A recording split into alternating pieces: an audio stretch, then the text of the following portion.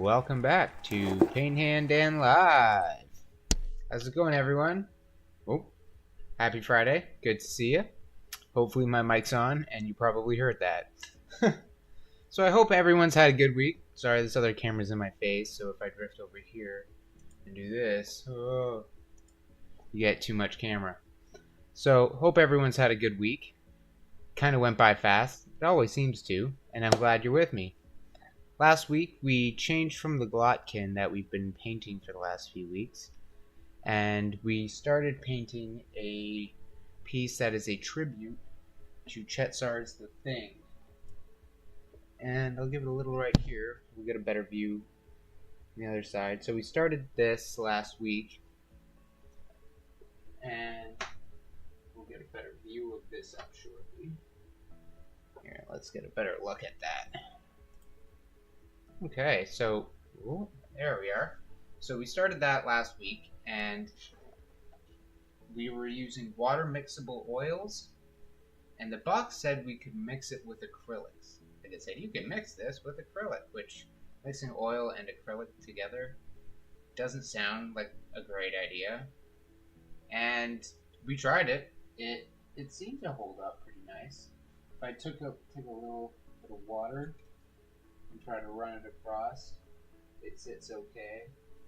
You can kind of bring it back to life a little bit, but overall it seems pretty good. So I'm hopefully going to finish it during this episode. We're going to darken out this, and I want to put some highlights and maybe a little more darkness, a little more fine line work. So we'll see. Oh yeah, yes, mic is on. So yeah, I'll keep my eye on the comments, and I guess we'll get started. I'm not really sure where I'm going to start, to be totally honest. It's always a challenge. Let me know in the comments section if the mic is okay. It's kind of distant, so I might be quiet, especially if I'm talking to the painting. I can probably adjust that, so just let me know. I'll try to keep my eye on it. So we have all the stuff from last week. Kind of why it takes a little second and I start later, because I have to set up a little more than just the desk, right? So let's see if we can get a good look. So last week I kind of screwed up on the teeth, I'll say, and I think we'll try to get ourselves out of that rut. But my other thought is down at the bottom here. Let's see if I can make this zoom. I don't know if I can, but we'll try here. Ooh. Okay, so at the bottom where the teeth meet the tongue, I feel like it just kind of whites out. Like you can't really distinguish the teeth over that. Like the lightest pink and the white part of the teeth they just kind of don't lend well to each other. They kind of cancel it out unless you're in a good look. So what I'm going to try to do, because I got to go back over those front teeth anyway, I'm going to try to darken them a bit and then maybe put a bit of lightness in the middle so they kind of look like they have some darkness and depth. Maybe something a little more yellowy. So we'll see. Let me fix this so you can get a good view of. Sorry, I'm just kind of bumbling around here. There we go. That should do. All right. So got water, got paint, got brushes. So how was everyone's week this week? I feel like I just asked you guys that. My week's been pretty good. I posted a video on most recent. I say recent, it was a little while ago. It took me some time to edit. I kind of went gung-ho on the research with it, and there was a lot of footage to cram. So if you haven't seen it, the video I'm talking about is Slan Starmaster. And it was a fun video. I really enjoyed making the painting. So I'm going to quit blabbering and I'm going to figure out the paint here. I guess I'm going to blabber more. We used acrylic and this oil paint last time. As much as it says you can mix these two, at this point, there's enough oil on this canvas that I'm not going to risk putting acrylic on it anywhere, so the acrylic is not a thing this episode. We tried mixing them together, and it seemed to hold up okay, but I'm going to stick with the rule of thumb, don't put acrylic on this oil, regardless if it's water or not. Because I don't know what it's going to do.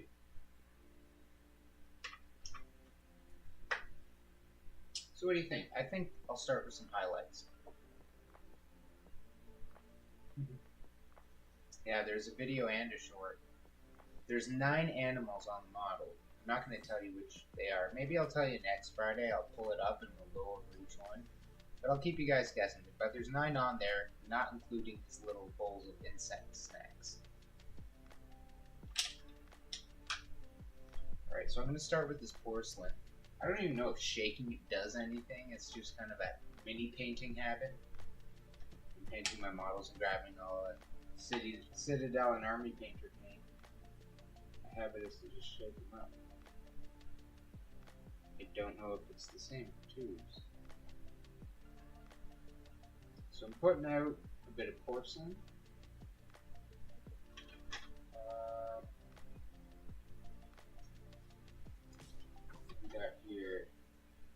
We got some yellow deep. We'll try some of that next door. We'll let them rub shoulders and see what happens. I don't think I've even used this color yet. Yeah. It's like a fresh, unmessy tube. There. And I got a water dropper here. It's just like a ketchup squeeze bottle. I'm going to put a drop of water in each one. Oop. And a mixing brush. I'm just going to have one of these beater brushes on the go to help mix some of this in the water. Mix it together.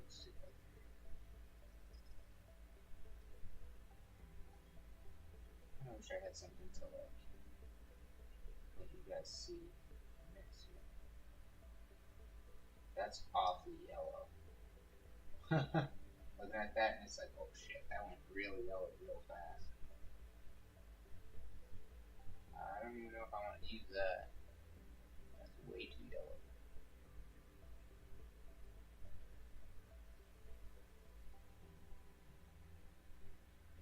Just stir a little in here. What else do we have? I know last time I was using some green in there. So it's been crazy. I'll go 2 doors over. Put a block of yellow.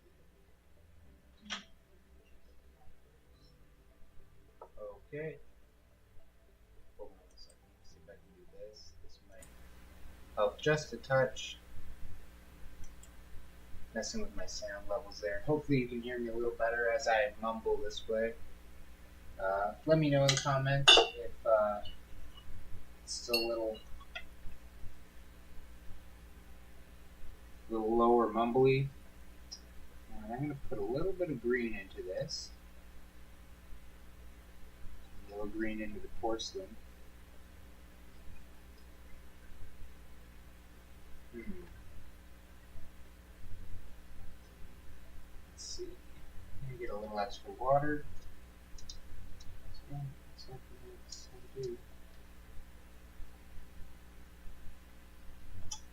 Where do we land? I think I'm going to start up here on these sort of top wrinkles and work my way down.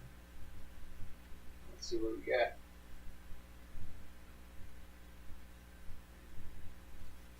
Okay. Kind of like that.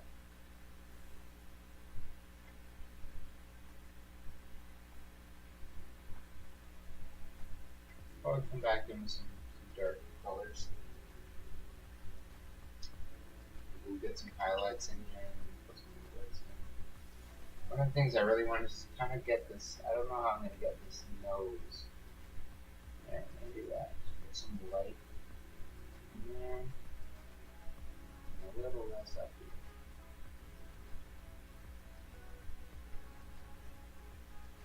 already like that. That's what we're dipping from right now in that top corner. And I feel like that was a bit of a gamble, just reaching out and grabbing it.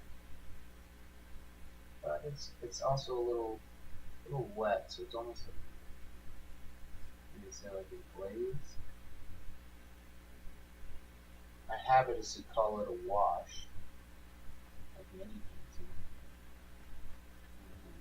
I don't want to bring that too low. I'm seeing that. So I want to keep that up here. Ooh, way too much. And maybe we can dilute that and then drag it down just a little. I feel like it's oil paint, but I'm kind of. It does almost feel like water paint as well. It's weird when I look at it. Hard time. Twist plan.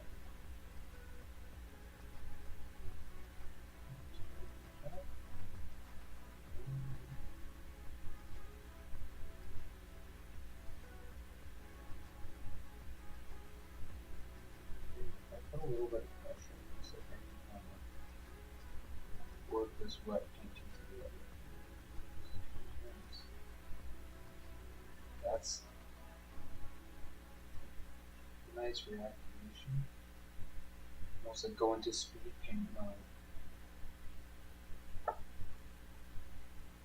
So I feel traditionally with acrylics, the temptation, not temptation, but like the habit is to like go over it. With this, it's almost like I can just wake it back up just a little bit. I don't want to get too excited. I gotta take my hand off the canvas. Basing off there. So we got our stick. Figure the stick will get a little bit of use today because doing little lines and highlights and hits. We want to keep our hands steady.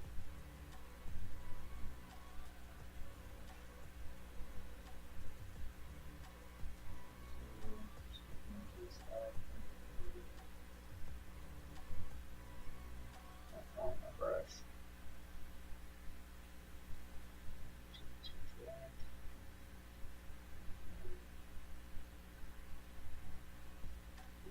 Straying from my original color. And get too much green in that. That's okay. Let's see what it does.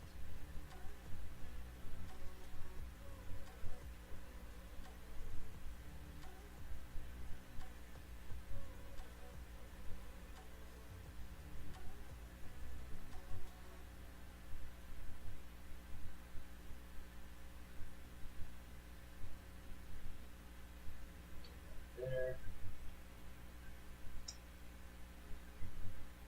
We want this part to be brighter. So, like it kind of lifts that nose. This is a bit of a, I mean, not weird's the right word, unexplored territory.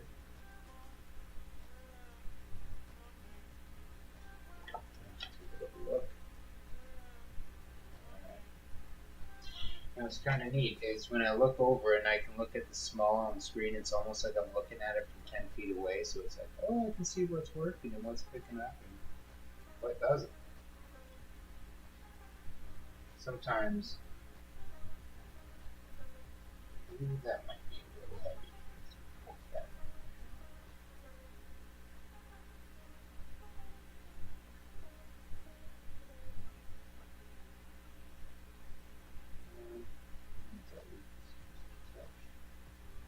I totally like that.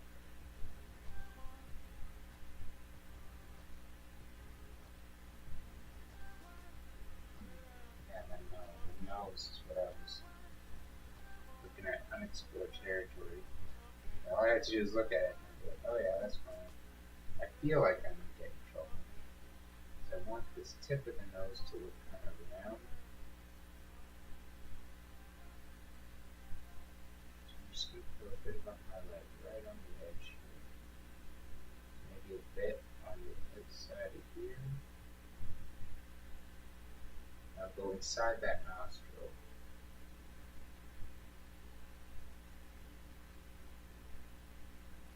I think I'm making a mess there. I'm just going to do that a smudge.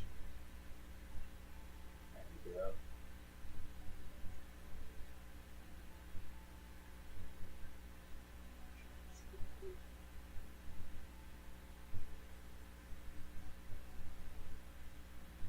Okay. So I got some touches there. We're going to go down here now.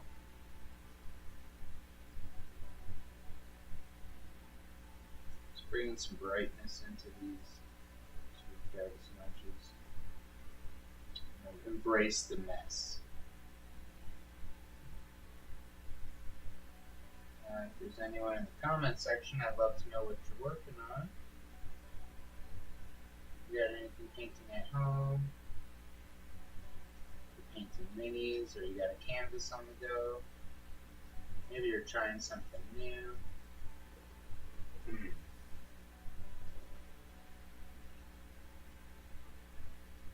Now the other thing I was kind of running into trouble with is that lip. I went really hard blue on the inside, and I think I'm going to need some kind of like flesh tone, but I don't know whether I go like a brighter. I think brighter will just get me more trouble. I think I should flesh it out. Maybe like a mauve or something. Something that kind of looks like that blue, but like some warmth into the skin. Alright. We'll cross that bridge when we get there. I'm going to opt for a slightly skinnier brush.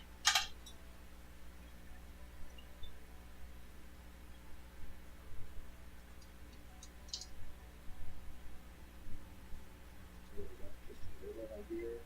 Mix that paint. Mix the paint up just a little thicker. Where was I going with that? Okay. Yeah, I got myself into trouble here with this one.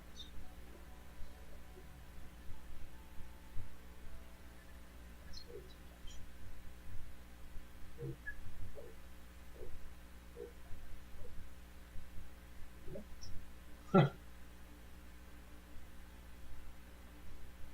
Side, but maybe I mixed that too quick.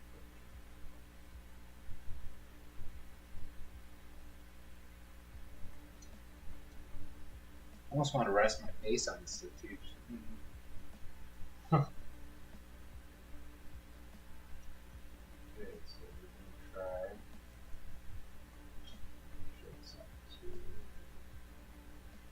Probably could load up more. That's a mini painting head that I should probably break.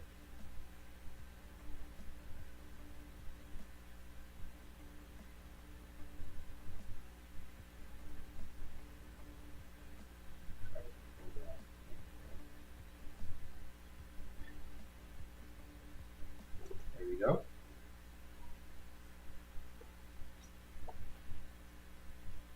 Sorry, hold on one second. Get something here.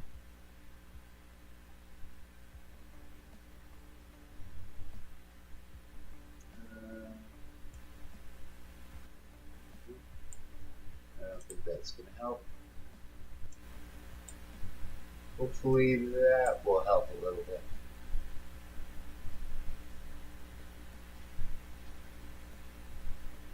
I know if it's quiet right now, I apologize. Just because my mic's over there on my desk and I'm over here. And I don't have a long enough cord to put it next to me. It's like hardwired, so it's not like I can switch the cords on my mic.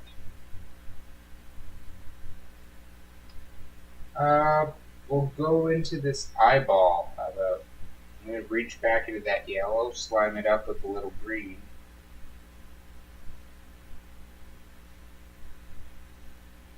And narrate what I'm doing like I know what I'm doing. But, we'll see. Yeah, I think I like what I'm seeing here. Scoot in and bring this closer. Just going to go above. There's a little darkness in the eye there. We're going to go above it. Just a touch.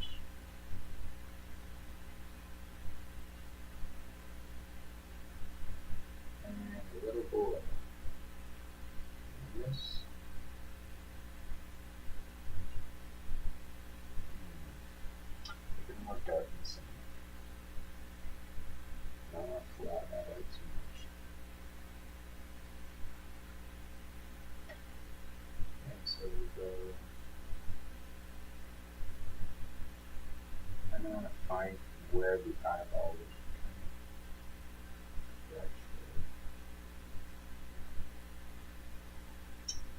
That. Poke. I do like the figure painting effects.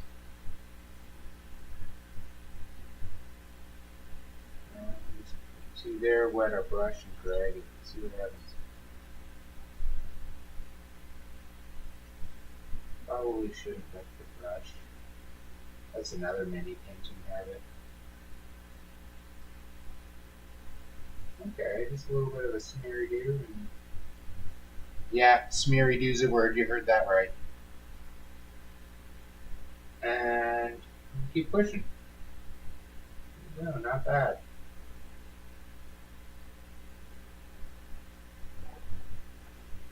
It's nice. Kind of like having the small picture to see as a far reference. I'm going to pick up a slightly bigger brush and put a few more on this guy's face on the other side.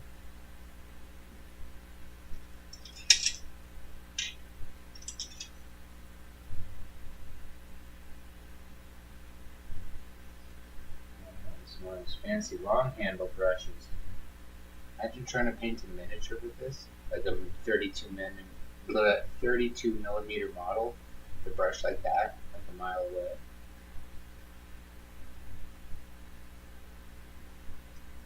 Yes, the right tool for the right job, right?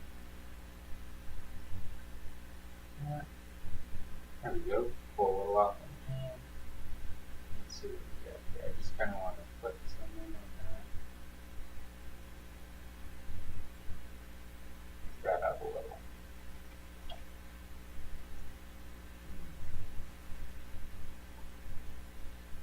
That will go here.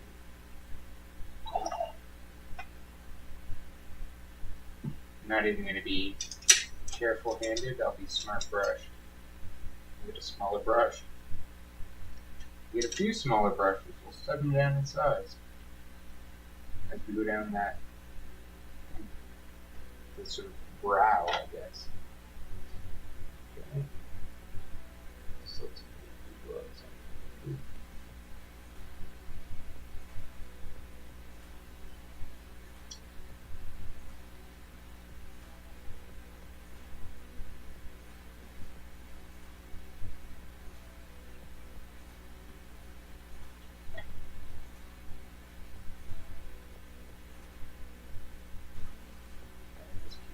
Back to his nose. That's what we're going to screw up this episode, the nose. We'll come back. I'll see you next Friday to fix this. Nah,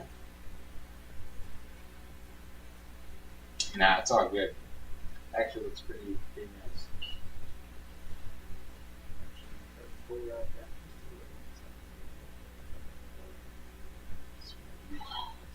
Smudgy. Oh.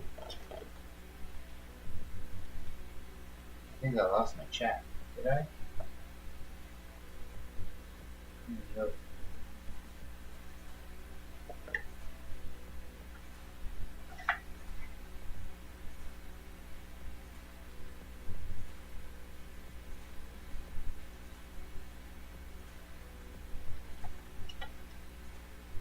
Okay.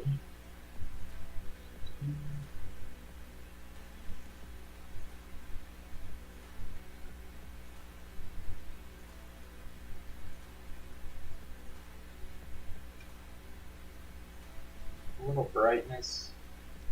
I don't even know if I'm putting it in the quote-unquote right places. I want some shape there. Ooh, that just went real green real fast.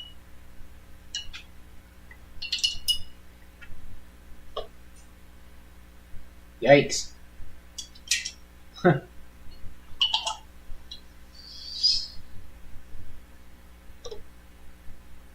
Okay, we're gonna get this little guy. We'll try to do a little bit of little fixer-upper. So I'm just gonna come back. Try to put some brightness right on top of that.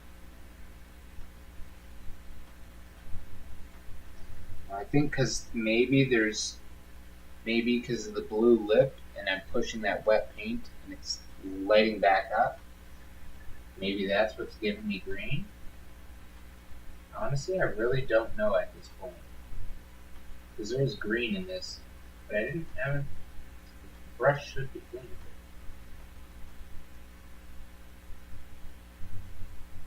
That looks better.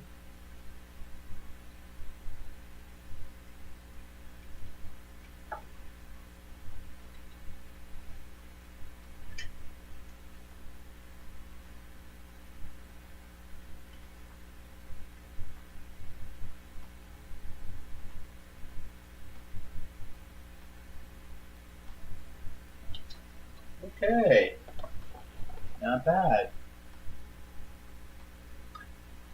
Thinking maybe under here we could go a little brighter.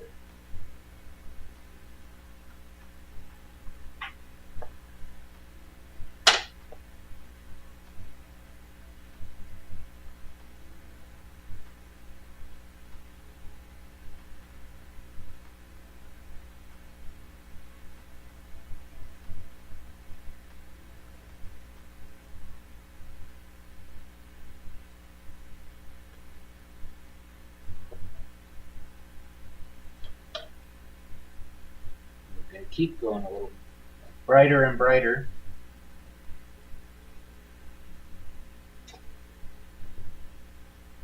So I work my way kind of up that cheek. So I feel like that light would kind of bounce right off that cheek.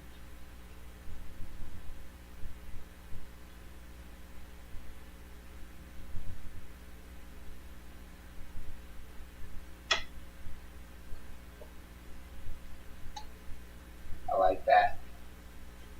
Better.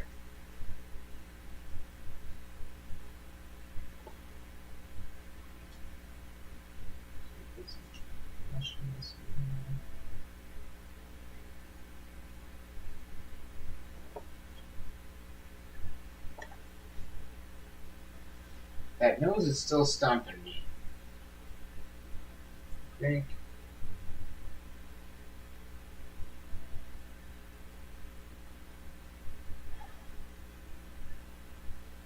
I think the more I try to mess with it, the more I'm going to lose it. Maybe it just needs a little darkness pushed into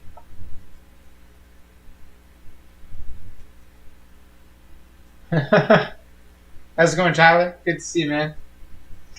Yeah, it'll probably be teeth madness. So I was saying in the beginning that I felt like the pink and the white here were too much the same, so you kind of lost the effect of the teeth. And they're a little too clean and white. So I'm thinking I might come back with something kind of yellowy, maybe with this brown here. Let's do a daredevil move here. Oh, shite! Look at that. Okay, we're in business. So we can actually come back with some water and tip that brown. I'll probably come back with something, try to yellow it up a bit.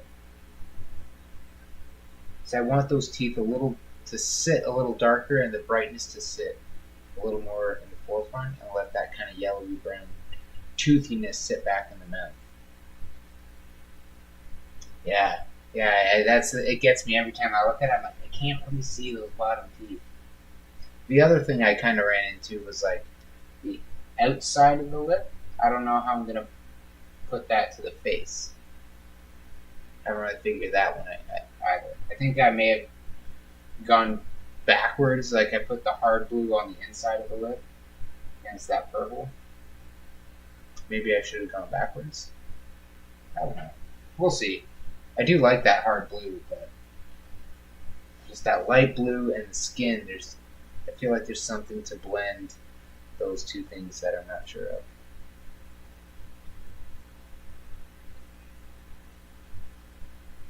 Okay, highlight. Okay, like down here, I think. I'm guessing that's what you're referring to. Chin bump. Oh.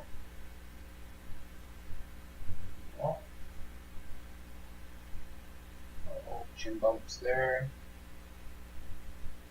So we're gonna go chin bump here, chin bump here. We'll put some shadow into this, because in here is where I kind of want it to look recessed a little. Let's get some dark paint out.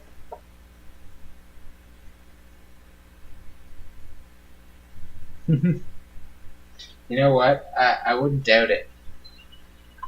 Like the whole like contouring makeup and all that. I feel like that in itself is painting. More like face painting than doing makeup. But yeah, some of those like just getting the cheeks and stuff, the lighting on the cheeks. I don't know how you do makeup on your teeth, but that's some special effects makeup. Okay, let's figure out a dark color. I'm thinking. Okay, let's take a little peek here.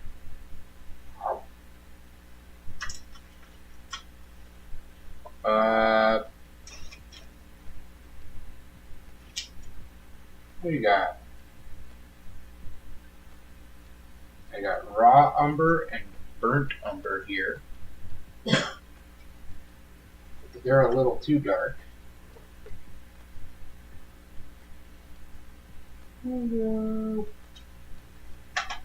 Raw.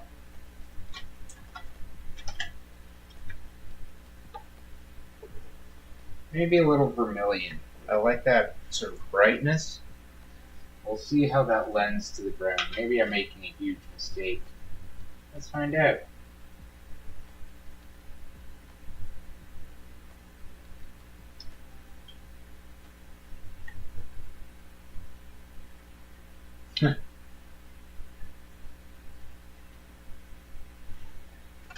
Next level makeup, yeah. Ooh, that is some chunky paint. And it comes out like a big glob. I'll put this down. Just that there. Just get a little bit of water. So I keep ducking in and out of the camera here. I have my little palette on the table. It'd be nice if I could have a way to kind of show the palette too. Just what I'm doing and what I'm mixing up without trying to shove it in the camera's face. Okay, so we got some very orangey vermilion. We got some brown umber here. Rub shoulders with me. Smear there. Smear here.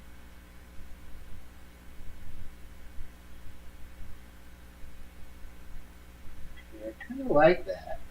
I'm going to show you this color before I start throwing it down. So, what we mix up for our dark. Ooh! Is right there, running down the floor. It's so we got our raw umber and our vermilion. Okay, hold on 1 second. I feel like I'm yelling at the mic here. I'm just gonna cut the music out. Let me know if that's a problem. But hopefully you guys can hear things okay. Like I said, my mic's over there, so I can't really do much about it right now. But please let me know in the comments section. I'll do my best to keep it,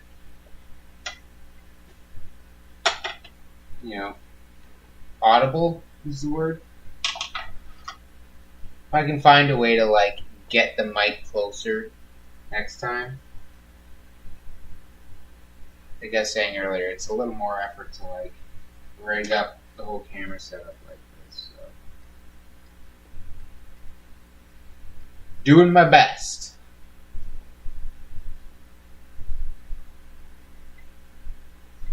Alright, so we're going to take this dark color. You know what? Black is dangerous. You know what?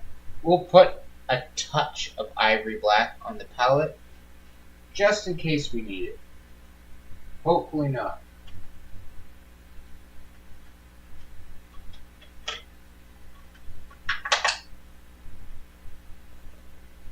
It's one of those super powerful colors that, walk way over here. Ooh, a little glob of that.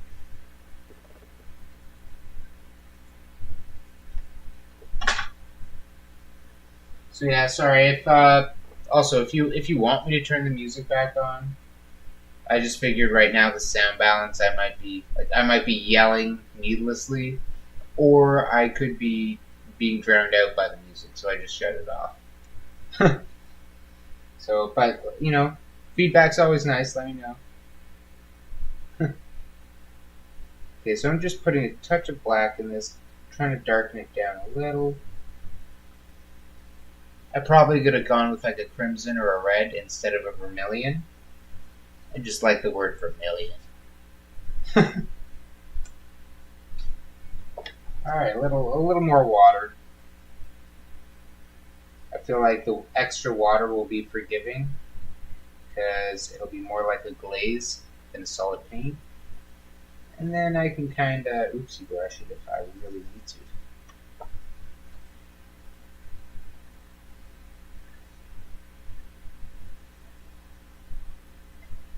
Okay, we're gonna hit a little bit in the nose first.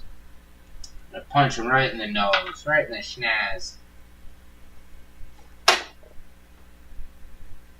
Like I said, the nose will be what we screw up this. We'll fix the teeth and mess up the nose. So I'm gonna try to go like up and deep. That's not dark enough. Let's pull a little black on that. I want it to look. What's the word I'm looking for? I want it to look cavernous.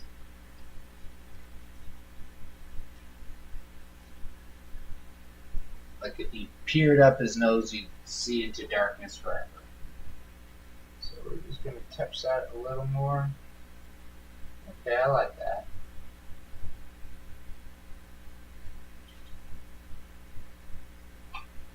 I'm not going to go all the way. I'm just going to kind of touch it in here. Here. Oop. There we go. A little darker. Alright. I'm going to do something stupid. I'm not going to clean my brush, so we'll keep a little bit of red on there, but just we're going in with raw black on a sit.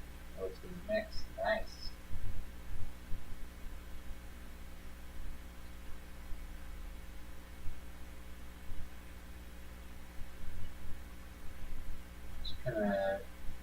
Give it a little blobs and dabs in there.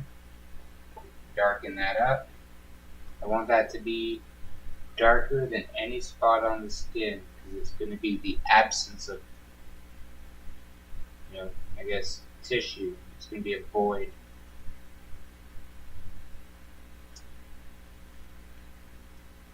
So we want it to look real dark. But we do want some of that red around it to kind of look like the light kind of gets faded away there. Oops. We'll take that to the point right there.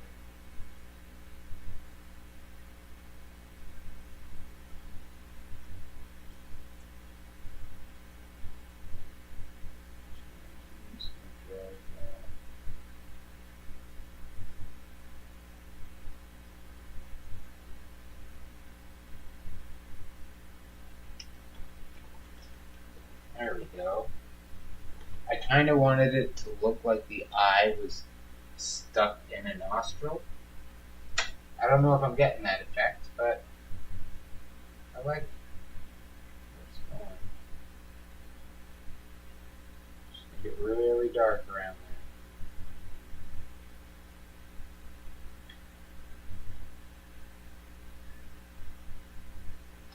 Probably put a little bit of darkness around this side too, but not as much. It's not as buried Like I wanted that one to look like it was coming out of, like the nose was getting split and forming an eye hole. If you're just tuning in, this work that I'm painting on right now is inspired by, here I'm going to actually flip, you can probably catch a peek of it in this picture. Right there. It's a painting by Chet Zar. And you can probably tell in my picture here, the big influences would be that eye on the left and this eye up here. So it is one of my favorite movies, and he's one of my favorite painters. So just to kind of give reference for anyone watching, tuning in now, or who hasn't seen the first one, or if you haven't seen The Thing, go watch The Thing. Either one, new or old. You should see both though; they're both really good. Do any other people in the comments like horror movies?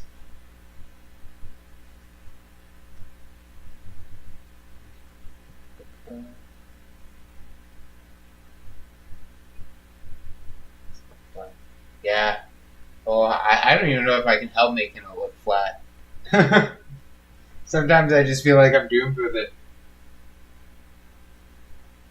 Like I could 3D try to sculpt a face coming out of this, and then when I paint it, it'll be like, oh, that's flat. It's like that same feeling I get through non-metal metallics when I try to get that highlight and it's not in the right place. It's just like, ah. Okay, so we got our. I put a little more brightness on this, but it's still plenty dark, but not as dark as those holes. We're just gonna see what we get here. It's very brown actually. Looks like a chestnut color.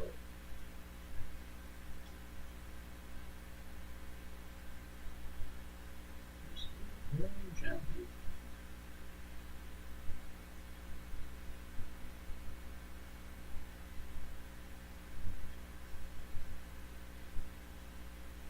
Yeah, I kind of like that chestnutty sort of color. We're gonna go back. You know what?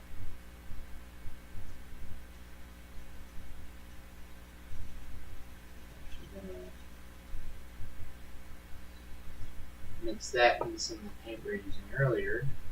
Go under the eye here. Just kind of dab that together, so that line doesn't look so harsh. It almost looks like the red is on top of the skin. I want it to look very. Oops, too much. Pulling the red.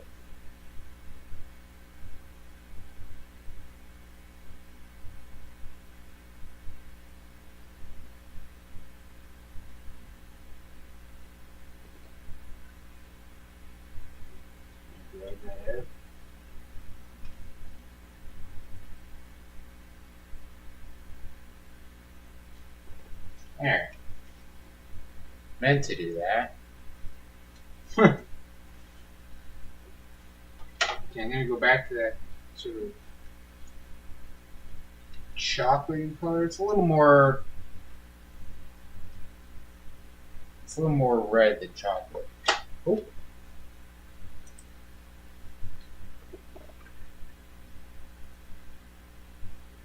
There we go. Oh, the sexy gods. I have a magnifying glass, but I actually don't have a pair of sexy gods myself. I have pretty decent vision. Painting miniature models and stuff takes a toll on your vision. I do have a pair of prescription reading glasses that I'll wear if I'm sitting and like staring for a while. Okay, so we'll put some darkness. Let me just see here. I like that. Yeah, I like that. We'll put some darkness in kind of like the fold here. Now, I'm not gonna lie, when I do run into trouble here, I do kind of glance over my shoulder and kind of take a look at lines on the thing on my wall. The thing on my wall. It just sounds funny. Something like that. But I'll kind of glance over that for reference. What would Chet do? He'd do a much better job, is what he'd do. He clearly did.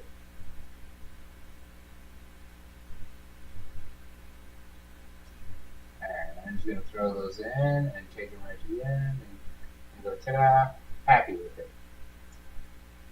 Took a bit of a gamble there. I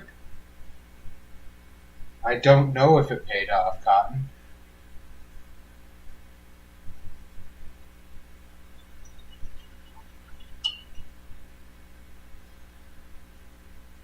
Now, one of the other things too I'm saying is the nostrils in the other nose are very brown and have no warmth. So I'm actually going to try to punch a little bit of that same color in there. Just to kind of give them a little warmth, a little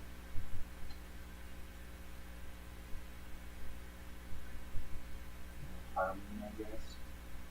Cross.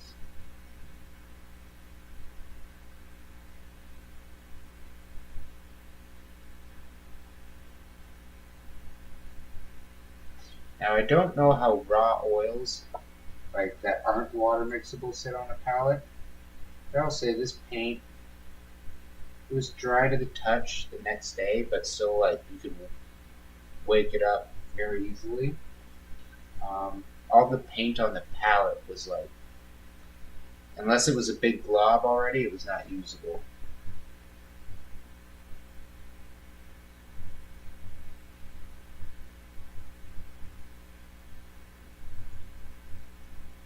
Have the travel setup going. I like that.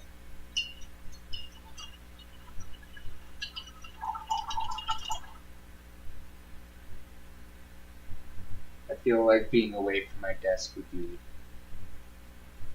difficult. Like not like the painting would physically get harder or anything. I just feel like I'd not in my zone. I would feel a little distracted or like I don't know how to describe it. Uncomfortable, I guess. Not.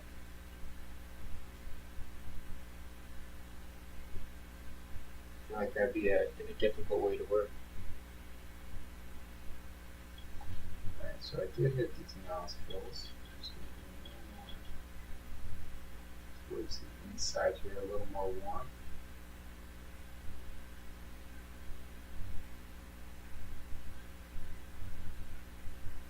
Make this nostril just a little bigger. And then go from a perfect circle and turn the motion everywhere.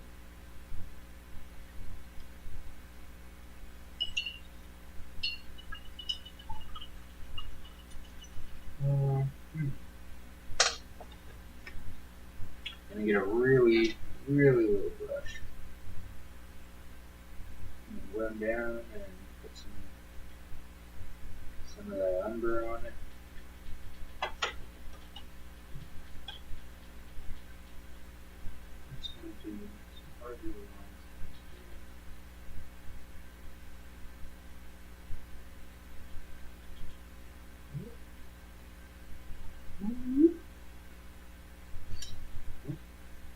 And I did say as well, I was going to darken that bottom of the chin and brighten it up as we go. So we'll start here. We're going to put just a little line. Just we're going to work it almost like a glaze. Maybe a little more. I'm going to pull it down.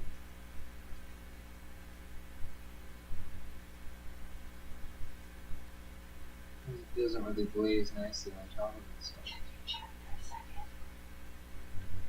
2 seconds. And I'm going to go back to the brightness on that. I feel like I just kind of muddled that together.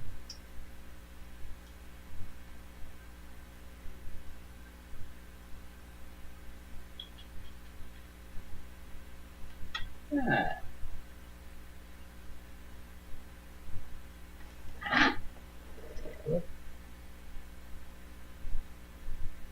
Hey, how's it going, Keyline? Good to see you, man. I saw the new bite wedge videos, man. Dude, they are learning so fast. Like, just out, and it's like, oop, like, oh, you know what?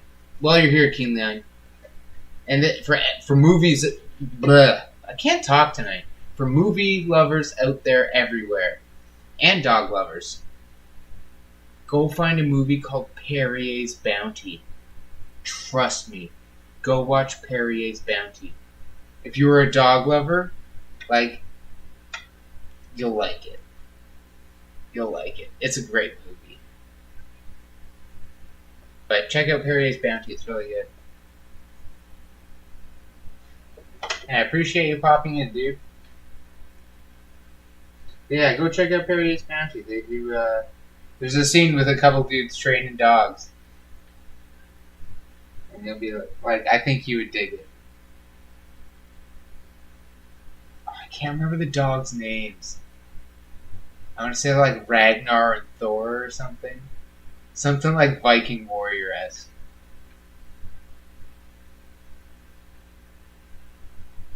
Okay, we got some light. I just keep seeing this eye and that red on top. It's just kind of irking me. So I'm going to put a clean sort of, clean as I fumble. Just a bit of a clean, more brightness on top. Just so that section there looks like the skin's on top instead of the other way around. I don't even know if I'm achieving it. Let me know in the comment section. It sounds crazy. You guys probably have a better view of what's going on than I. Because I'm like hyper-focusing on little spots at a time. And you probably get to see the whole thing come to fruition as it is. So you can probably see things that's like, that needs more, that doesn't have enough. Too much there. Hopefully some part of it looks good. I'm actually really happy with how this is coming along. I know we are all our own hardest critics, but I'm really happy with this whole project. This whole project has been really nice. There's another sort of split in his chin. I'm going to take these off into the shadow. It feels weird. I'm facing this way, I'm painting this side, and the camera's here. So I'm like, split down the middle. Sounds familiar. Should have painted a little soul patch on him. Ooh, that's not good. Poke, poke. There we go. Nice. See, I'm just kind of making a mess in his chin now. Oh, God, praising. But, it's looking better. Just little bits of this kind of like putting color where I feel like it should be.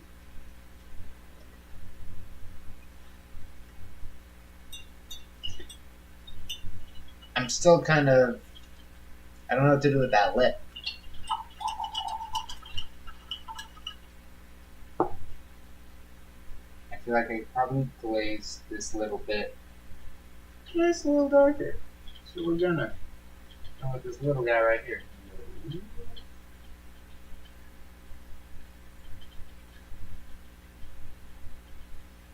Make that eye really look, not really, but just a little more sunken in.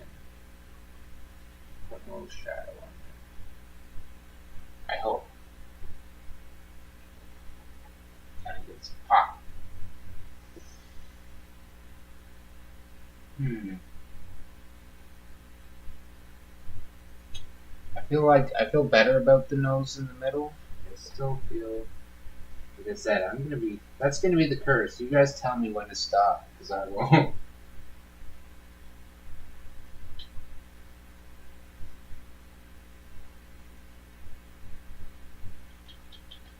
Anyone watch Ernest movies? He never knew when to quit. Oh man, that guy was a gem. Jim Varney was a friggin' legend. Okay. I think I found what I needed for the nose there. It's just a little bit of scrunchiness. Just had to make a mess of it. Do a few lines, distort it a little. Pretend I'm doing it on purpose and that I know exactly what I'm doing.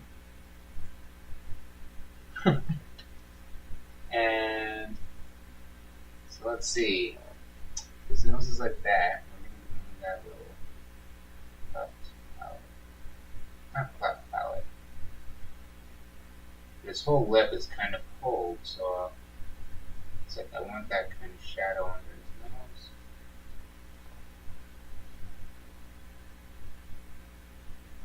Wash that out just a touch here. Hopefully we get a nice shady nose. On that lip too much. Ooh, that was nice. That like wiped right off without activating the blade.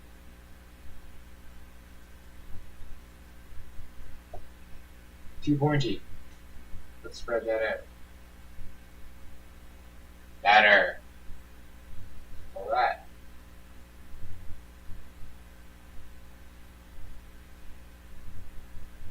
Hey.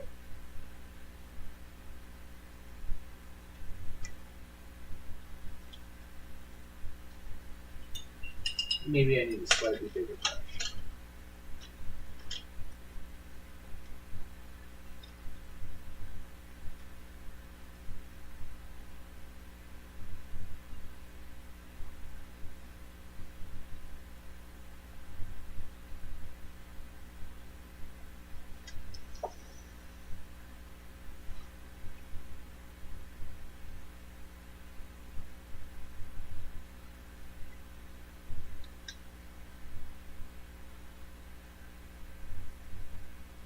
Oh no. That's too much. Just pull that really thin.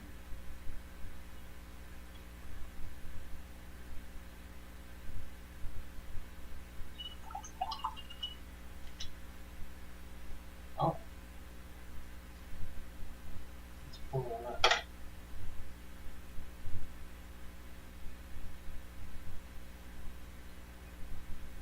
Oh, we'll figure it out eventually.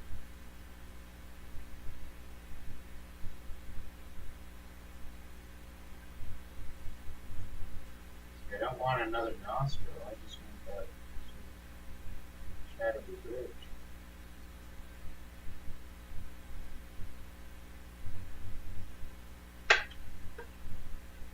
I'm afraid to poke it with my finger.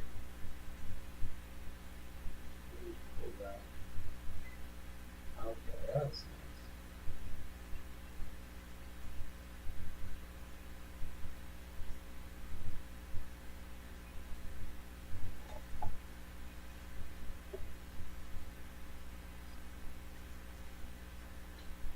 I think in the next step we'll go to the teeth.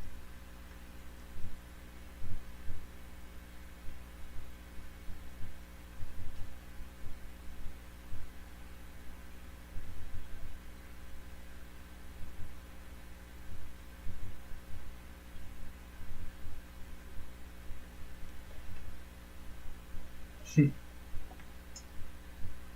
guess the trick I'll go for is make a big enough mess that it'll be hard to like decipher what's going on. There. Good enough for now. Let's move on to those teeth. Oh, Frisky Dingo. Frisky Dingo's good, dude. If you liked Archer, Frisky Dingo came first, and the character design of Xander Cruz was actually like it's the design of Archer, but like totally different brain. It's pretty good. It's pretty good. Oh man. Yeah, I could quote that show already. Okay, I said I was going for teeth, right? So we got some dark lines that were kind of like just kind of signaling, kind of giving teeth direction. But now I'm gonna just kind of let's work. Ooh, that's a little too fleshy. I don't want fleshy teeth. I want some dirty yellow teeth.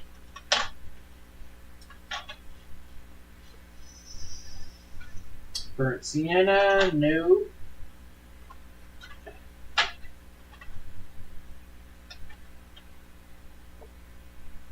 Go with that yellow ochre.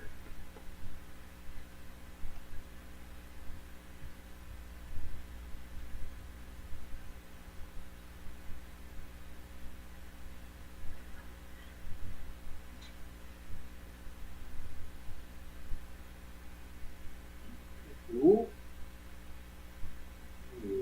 That one came out real greasy. A little mixy mix, a little bit of water. I'm just going to carry the water right off my brush.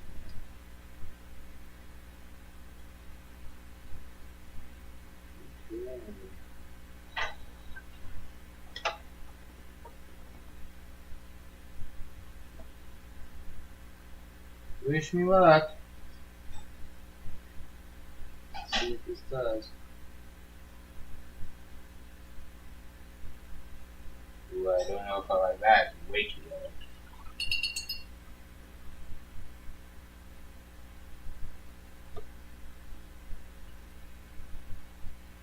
Oopsies.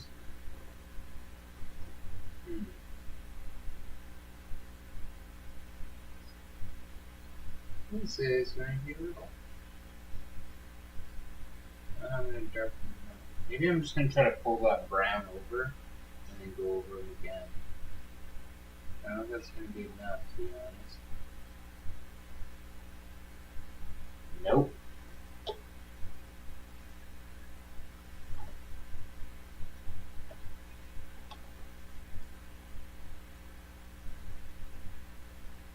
Oh man.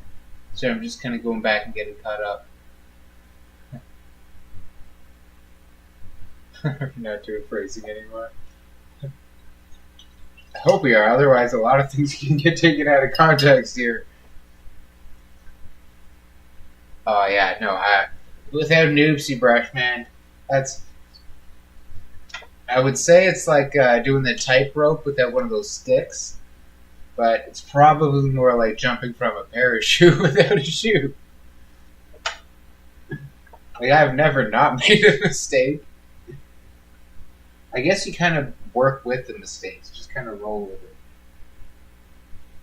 Or like immediately have like clean water to like swish and rinse ready. I don't know how to remedy that one. I'd probably have a wash station ready to like, oh crap, and clean my brush and get it off as soon as possible. Okay, so I think what I'm going to do is pull some of this umber into the ochre. And it's kind of making this like I'd call it mustardy, but it's a lot browner than mustard. Call it like old mustard crust. Something like that. Let's put that on his teeth and see what it does. Just a little bit there.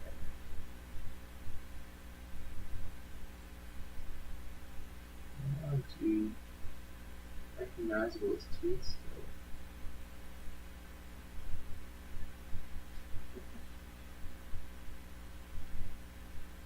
I also want them to be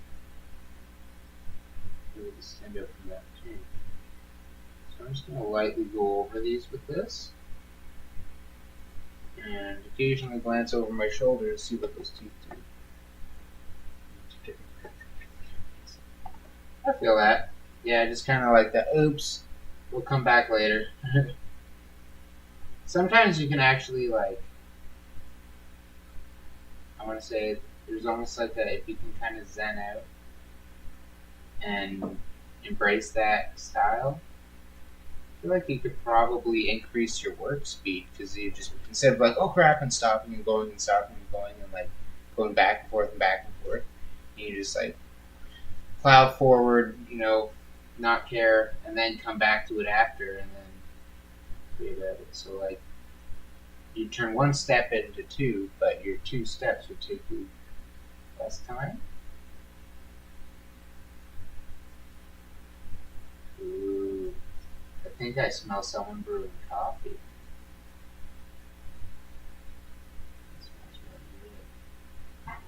Yeah, I like this tea.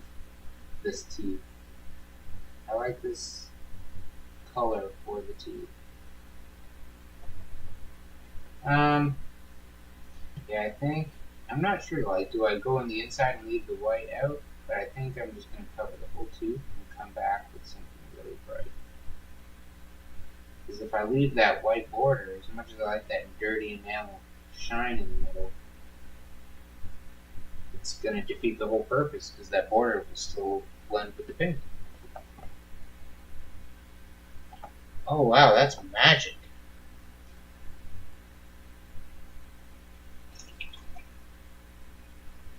Excuse me. I know it's late, but I can't help a good cup of Joe.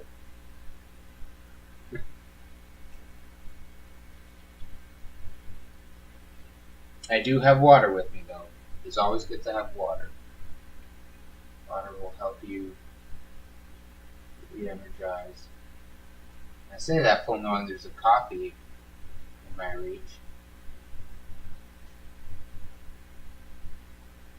But water is good for your nerves and your nerve conduction.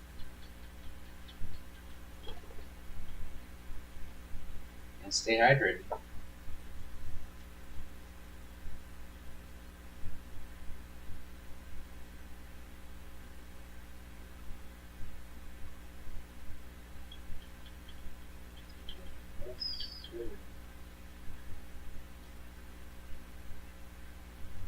Okay, there's enough. I think there's enough brown there that it kind of makes it stand out without having to.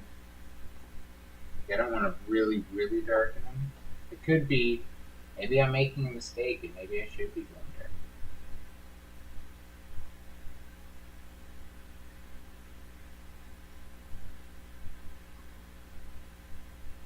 We don't make mistakes, we make happy accidents.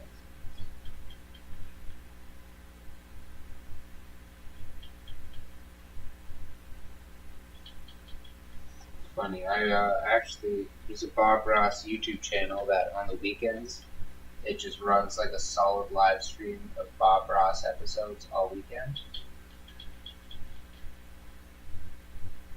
And I'll actually tune into that.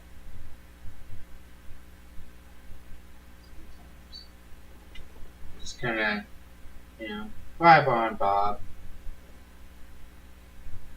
But like, I can't do what he does on paintings. That like wet on wet painted landscape in moments. I tried to do that with an episode once. And oh man, it was not cool. Every time I looked up, he was like light years ahead. I think one of the things that probably comes with skill and practice is knowing the color you want or what you need to mix what. Like, it's almost like he didn't even care. He was just like, I'm gonna grab a bit of this and make this and then there. And, that's a pink leaf, and it works. just put it down with confidence and.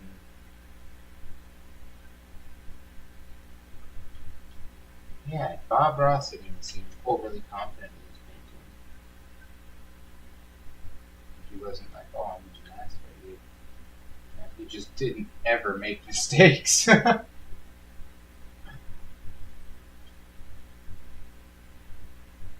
that's the masterful thing.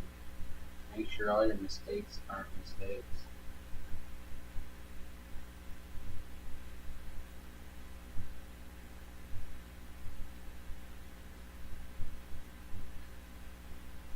Yeah, you got a big mouthful of poopy teeth right now. And we'll probably come back with something a little brighter.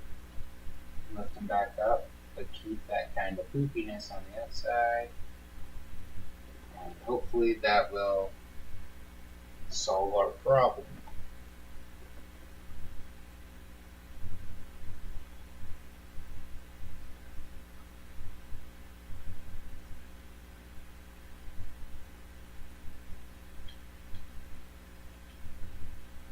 The end of this brush is starting to split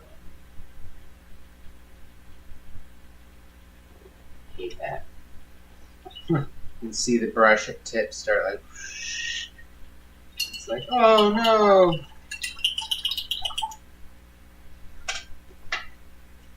But so far today, I'm just using some like cheap mini painting tack-on brushes. They're nothing too fancy. I do have a couple of my nice small like 00 liners. I think we used one of them earlier. I wouldn't even call it nice. It's just, you know, a little slightly nicer than this one. Okay, just clean that off. Get that. Going back to the well here. Get that ochre combo. This is what I'm probably gonna make. Making a little darker. Yeah. This is deeper than that. We'll put a little more, a little extra under in there.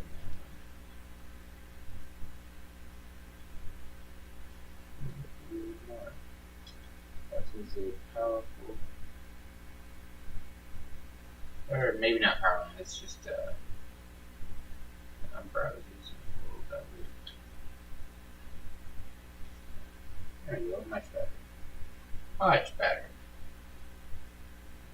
Ooh, that's a poopy brown tooth right there.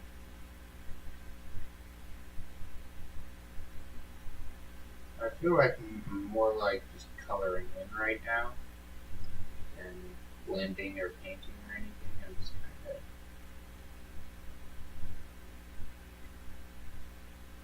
tooth to tooth, bit by bit.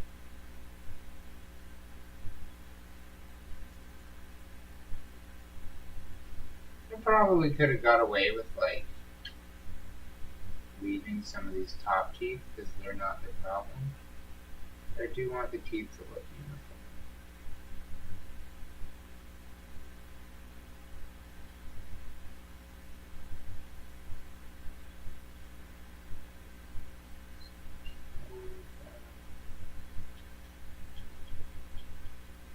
As these ones appear to get closer to the edge of the mouth, they'll get brighter and brighter. Just doing that by using ink that's on the brush and picking up that white that's already on the mouth.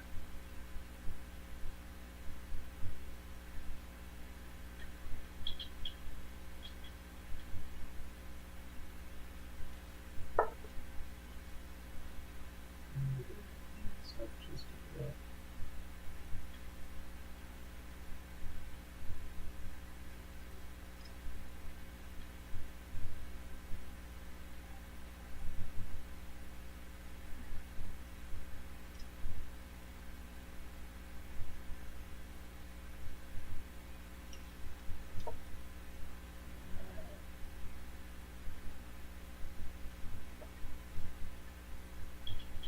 Softens it a little bit.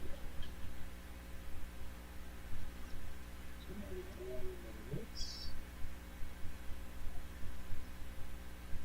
fix these teeth here.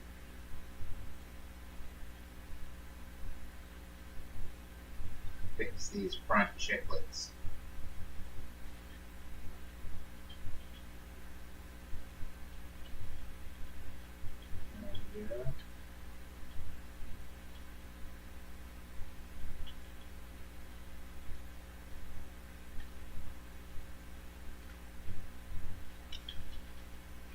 And, loss on that tooth there.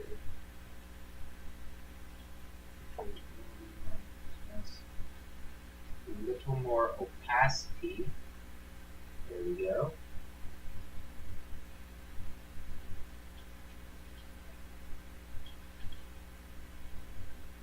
There, a little better.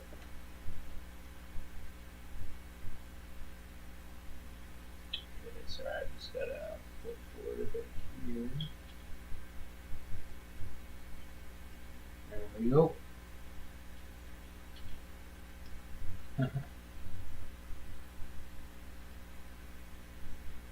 So I'm just getting tied up here. Water beans.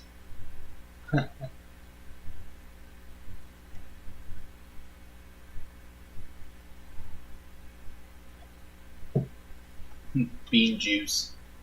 That's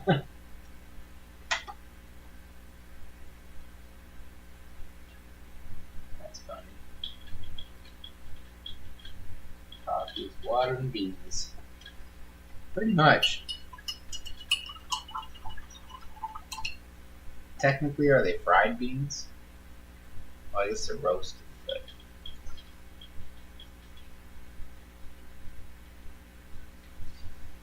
Alrighty. Just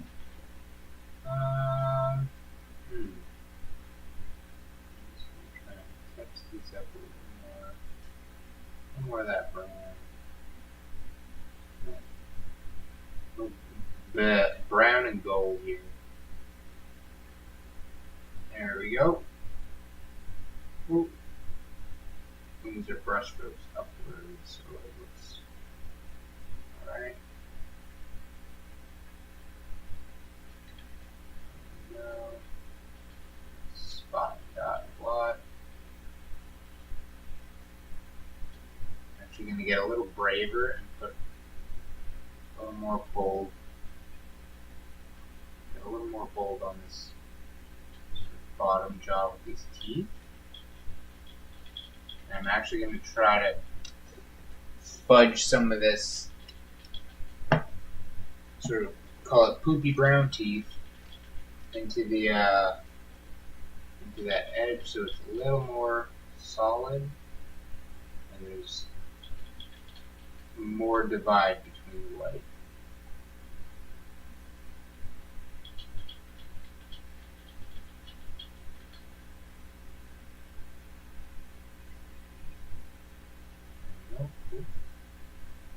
I'll probably have to come back with a really thick purple to like fix those gums a little. That's no problem.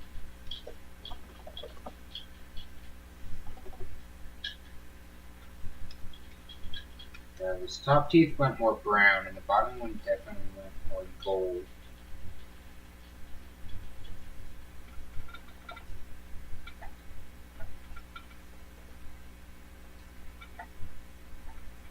Not gonna lie, the two colors, yellow ochre and yellow deep, look damn near identical. I might be missing something there. It's like, wow, I know which one's which in the well, but they look very similar. So I'm gonna go a little extra yellow, uniformity.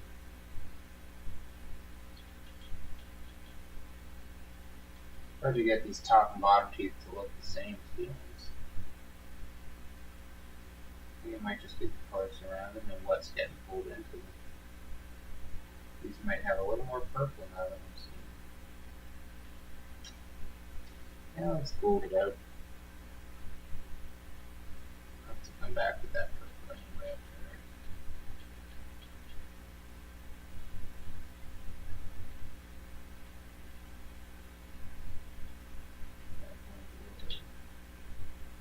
White. smudge it around.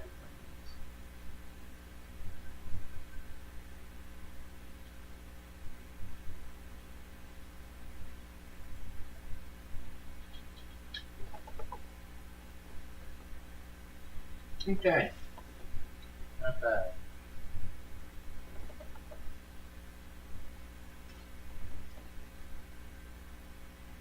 Smudgeroo, smudgeroo. That's better.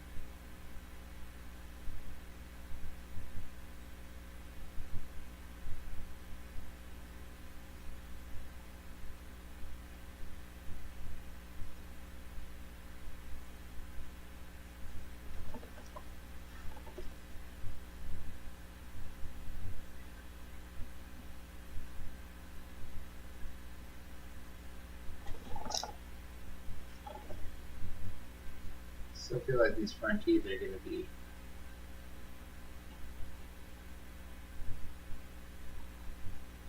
like the bane of my existence on this project right now. It's okay. It's actually looking pretty good. What do you guys think? I take a second, I put this thing down, stretch my hands a little.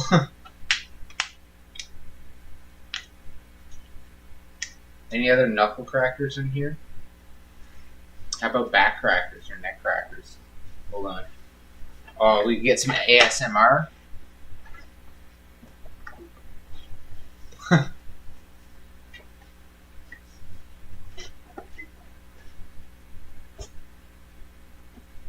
Ah, not quite.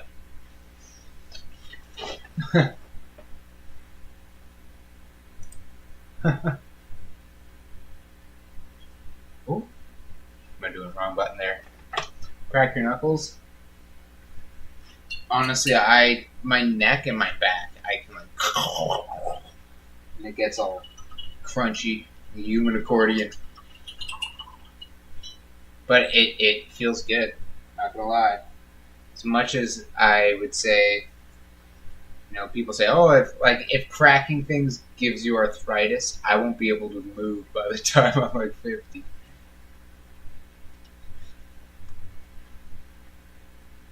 Oh! Armin, what up, man? When did you sneak in here?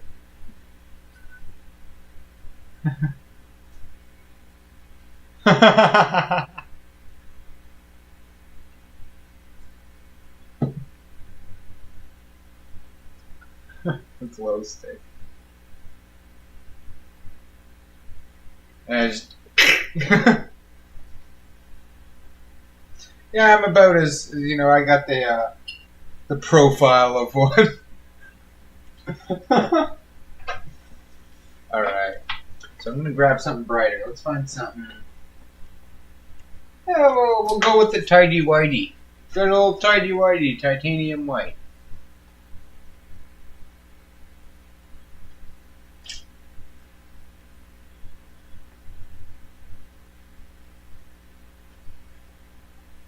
Ooh. Get it all over my fingers here.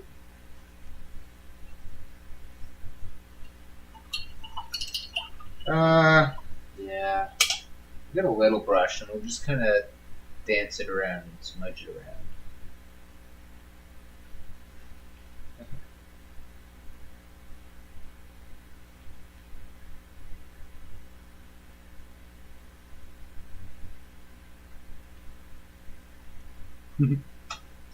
Excuse me. Yeah, it's one of my favorites. It's I don't know, everything about it just is good.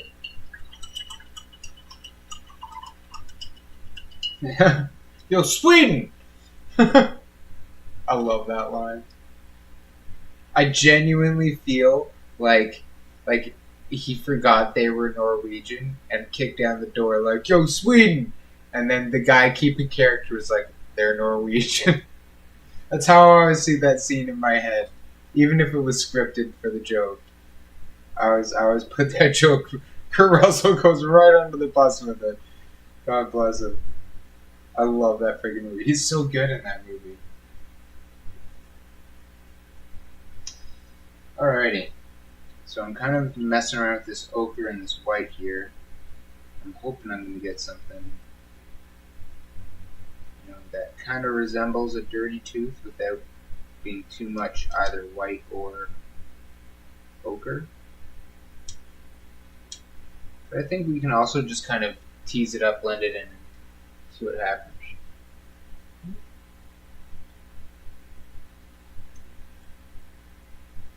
Count as a Cronenberg. Is he involved? No. The thing is a carpenter, not a Cronenberg.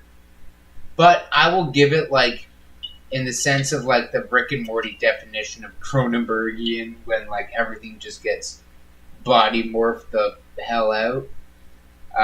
Yeah, it's like Cronenberg in spirit. You know, if your chest ribs explode open into teeth and eat someone's face, that totally sounds like Cronenberg. Ooh. All right, let's put some.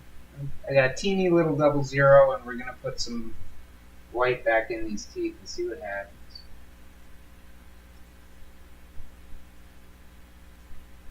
So what I'm gonna do is, so before I had like the teeth with a little line on it to like represent that shine. What I'm gonna do is take the white and put it everywhere but that line, pretty much behind where that line might be. Once again, I don't know if this is the right approach or the smart approach, but this is in my brain how I'm gonna go about it. So here we go.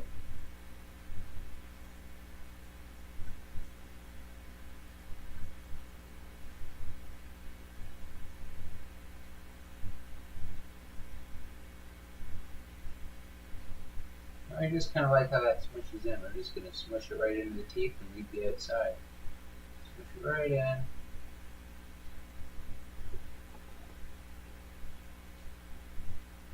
in. And come back with that ochre again and put the line in. That's probably a smarter idea.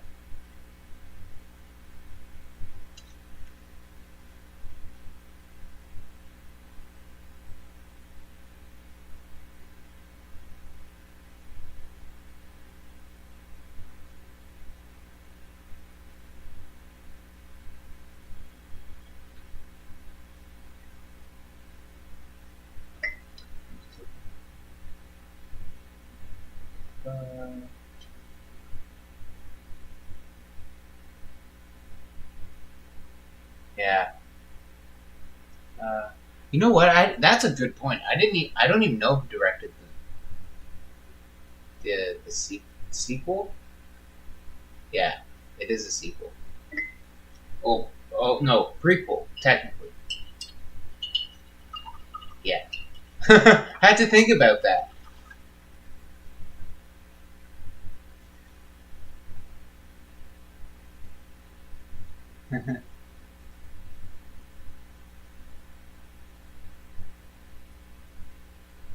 Prequel or sequel debate.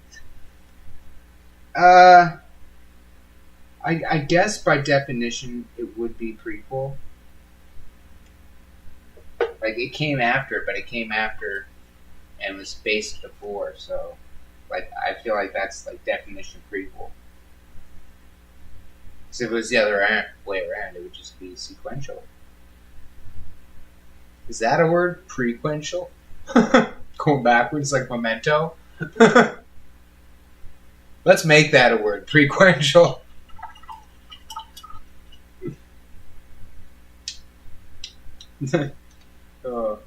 I don't know how to apply it in a sentence yet. Help me out with that, guys.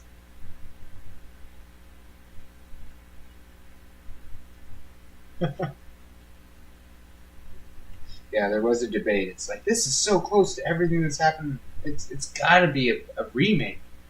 It's like, I don't know. There's like the axe in the door.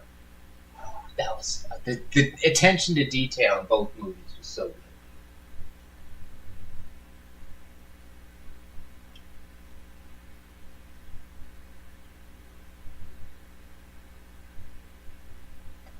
I'm seeing that one little white line and thinking that would have been smarter.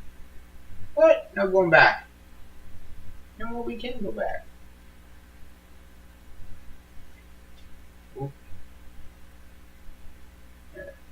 Let's leave that for now. We'll go downstairs to the lower jaw while I think about what I just did.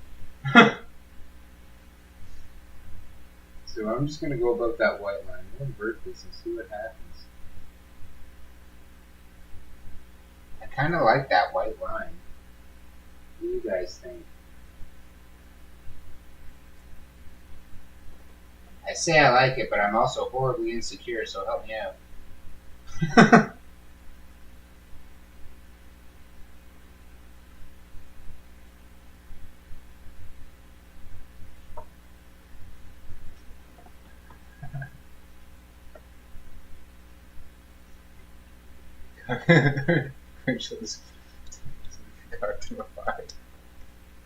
I like that word, man.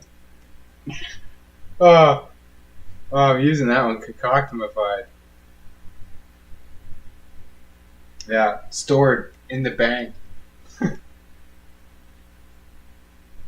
Oh, that's good. I like that.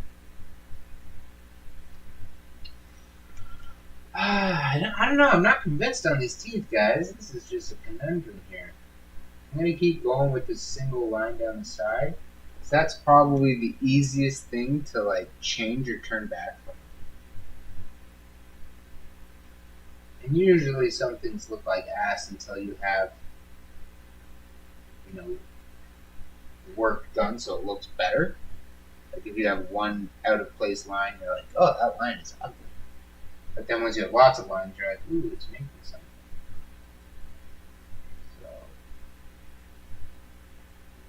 I'm just going to keep going with these. Where's the light in these two? This side there. What do you think?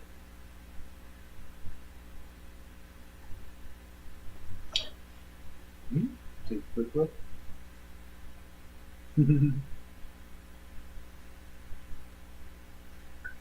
Very specific cost. That the price itself sounds concoctimified. Oh. You know what? That's a modest royalty. Oh. I just knocked the camera with my foot. We're good. We're good. I'm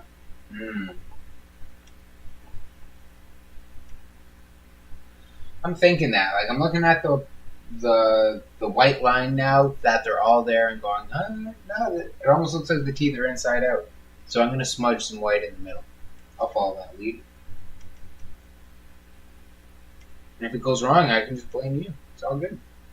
I'm just kidding. I love you guys.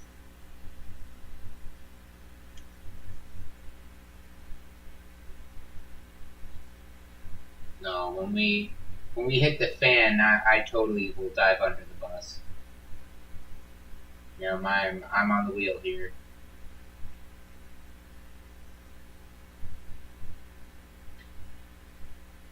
I'm gonna pull a little bit of water into this. But I don't want too much water because then it's going to pool up and do that.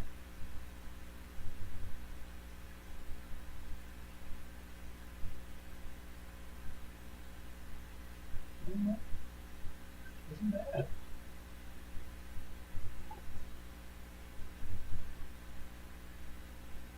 I'm just going to use a little bit of extra water for that.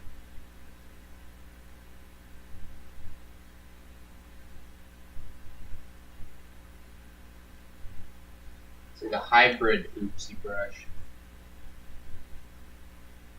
I think I could probably go a little brighter. So I'm gonna. Here we go. Ooh.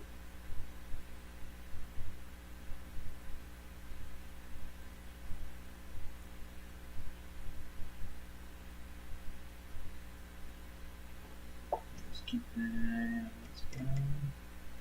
3 filter erasers. Really? You know what? I'm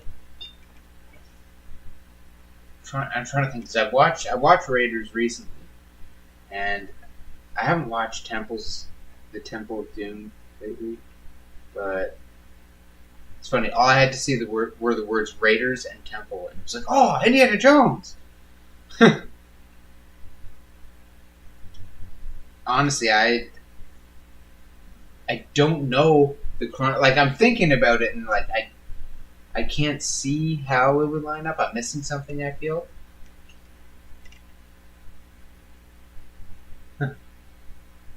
Oh, your message got retracted. I'm seeing I'm missing one.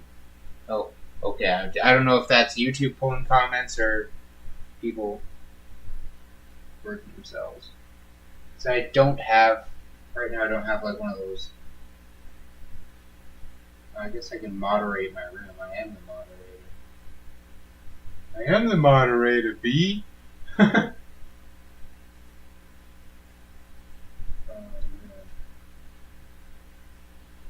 But yeah, I don't have like one of those like bots or with parameters that's like this can be said, but this can't be said. And it's just like the basic YouTube settings. So I should try to get into the settings and change that a bit. So I don't like it when YouTube censors my friends. That ain't right.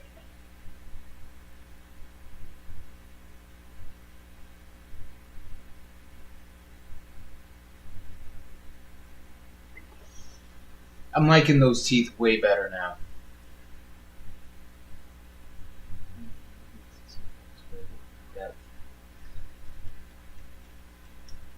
Key is the right way. I'm just smearing it all over the place. Excellent. A little too heavy on the way there. I think it's also how much I can like. I know it's weird working. It's familiar working with water, but like oil paint and water feel like weird bedfellows. These two should not be playing together like they are. Okay, I think that's what I should be doing too. Is pulling that white right to the gum. Like that. I think that makes a big difference. Pulling that right to the bottom. Kind of suggests that the tooth goes deeper than the gums itself, or there's a root down there. It kind of looks like the teeth just stop right at the root.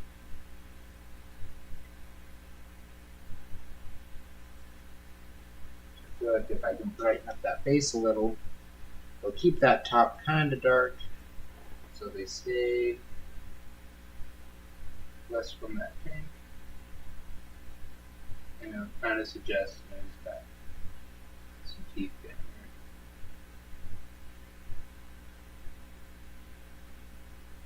there. Yikes.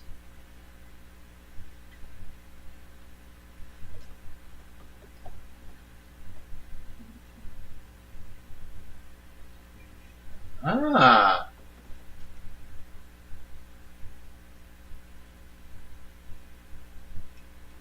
So,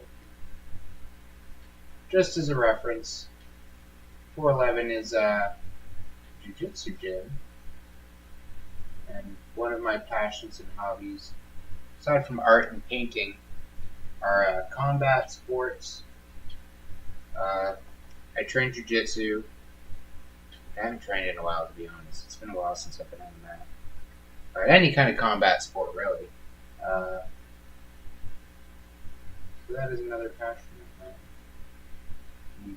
411 is a great place to train if you're in the Durham region area. Great group of people.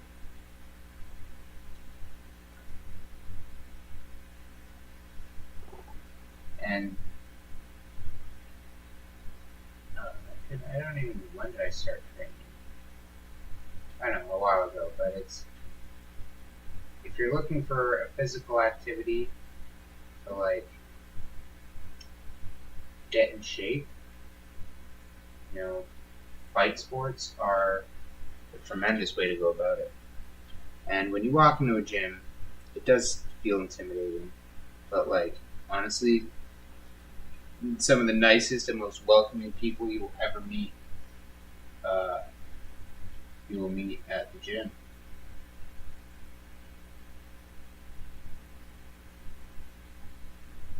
So if you're ever interested or ever curious,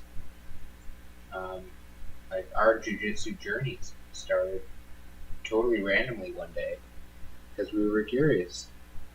Well, we were avid fight fans, but I said, why aren't we training this if we love the sport so much? And it was something new to learn. So learn new things. Train jiu-jitsu. And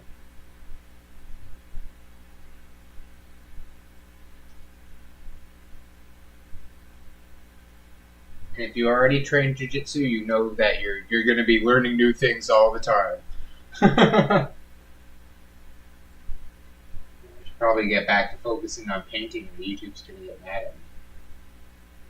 You're going to send me over to the fight corner.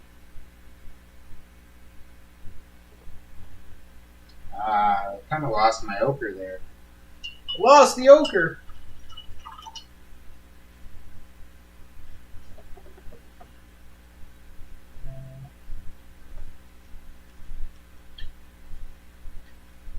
I was totally watching Indiana Jones Marathon. Sorry, I'm getting caught up here, and I feel like I'm gonna find the answer to how they're the prequel. I totally missed it.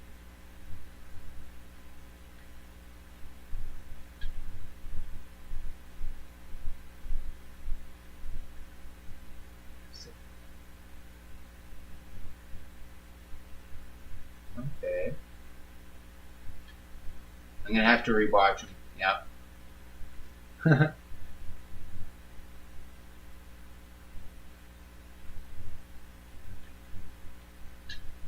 Oh, I totally missed Tyler stepping in. I know. Take care, Tyler. If you're watching this and, post getting caught up. And if you're, look forward to seeing you back after you grab some grub.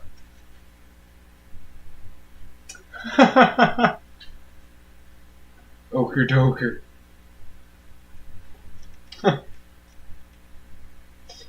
Yeah, it's like leaving a buffet and like, it's the food baby coming out. Alright, where was I? I was messing with teeth, wasn't I? Back to teeth here. Little teethies. Now, I don't think I'm doing a very good job at getting this blend going.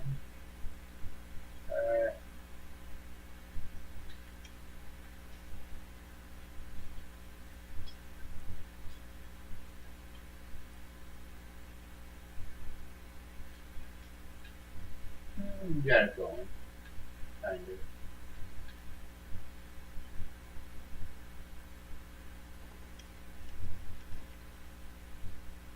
of.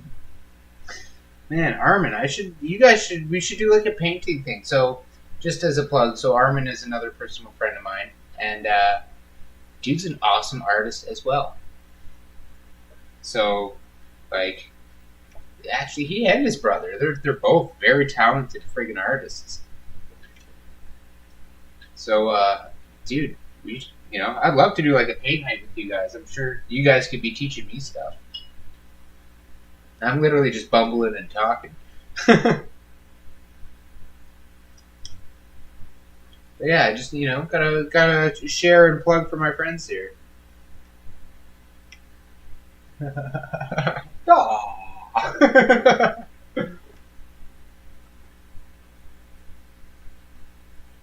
But like for real, these guys are really good artists.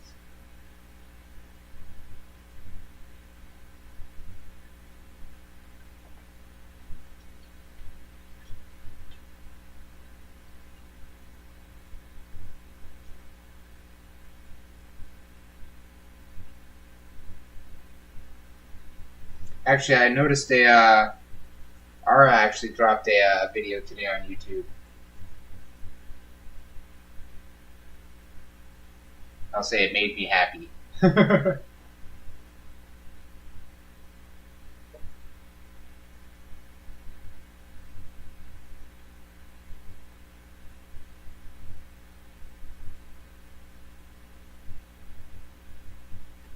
Yeah, you see, they're looking better.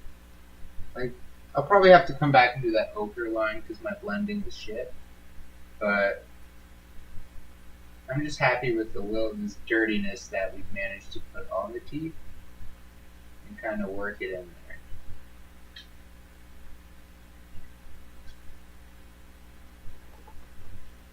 Still brighten that up a little. I feel like as I'm going, I'm pulling some of that ochre off and mixing it into my white. So I'm almost having to like rebuff the white paint. White's always a hard color.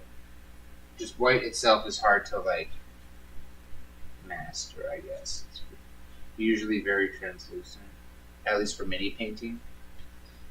Like when you want hard white, if there's any under it, it'll show. And if it lands on anything it shouldn't, it shows. And titanium white is a very powerful white.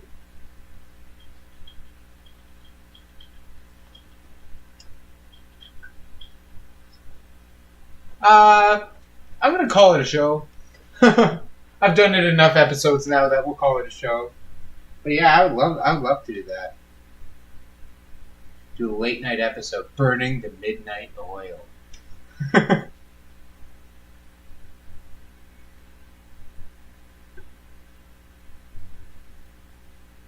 I'm already excited for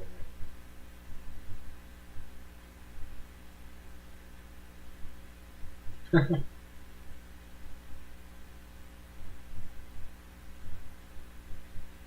We'll have to do like those like group dates.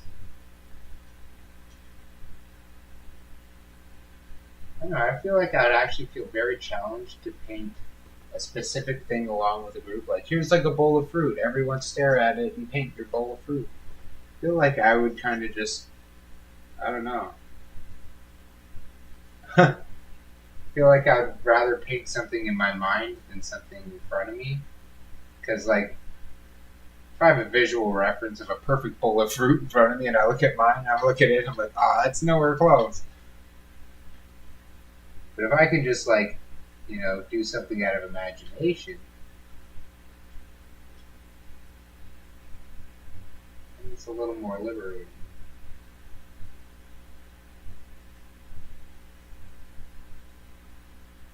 And I say that only because I'm not a very great painter on canvas to begin with.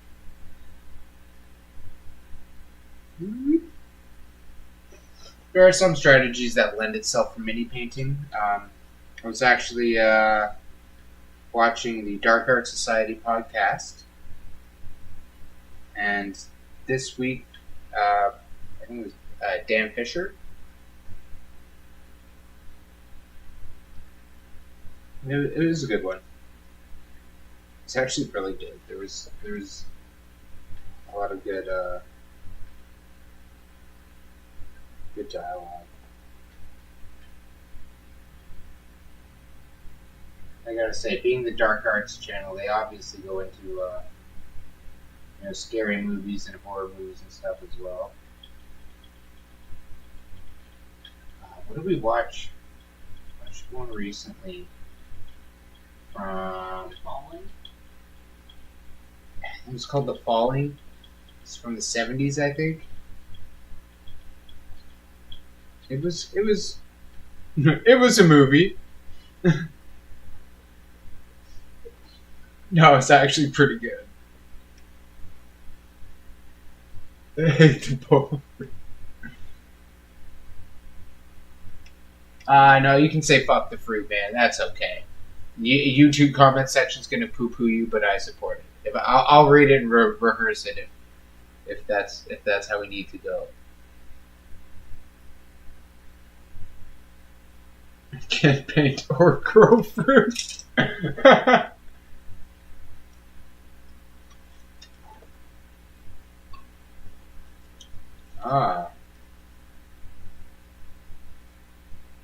I guess the Glotkin was kind of nude. He had a little butt flap on, but that was about it.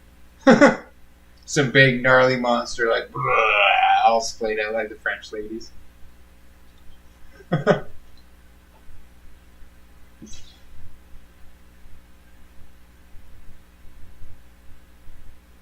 why is it always... I guess Titanic. That's a stupid comment. Why is it always painting me like the French lady? Yeah, Titanic.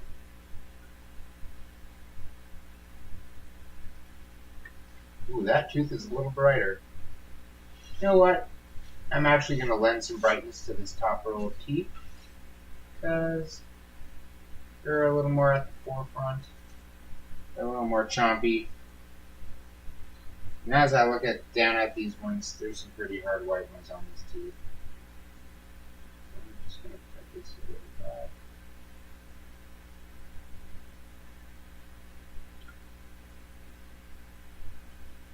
And I'm still open to anyone's suggestions or advice on those this outer lip, blending that lip with the rest of the face.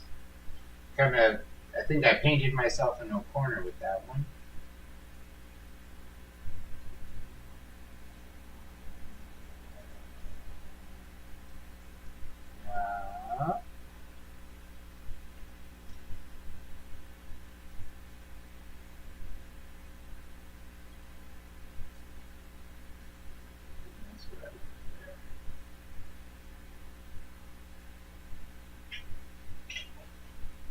We'll get back to those front teeth. Those two triplets are trouble.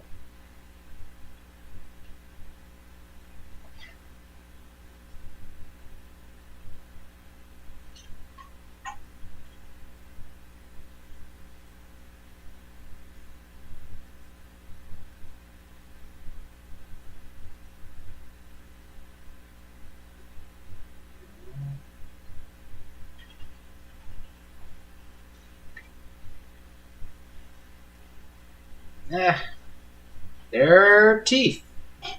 Now we'll come back to that ochre line. Only a touch darker. And the upper jaw. Now they're not pure white like they were, but they are still nice and bright. And I did say I wanted that, so I can't poo-poo there.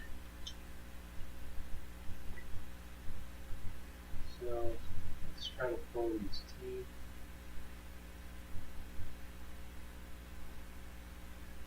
Get some of that shade.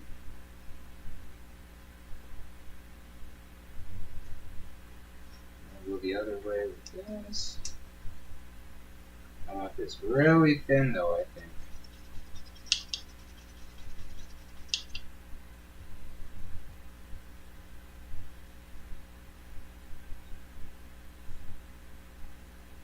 Too thin. Too thin.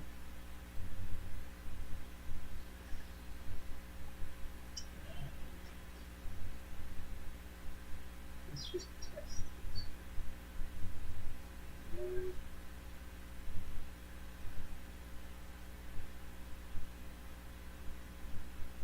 Okay. A little darkness on that tooth. I think I found it. Took a little bit to dial in. You can, but YouTube might go after your comment and be like, "Oh, you can't say that."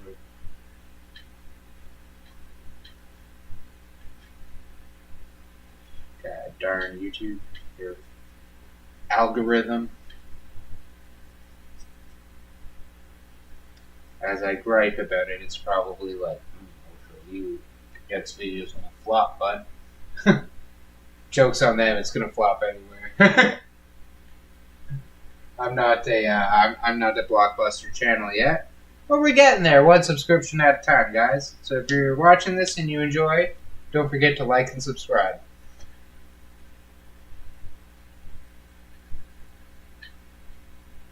Alright, where do I fit this tooth in here? We're gonna get this darkness on the outside there. Surround that white part of that tooth again with a little bit.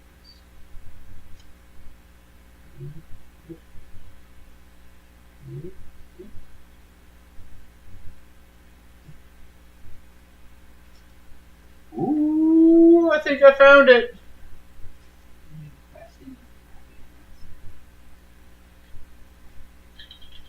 Let's see.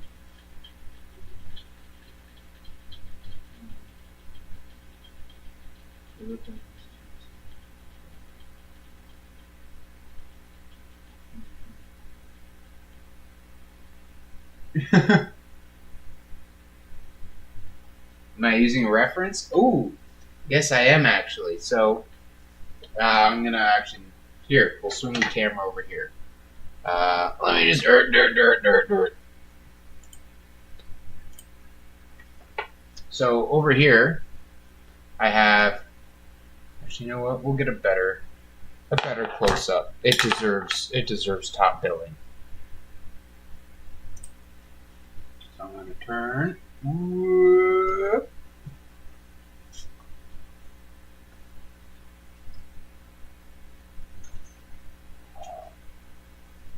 I can just get it on my camera. There we go.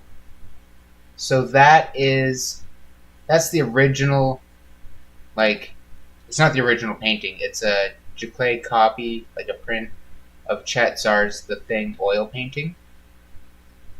And so if you actually take a good look at this picture, you can very much see, I'm going to say inspired, but great artist steal. I kind of stole it. So this eye here, pretty much this eye there, how it kind of like hangs sideways and pops out. And this eye up here, how it kind of closed with that sort of wrinkled brow and that visage there.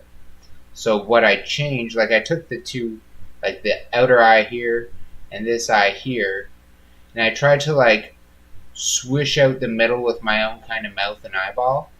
And like this is such a better job because it actually looks like the face is cleaving. Like it looks like the face is literally cleaving with depth. Like it's splitting and shearing. Whereas mine just kind of looks like a flat image that's going bleh. Like this actually looks like it's going. I can't. I'm not there yet. But I did steal that eye and that. I can't take credit for those lines. The mouth is different and the eye in the middle is different. Now, I'll kind of sort of go into my own take as to what I wanted with the eye. So I'm kind of going on. So when you look at this head on, yeah. So when you look at this painting, careful. Head on, you get, you see this guy up front, he looks pretty sad. When you go from this face, kind of looks happy. And then when you get this kind of face here, he looks kind of pissed off. So it's kind of like a three in one piece. Ooh, it'd be cool to hang it on an angle like that. That might be neat. But yeah, so my reference is actually Chet's work. And I'll plug his YouTube channel, Dark Art Society Podcast. He does interviews with other artists, and they range from like comic book artists, movie creators, like people who make special effects and stuff, other oil painters. Chet himself is an oil painter. He used to be in special effects, and he does really good work. So, quick plugs there all around. But yeah, I don't want to be like, yeah, this is my total original work. Like, it's my work, but it's very much inspired by Chet. Okie dokie.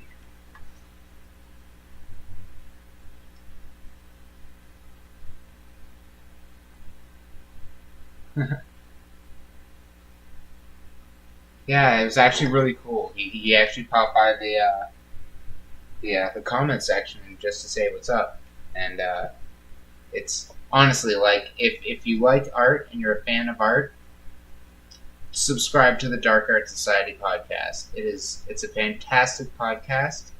and it's actually like they do the live premiere. So if you're viewing the premieres of the interviews, you'll actually have the opportunity to like talk with Chet. So like it when I first sort of saw his biopic and saw the work he did and was like, holy crap, that's amazing. Like I was just blown away by his work. The and I felt like I was closer to landing on the moon than ever even, you know, getting to that level or even communicating with that level of art. And to have him pop in my comment section kind of just knocked me right off my feet. But like in his channel, he does the same thing. He's in a premiere. You can watch the interview and be like, hey, you know, can you elaborate on that part?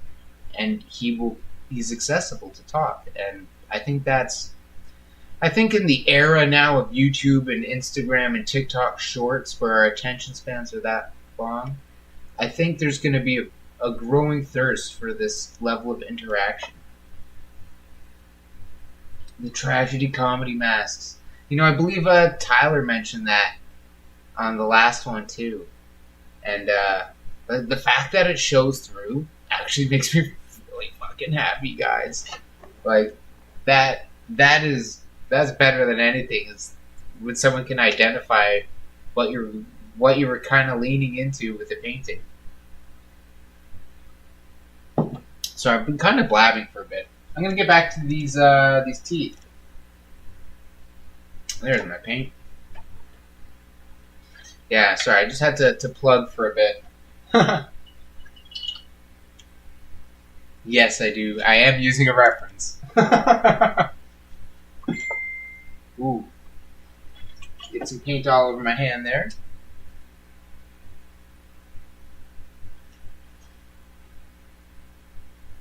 Ooh.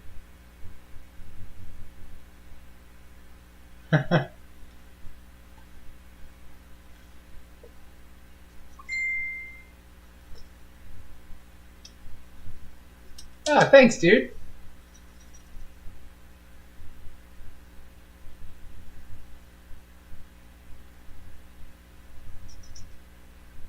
I just kind of have like my media centered here, so I'm catching all the messages and comments.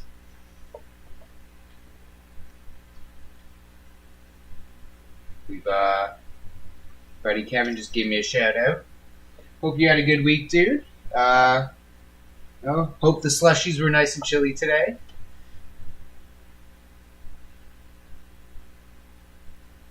Alrighty, so I'm gonna get back on this teeth here.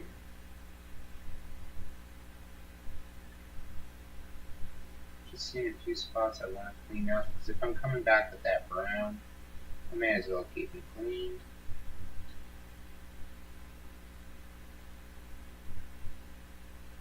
At least keep some of the sides clean. So,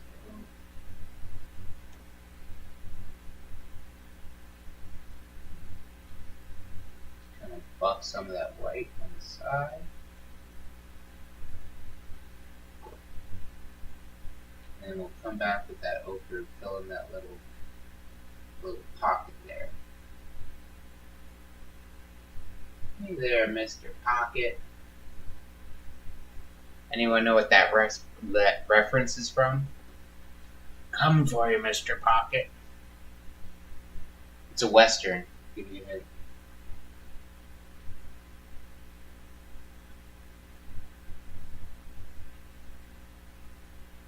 And there goes my yellow ochre that I just put.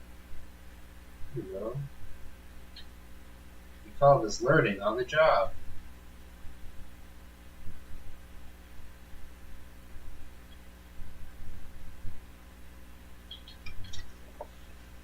I'm gonna go back to that ochre.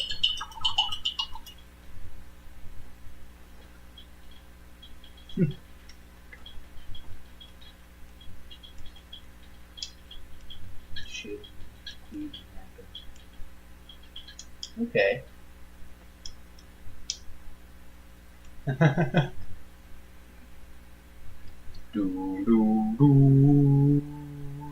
Science!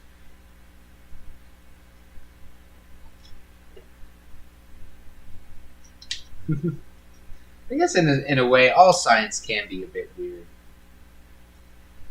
You know? But it is at the cornerstone of science. It's learning new things. Let's see.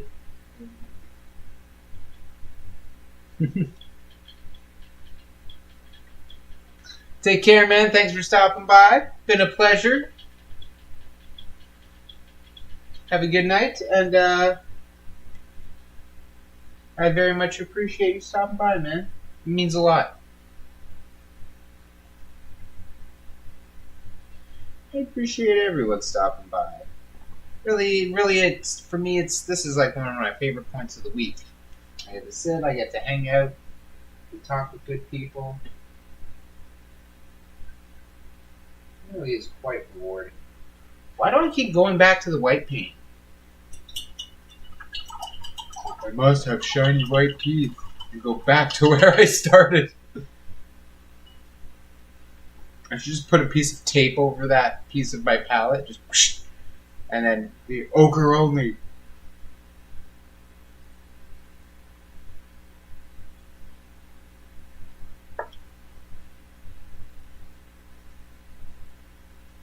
Tint the whites and the blacks. Yeah, I actually right now don't have the only naked white, pure white on this model is the little tips in the eyes and that little bit on the uvula, which I could probably pink out a little.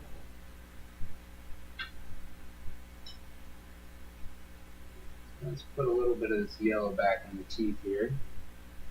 Glaze a little yellow on this one. That's okay. There we go. That's nice. Put some up top. Blend that. Now it's not perfect. It's still kind of, what's the word? Meshing with that pink, but it is much better than when I started. Like when I look at the little picture of it, it's like that looks cleaner. Like I can see the divide between the teeth and tongue, and that was the whole point of this paint in the butt process. So I'll chalk it up to I'm doing okay. And the whole live stream, I'm doing what was screwed up last night.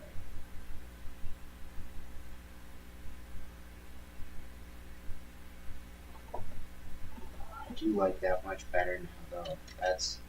That looks better. It looks more perfect. Some gross teeth. There we go. It took me a minute to find too, right? Just kind of like playing with where the light lands. It's like, does the light sit here? Does the light sit here? And the difference between like it looking awesome and looking not right at all is little as much as like that little line of bounce light. If it's off in the wrong side, or if it doesn't have the right curve to it, to like, then your teeth don't look like sort of round, knobby teeth. They'll look like 2x4s. They already look like 2x4s, and I'm trying to fix that. But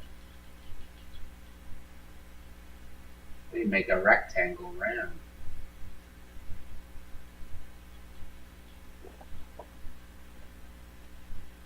So that tooth is a little more forward. Like you can see, I kind of put this.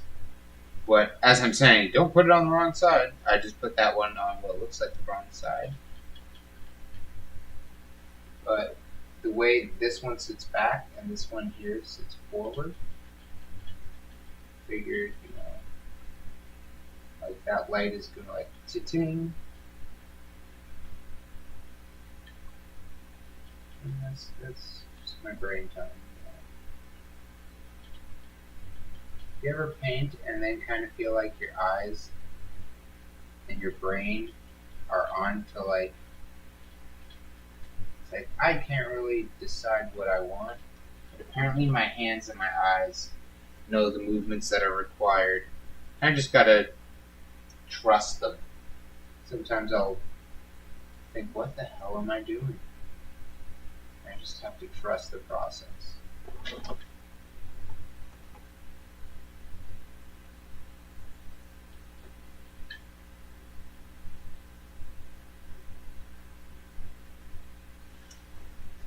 See, I'm looking at it and I don't like that one tooth. One little bastard. Doing me like that? Come on, buddy. I'm gonna pull out mine this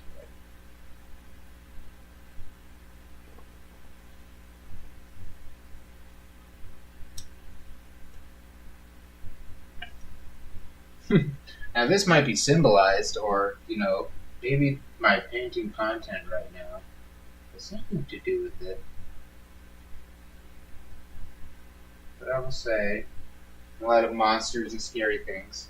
One of the things I actually get weird night terrors about are my teeth.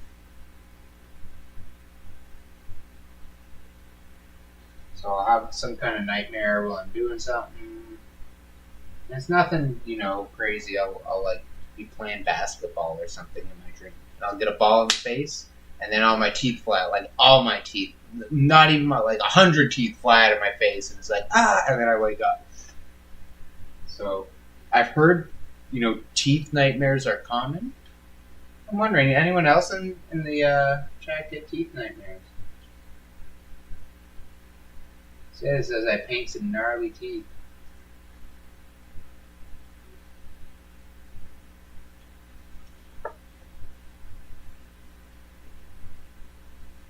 Yeah, that's we'll share about things that frighten us. Apparently, getting hit in the face with a basketball and losing my teeth. That's apparently right in line. And I'm still just pulling ochre, putting it in these corners of these teeth, trying to find a nice way to blend them in.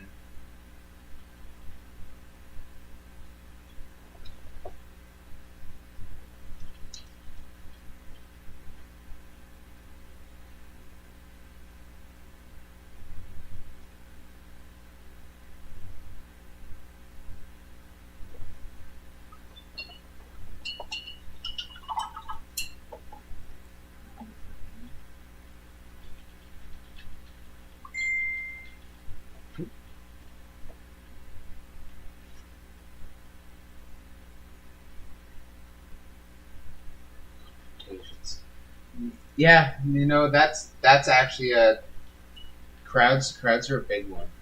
Like that's also another common one. Probably more common than my whole teeth thing. But that is a very natural one. So yeah, things like public speaking, very common. Yeah, large crowds. Kind of like it's almost like there's like a feeling you can get when there's like that sort of surging mob. Like if you're at a concert and you're really close and you can feel that surging mob, it's like not only physically crushing, but like there can be points when you're like, I gotta get the hell out of here.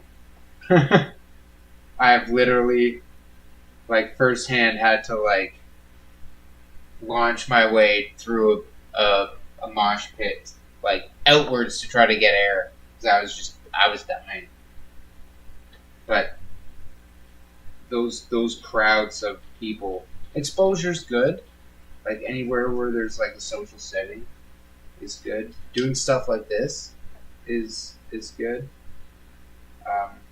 Like I used to be, I don't know if phobic is the word, but like before I started this whole like my whole journey as Paint Hand Dan, I was never on social media at all, like any format. No Facebook, no Twitter, no Instagram, no. Like I would watch some YouTube stuff, but that was about it. And it was just like I don't know what it was. It was like I was afraid of having some kind of logged presence that would be viewable. I don't know. It's weird. But I can absolutely see, like, if I'm feeling that digitally, absolutely. That's something people must feel, why?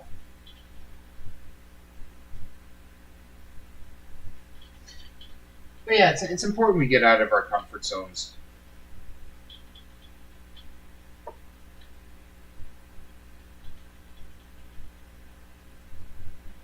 Pick up some of that tooth there.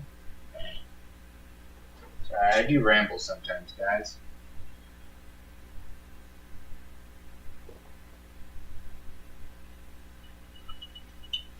Ah, those two teeth in the front. They're eluding me still. Like I'm worried about diving back in. And I guess that's kind of silly. I should just go ahead and get dirty with it. Keep my eyes on these comments here.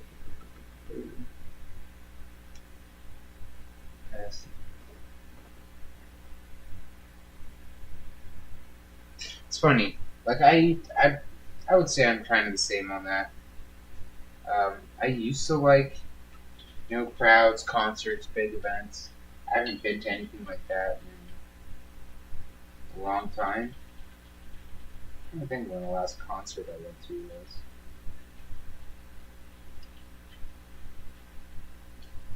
Couldn't tell you. Years ago. Years and years ago. It's not like I don't like music or anything. I'm just going back a little white.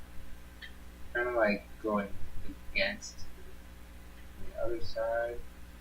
Just to try to emphasize those yellow pops. So we'll do opposing highlights here.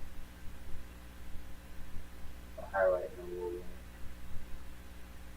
bit. I kind of like how that worked. So we can do a little more here on this side.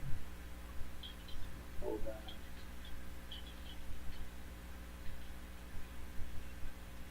A bit of a tricky blend. I think the real trick will be getting the right amount of water on my brush to like let it blend without bleeding.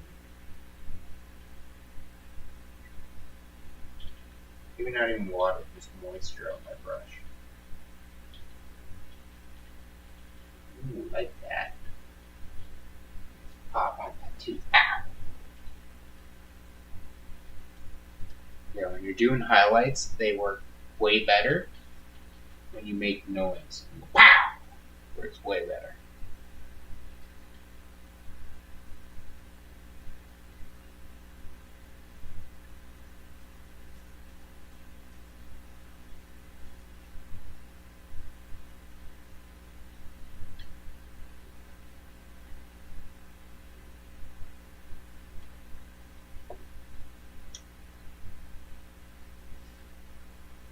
I feel like half this painting has been dental work.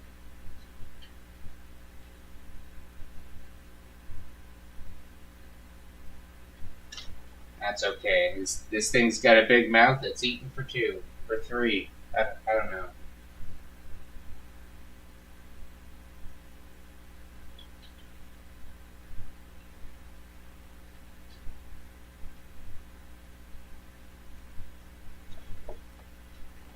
Okay.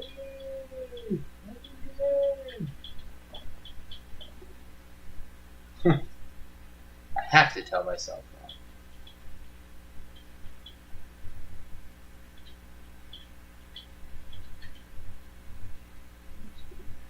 Go with these. Right on the side, like a C. See, that one didn't work very well, so it makes sense.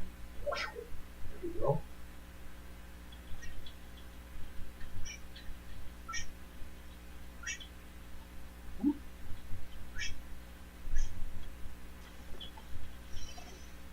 I like those teeth way better.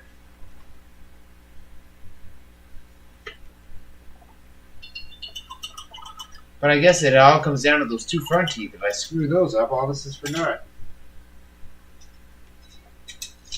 Let's get the big chiclet brush. I'm gonna get a chiclet brush. And then load it up.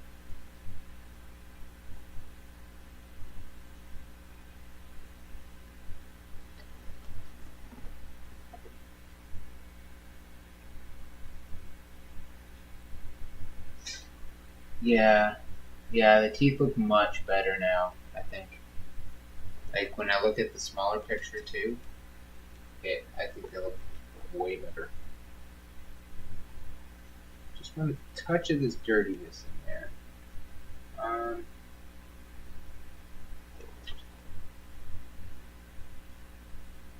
Trying to think how that light's gonna bounce. I'm just gonna go over with this white and come the lines work down.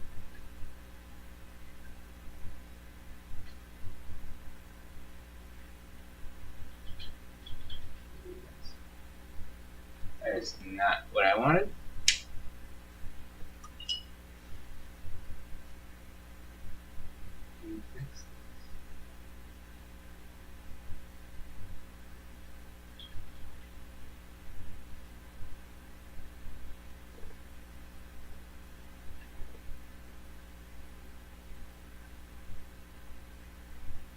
Oh, we're making a mess now.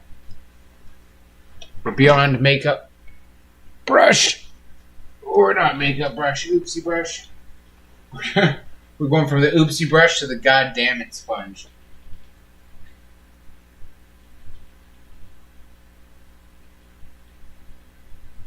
God damn it.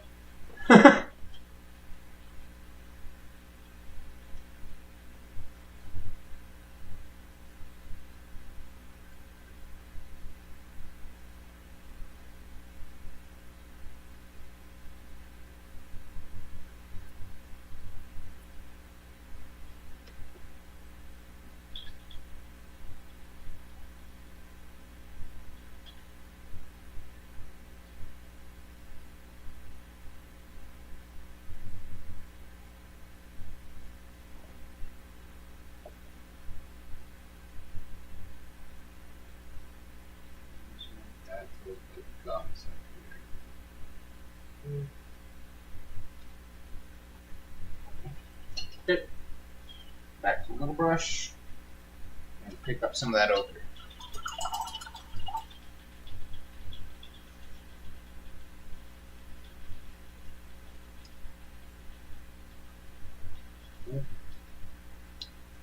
And make sure I'm picking up ochre and not that deep yellow. I'm going to smudge some brown into that. I'm just going to take a little bit of water and just pop it right on that dry stuff on my palette. Do a little swish, and it's going to come right back to life. So that was all kind of dry and sticky. A few drops of water, it's nice and greasy again.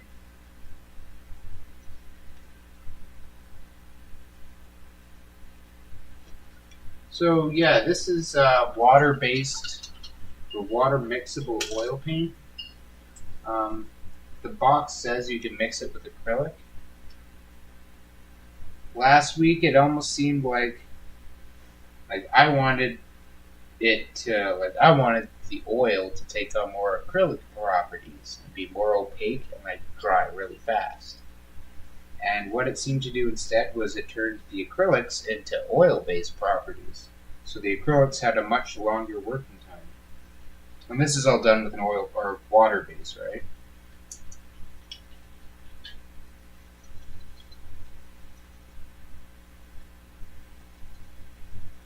So yeah, I don't know if these two paints, I don't think you can paint acrylic on top of the oil. Yeah, I think that will just screw up no matter what. But if you mash up acrylic and the water paint on your palette, it does seem to kind of work. Let's see here.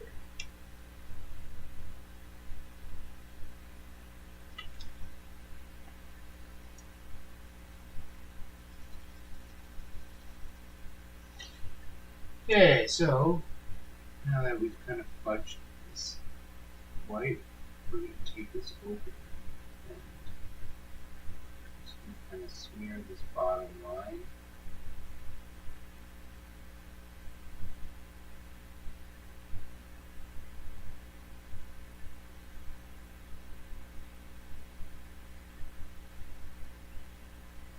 And I'm picking up, I can see right away I'm picking up red.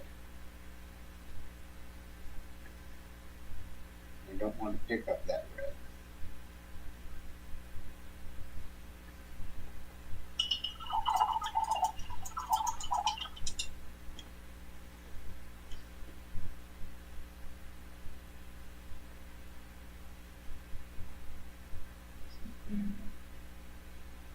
Taxing on his teeth, to say the least.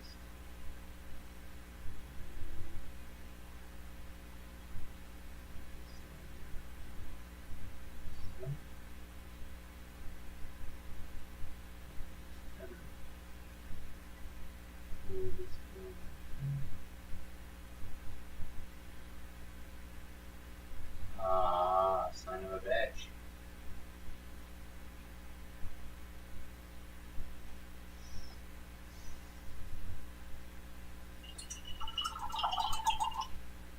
I knew these two front teeth were gonna give me trouble.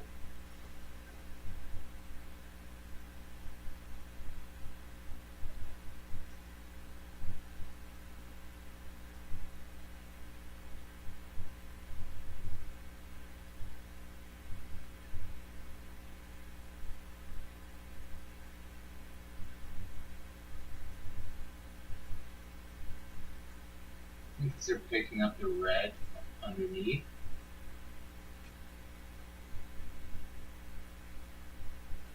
They're kind of like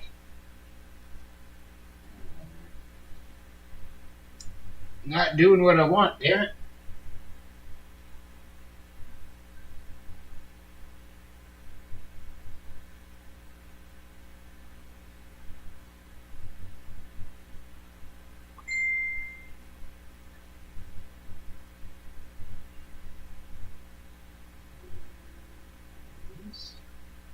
Oop.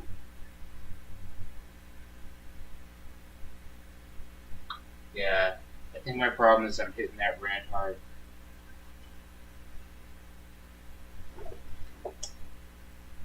Quick look here. Ooh.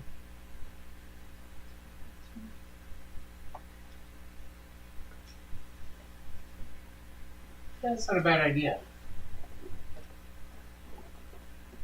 Yeah, I see what you're saying. Kind of just goes too hard up there. Get this over part.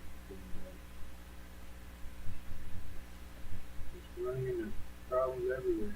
There we go.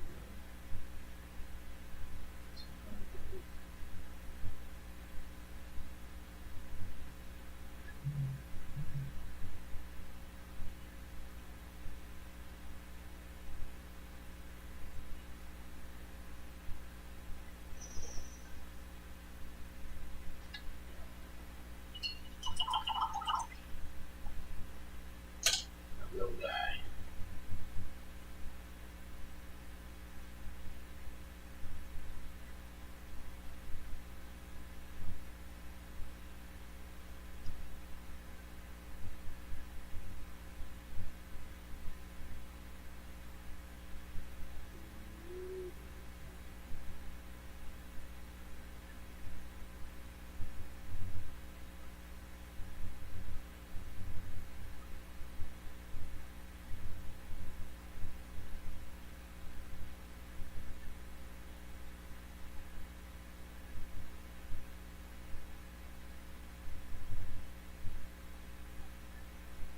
A little bit of this purple open colors divide those two.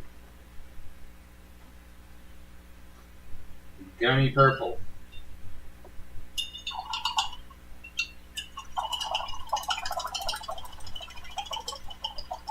Yeah, a little darkness up there.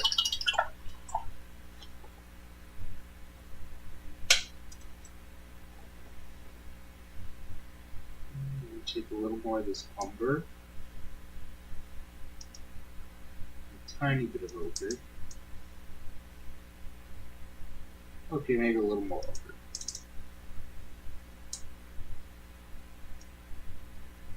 Let's see if we can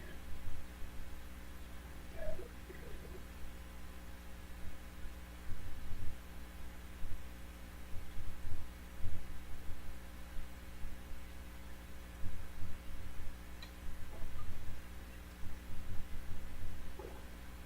a little. And where is...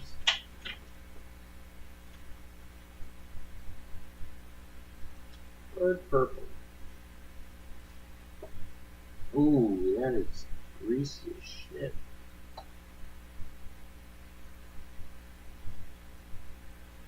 This thing is... Yeah, this is spooging out a whole lot of linseed oil on me. Hold on.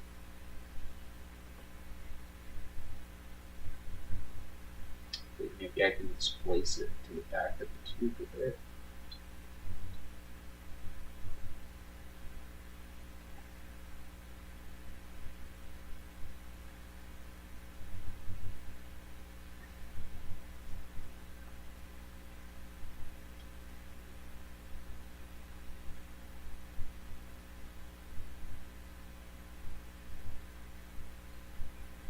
Yeah, I get a good chunk of raw purple is tough. It just spits out all its oil. You see it's all kind of dewy there. Just like one little pea-sized chunk. And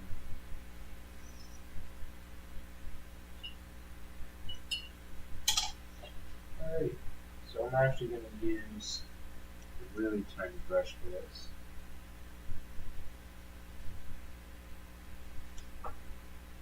And I just want my paint to be very greasy, but not watery. Like I just want. I'm actually going to use some of this linseed oil that came out to like break off and dilute this little chunk.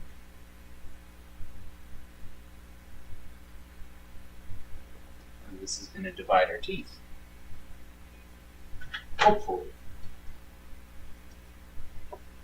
Just take a quick peek at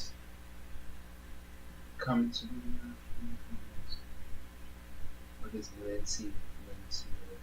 So linseed oil is it's like a liquid medium. So when you say oil paint, there's the paint pigments, but the paint sits in a goopy medium. So this goopy medium, in this case, I believe is, it could be mistaken, but because everything on the box says, mixes with acrylics and, linseed mediums, so it's like the oil medium that you use to, like if you could use thinner, but you could also use a little more oil, like the oily oil in the oil paint. I can't really come up with better words for it right now. They'll come to me. But like you could also use like sometimes it's walnut oil. Sometimes people will use the linseed oil or walnut oil and they'll coat their canvas. Kind of like how Bob Ross does wet on wet. People use the linseed oil or the walnut oil to coat their canvas so their oil paint slides better. Now I did not prep or coat this canvas. We're going straight on to dry acrylic. So let's see, we're going to drop this purple. There's a few places we kind of want to put this purple. I'm going to test it down here first. This very fine line. Bang. I like it. You could probably use a little more water to thin, but there's a good amount. Like I said, it came out real greasy. So we're getting a nice slidey purple. I don't have to fight with it and it's not going to pool on me. So I want these nice little, that's a little tight. I want some of these nice little sharp lines on gums.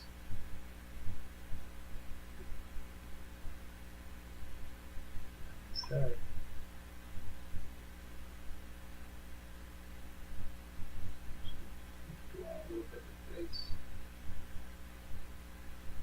I'm really just kind of testing out this purple and seeing what it's doing and how it's moving before I actually really put it where I feel I need it most. And it's passing the test, I gotta say. Brush was a little loaded there. Go risky. Let's check that here.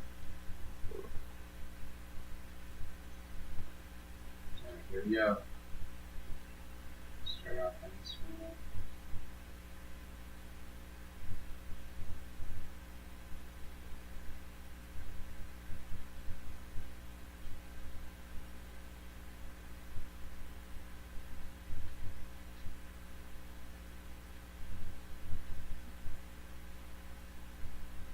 That purple kind of pick up the rest of the gums and kind of pick up that brightness in the paint. Little curve on the side.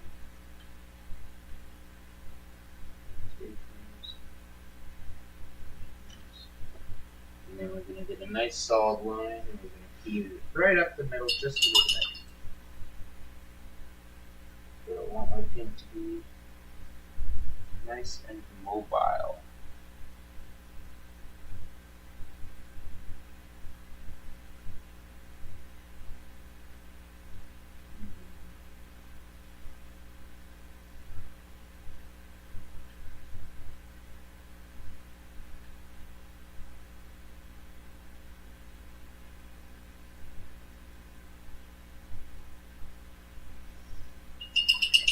Going up, I'm going to feed it, disappear.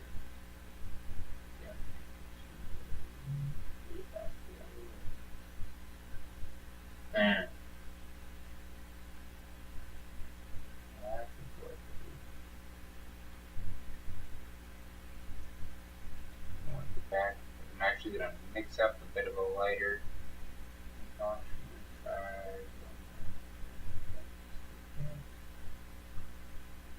holding that little spot. This spot.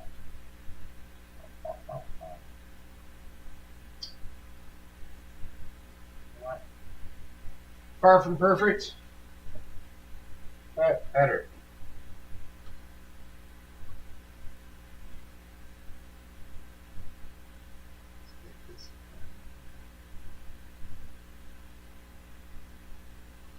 Take this purple line along.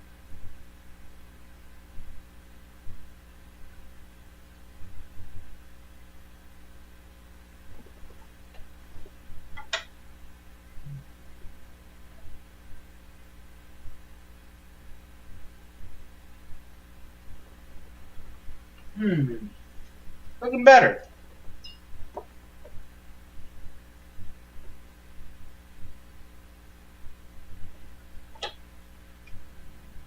This purple up. Oh no, don't put it down.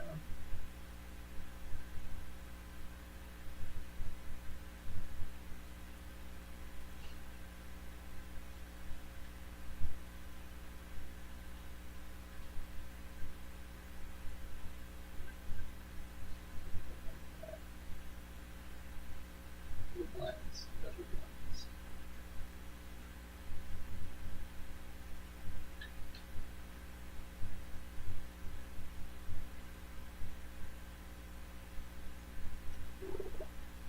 All right.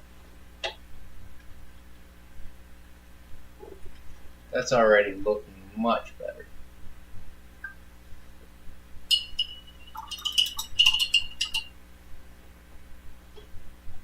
Get my, where's my 00? No, 00.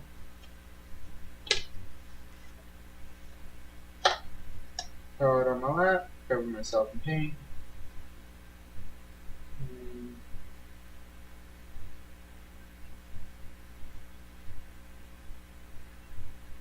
There we go.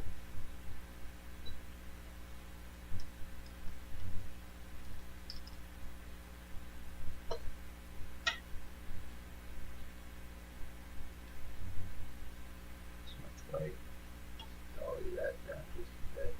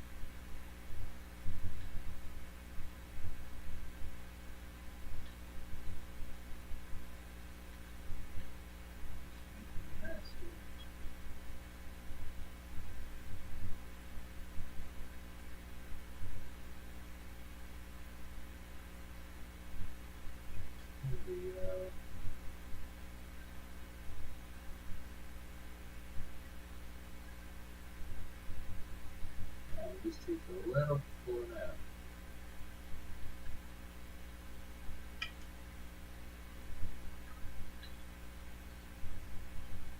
out. It's like perfect.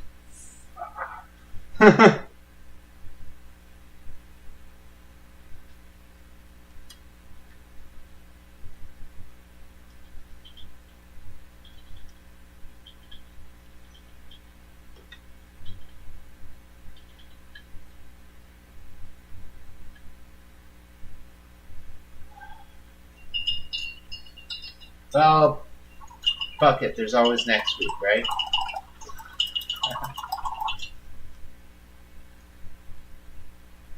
His teeth are just gonna keep getting bigger and bigger and bigger.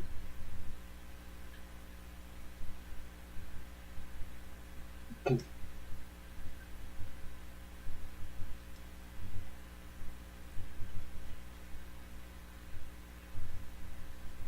see where are we at. We're almost at. Oh, we're almost at midnight. Wow.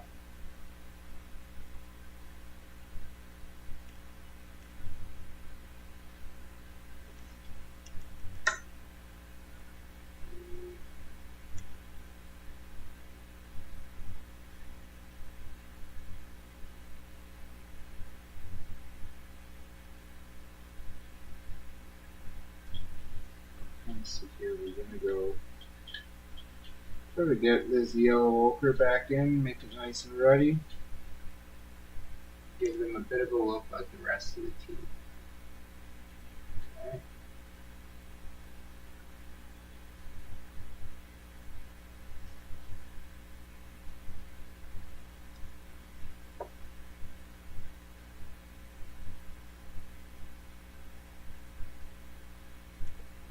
Mm-hmm.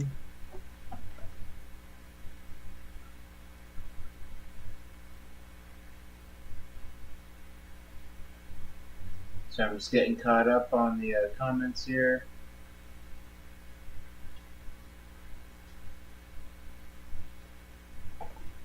Okay.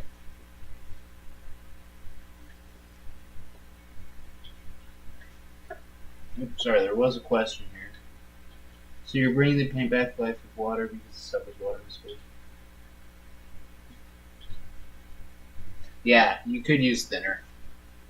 If I use thinner on this, so yeah, the question was like, is the paint reactivating because I'm using water? And the answer is, yeah, I think so.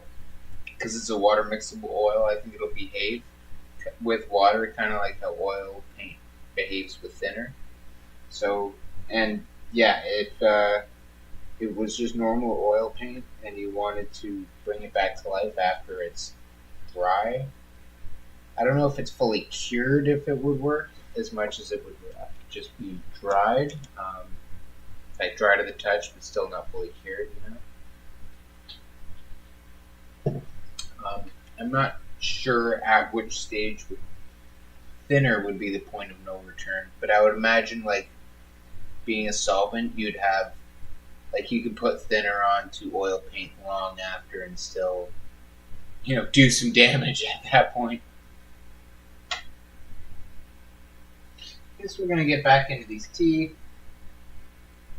Yeah, we're just gonna put this yellow ochre dirtiness down the side here and the top. And I'm really gonna try to punch that in a little more. Dirty these up with some ochre, a little more ochre, a little more brown.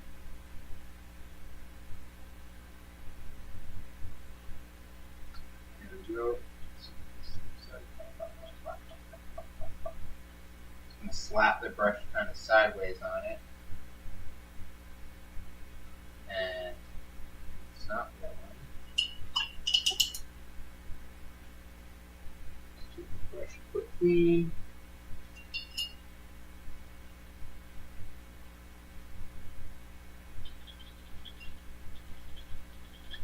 I'm just gonna pull that ochre up and away.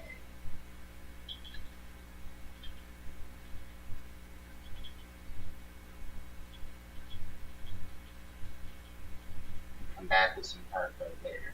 But said, I'm more focused right now on getting these teeth to look uniform, so it doesn't look like I painted these separate times.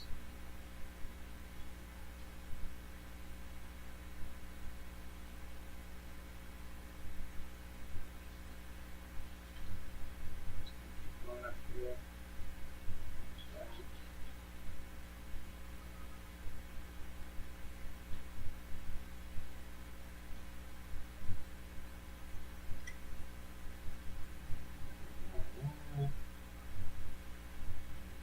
Dabby, dabby, dabby, dab, dab, dab, dab, dab, dab. Nice dirty teeth.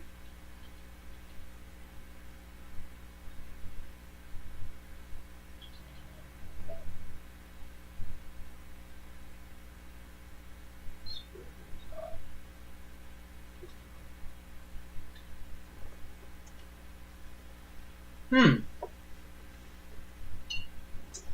feel like those front teeth could use a little more brightening, but you know, fixing the bottom jaw will call that mission completed.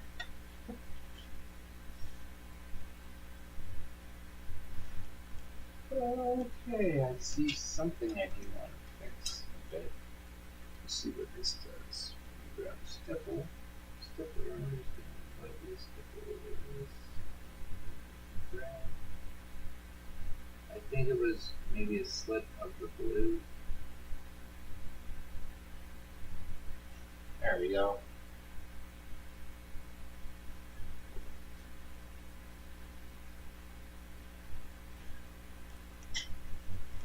Take a brush. There we go. This guy.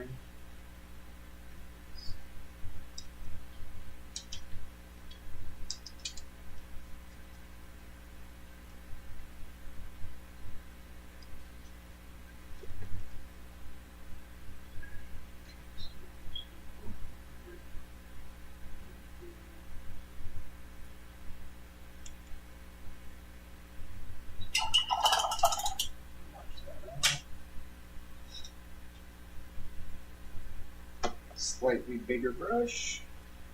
Slightly much.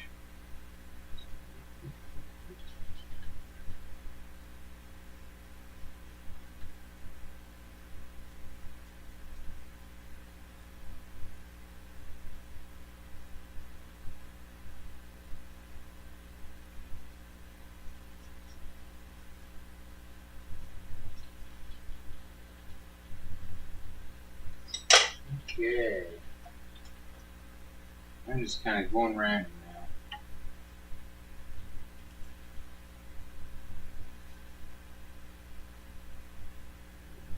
now. Million and some number. We're going back to that first ruddy dark.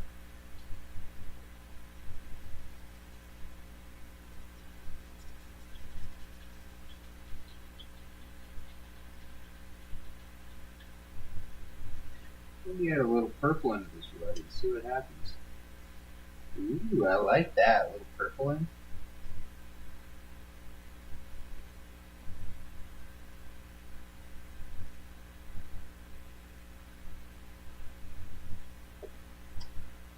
Okay, so where we put this? Steady hand. Let's take a look at where we're going here.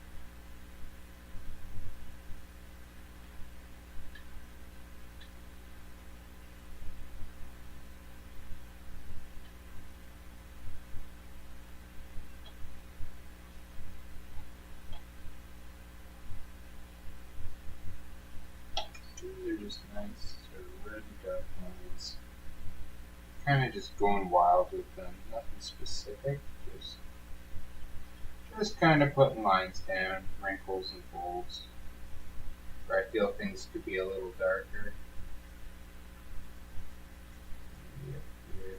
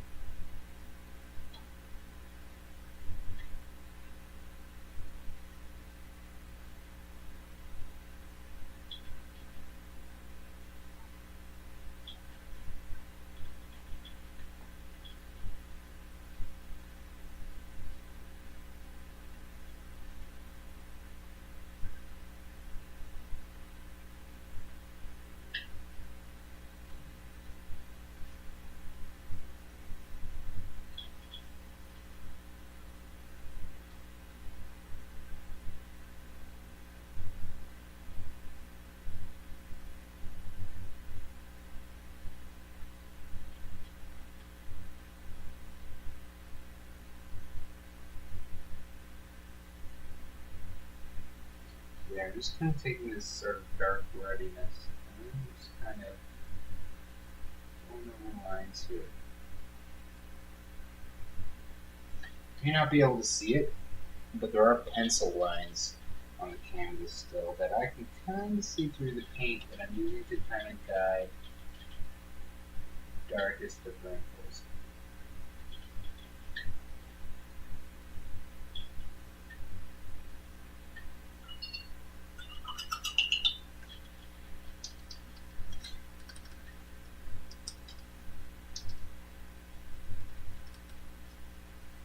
Yeah, I might have just had like a lightning bolt moment there. I could have watched that down a little. Oh, that's way too much. Abort! Abort!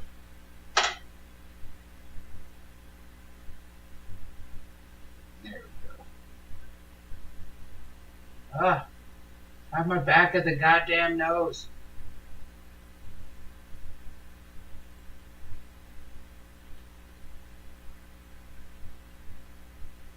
I'm giving it a second to chill out and set up. It's probably a smart idea.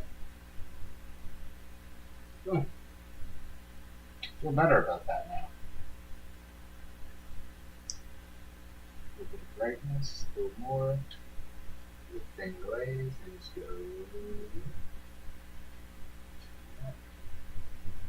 Yeah, it's just kind of like his lip. Yeah. Kind of protruding his lip just a little.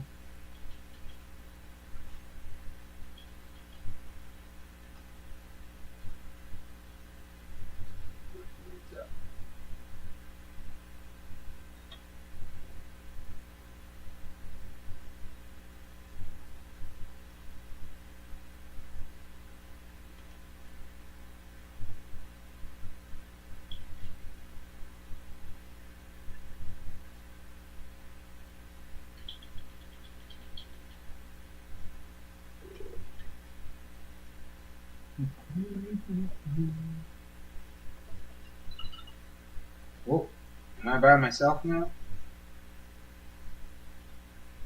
All by my lonesome. That's okay, guys. It's Friday night. I know it's late. Maybe everyone's going to the cottage or something. That's okay.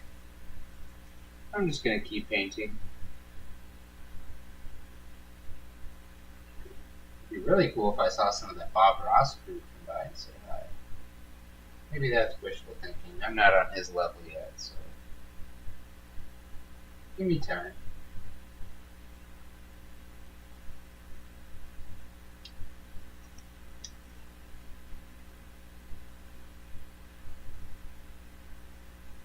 And I'm just gonna go a few more sharp lines on this eye.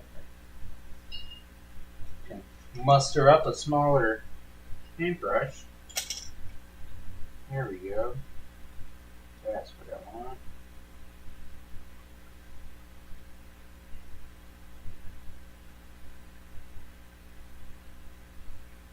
This guy does not like to go.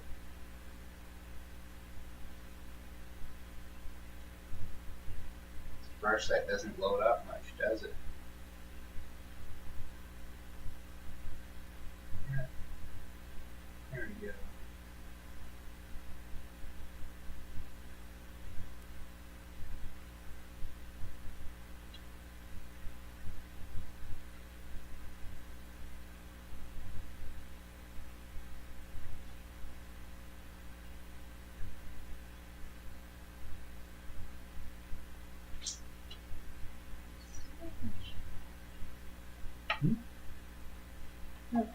That's okay. I might have just.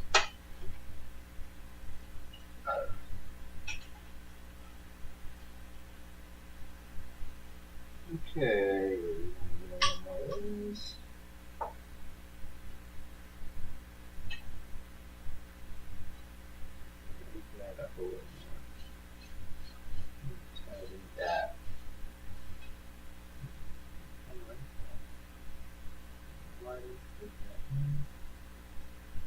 Okay. Let's do a little more of that vermilion mix. been a while since we went to that.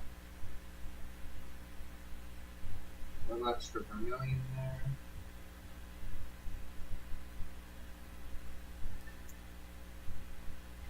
A little extra darkness. Okay, I'm gonna find more of that titanium white.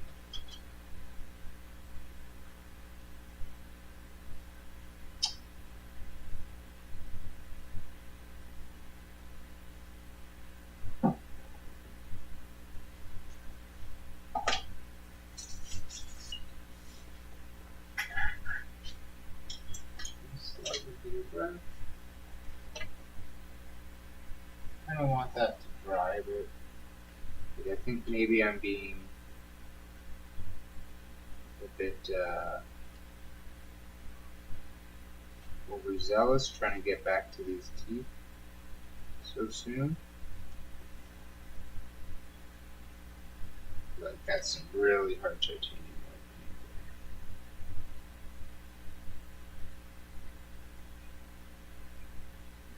there. I don't think I want it raw.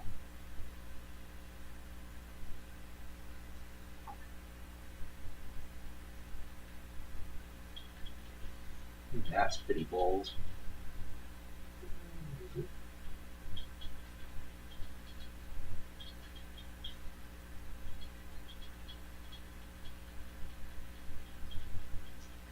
There, that actually looks nice. Make sure we wash the brown off as we go. Happy with that. That's good.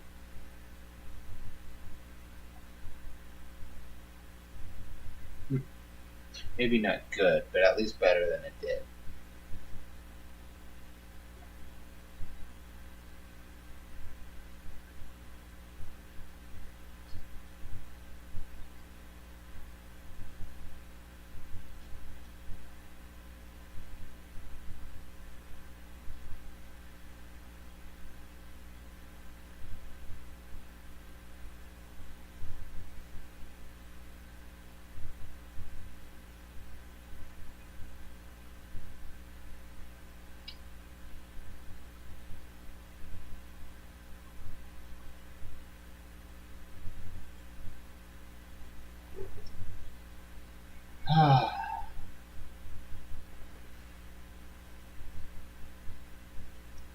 I'm not gonna lie, this red paint's a son of a bitch under there. Comes back to life so readily.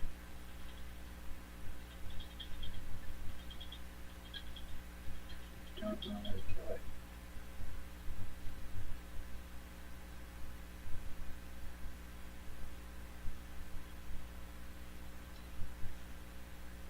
It's one of those mysteries, you know? How do I kill that thing?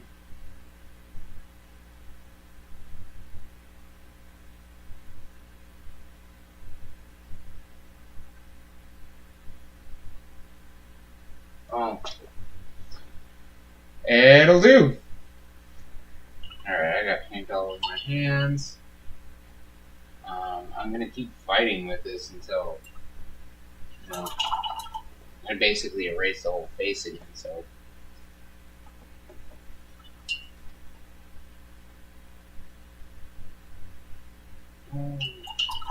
Yeah, that's a very dirty brush too.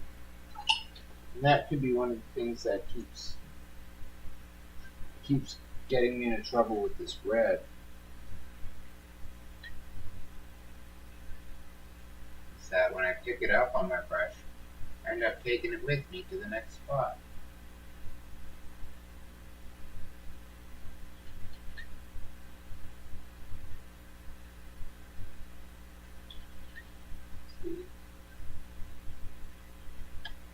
That tooth totally just freaking turned red.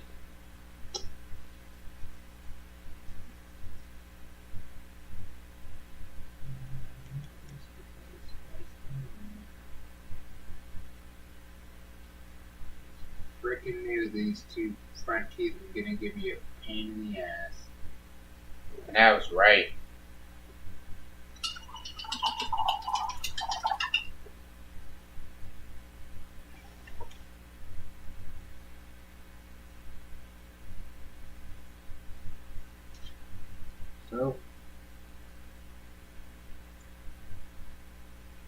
Simply get a bit of dilute white and work with it, you know?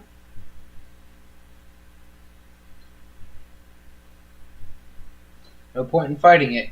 Better to work with it.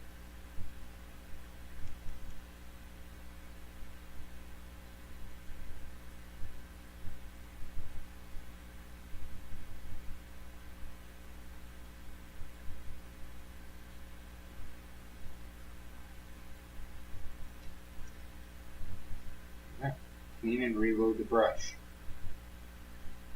Don't take that red with you.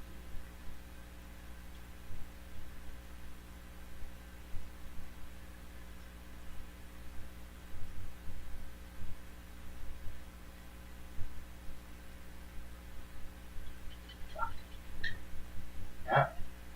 Didn't take the red with me, pulling the purple in.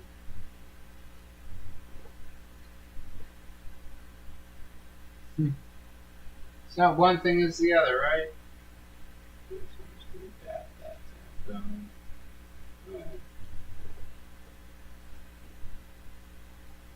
Good enough.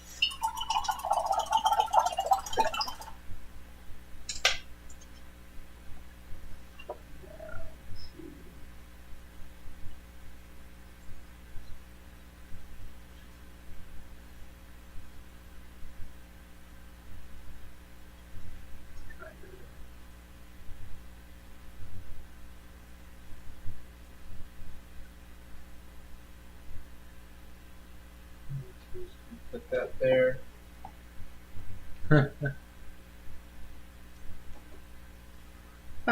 Great job's a relative term. I'm doing a job.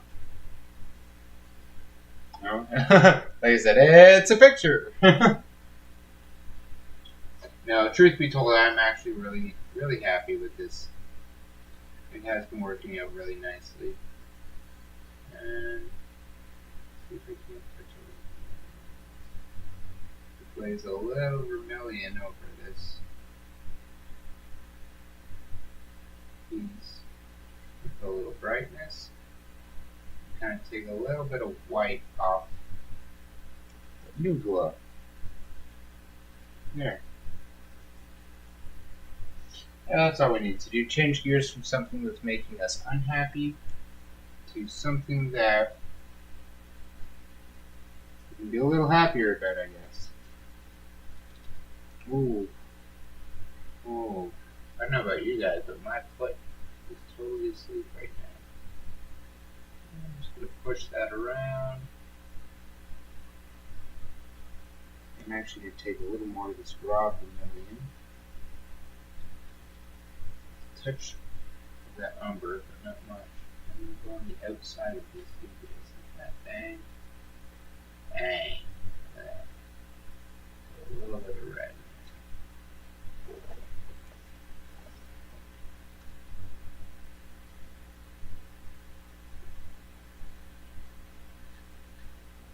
Use this vermilion to punch into the teeth and try to fix up those kind of goofy angles.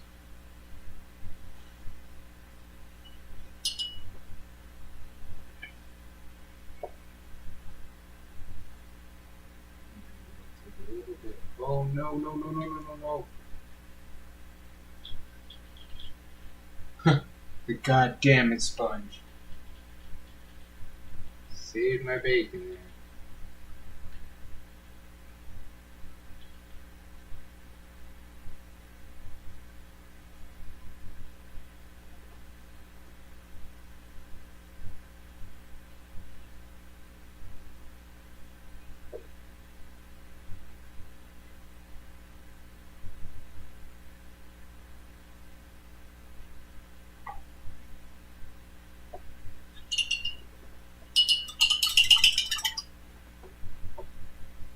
When you need more than you sponge.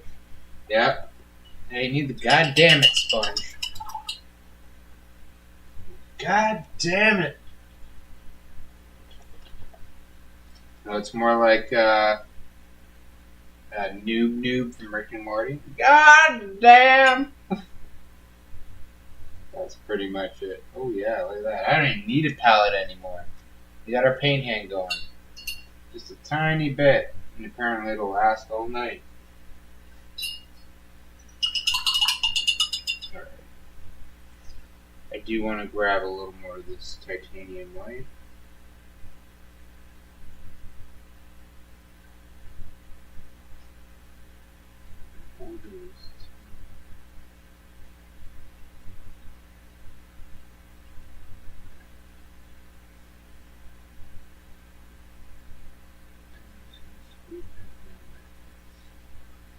Sweet, sweet.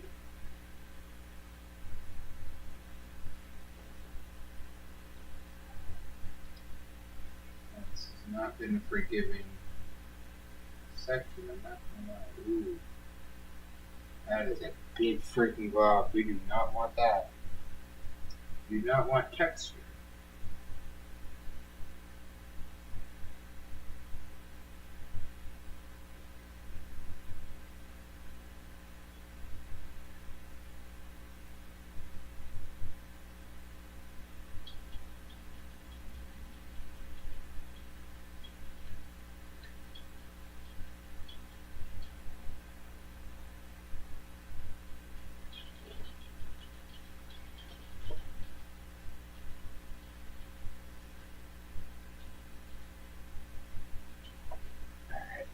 So my underside is I'm going to have to come back and revisit that tooth again.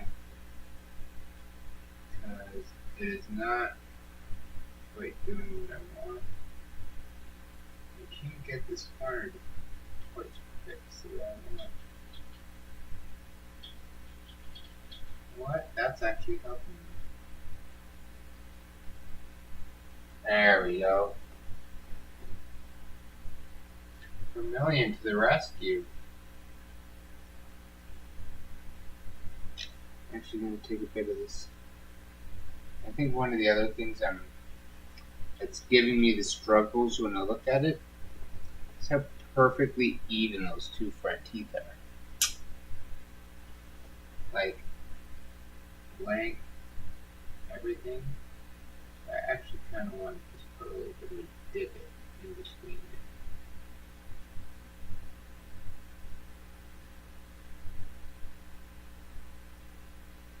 There's purple up there. You can just come back with the red and keep that red and brown strong, and that'll help. Like, we can keep blending these kind of dark reds in, and for this sort of vermilion brown combo, and this orange will kind of eat up red, nice and dark.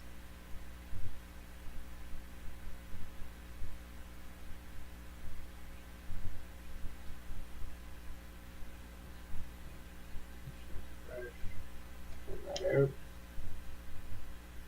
And we can make some really kind of punch back with that really dark color and just sit that right in those mouth lines. So where we have these lines before, real thin boom, real thin boom like that.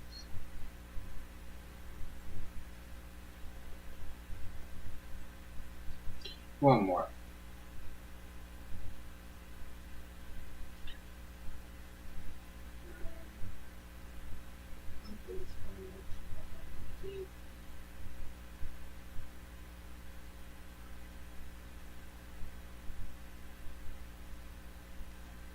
Okay.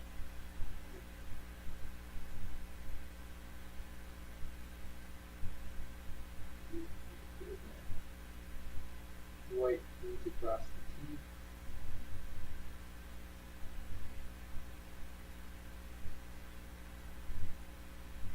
Keep that gap between. All right, I'm liking those teeth. All right, where are we at now? We are at 12:17.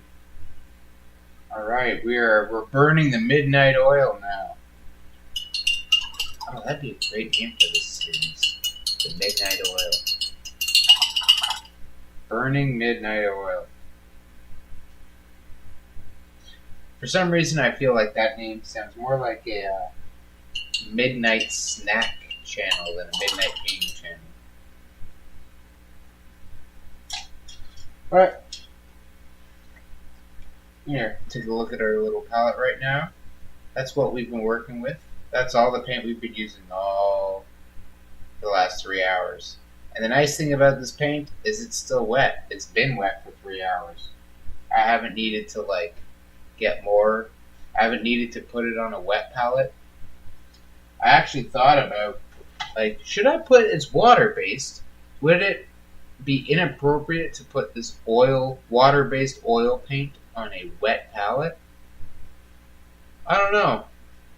I don't know if that'd be better or worse, or if the oil would sink through the paper or mess up the paper and absorb into the sponge. I really don't know. Ha! Oh, I love that paint hand pan. Oh my god.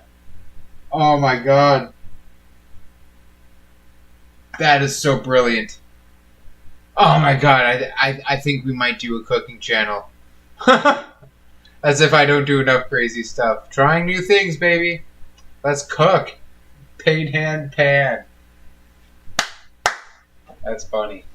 Speaking of pans and stuff, we're at 3 hours, 20 minutes in. So we're going to take a little quick break. Maybe just a few minutes, refreshing your popcorn and your beverage. Maybe wash some paint off your hands so you don't make a mess of everything you touch. Like your mouse. And we'll take a quick little break here. And we'll be back in I'll say 3 to 5, well, let's say 3 minutes. It's 12:19 now, we'll be back in about 3 minutes. Gotta get a countdown timer for this thing. I'll see you in a sec.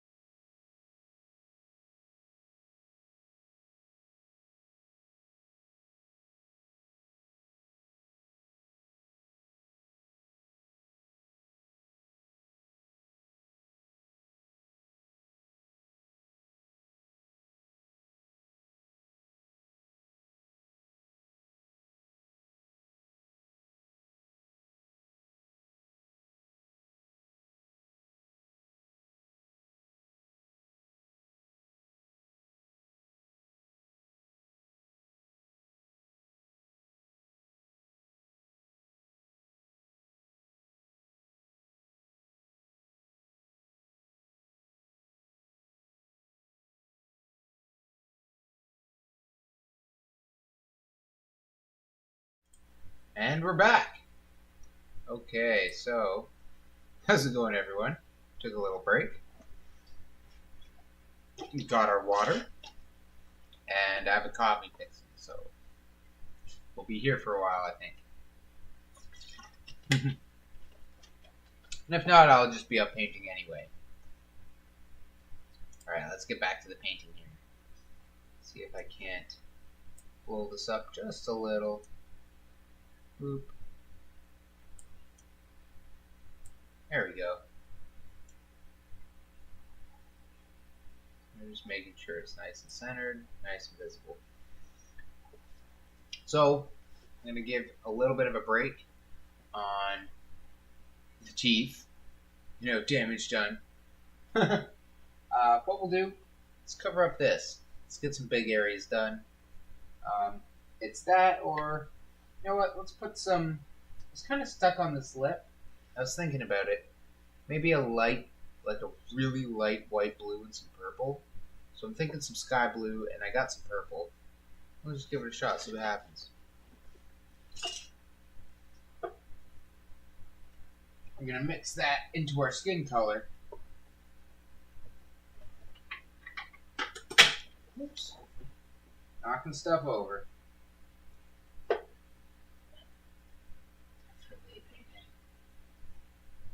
I'm always up painting. You know, I'd probably start like the Insomniac Paint channel or something, but no one would watch. Everyone else is asleep. I guess on YouTube there's someone awake somewhere, but I feel like that would just be like for my own insomnia and sanity. Okay, so whoops, dropping stuff everywhere here. Just making a big old mess. Redecorating the studio, as Bob would say. Come on, Sheriff. Alright.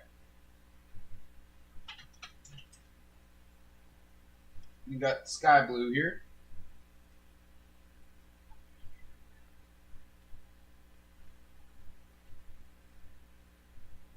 Where am I going to put you? We'll just put this in the corner.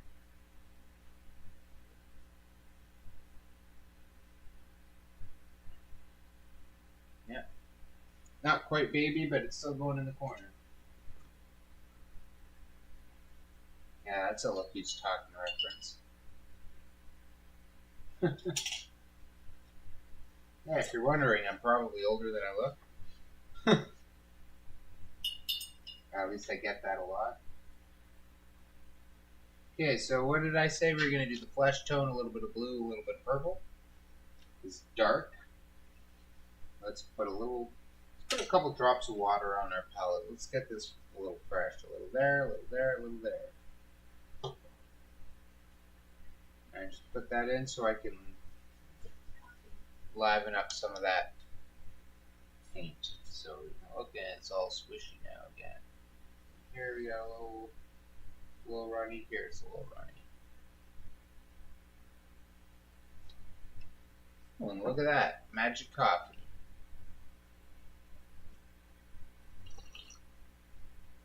Alright. So, let me fix that a bit. Yeah, I'll have to find a good way to assemble the rig, because I feel like I keep talking to my side and not talking to you guys. You know, it's freaking cameras everywhere. Cameras and screens.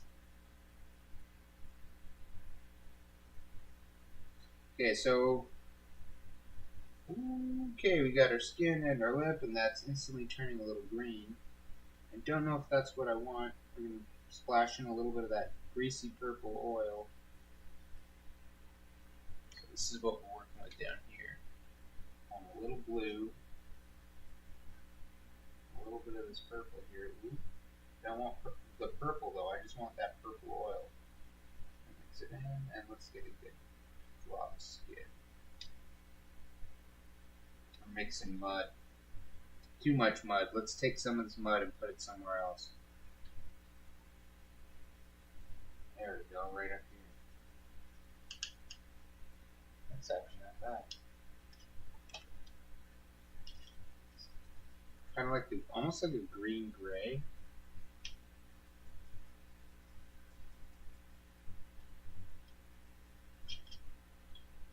So what I'm gonna do is I'm gonna take this. I want to say almost to like the consistency of a wash or glaze. And we're just gonna put that like a lip liner around that blue and try to feather some of that blue. We'll do that with double zero. Let's find a different brush.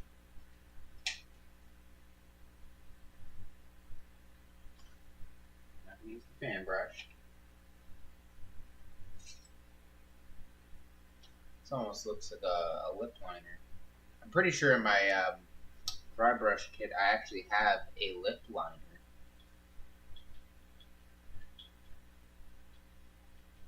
Now I wonder how that would fare, like using a lip liner for makeup brush for a two-dimensional picture.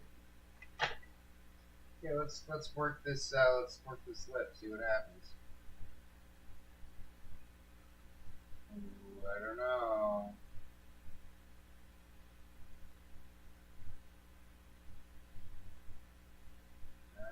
Guys.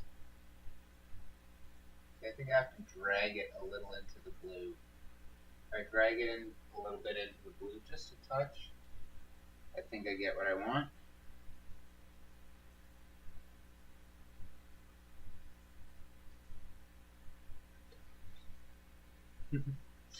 Yeah, that's something I try to think about when I do my videos and my paintings are what are things that I want to see, or things I want to learn, or things that interest me.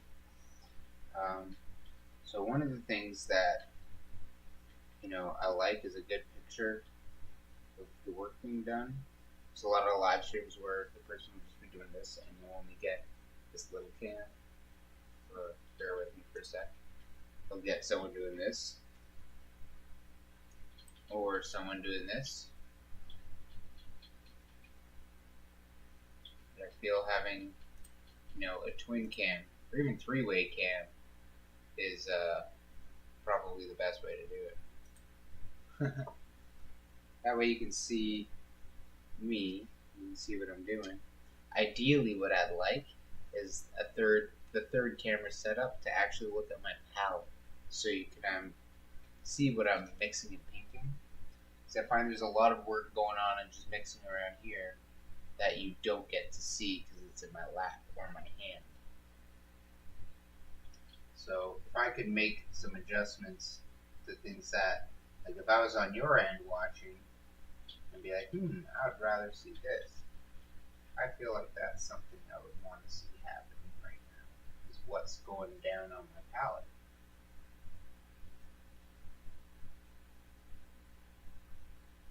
I'm just going to take this lip liner.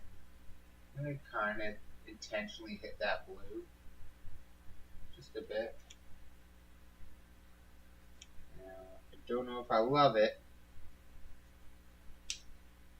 but it's working. Now, here, I'm darkening it up a bit so I can go around this lower spot. So I want this to be a little darker up top.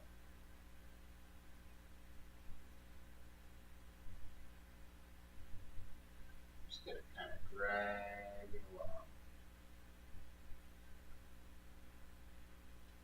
Try to get that blend there.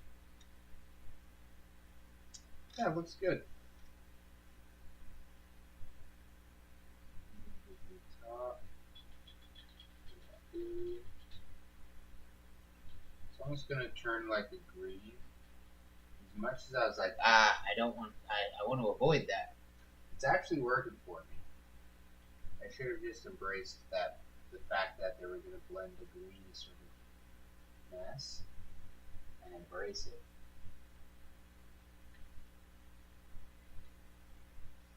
So that's what we're going to do.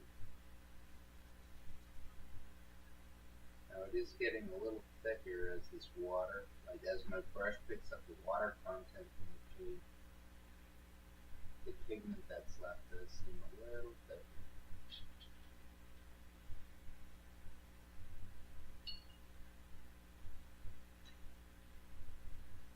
So I'm going to pick up just a little bit of this raw sky blue on my tiny brush.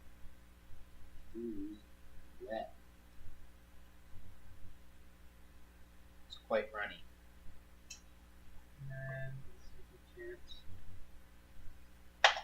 Oh, smart. You drop your brush face first on the floor like a javelin.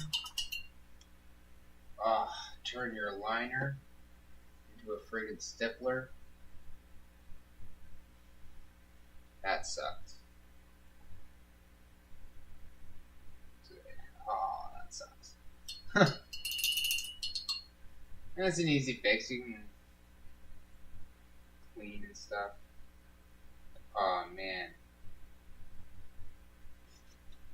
Literally, this brush just went right into the ground like a friggin' harpoon. Let's see if I can line that up. It's got a little tiny tip, and it just went like full paint all the way to the ground, like. So this thing might need a little bit of love.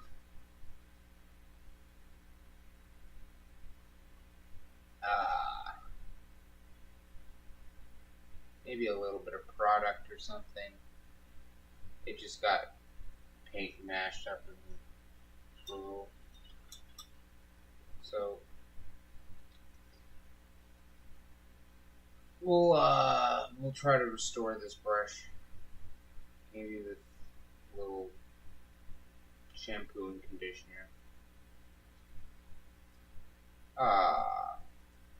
I'm just a little bummed because this was a brush that I used for doing eyeball work.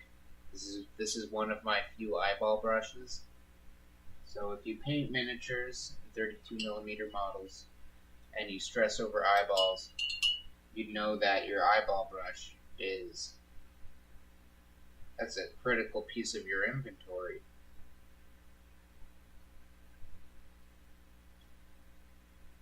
You know, it might even have the perfect little crook at the end, so you can and hit those little white dots like those, except, you know, on a 32mm model.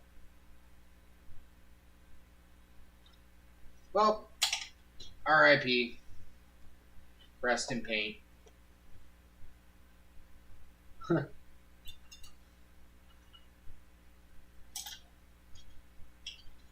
was trying to do fine little lines before I torpedoed my paintbrush into the ground.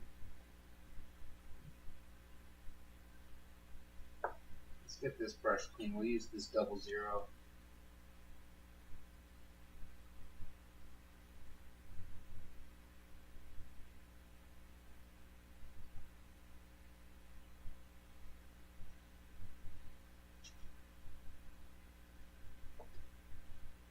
Content for storing brushes.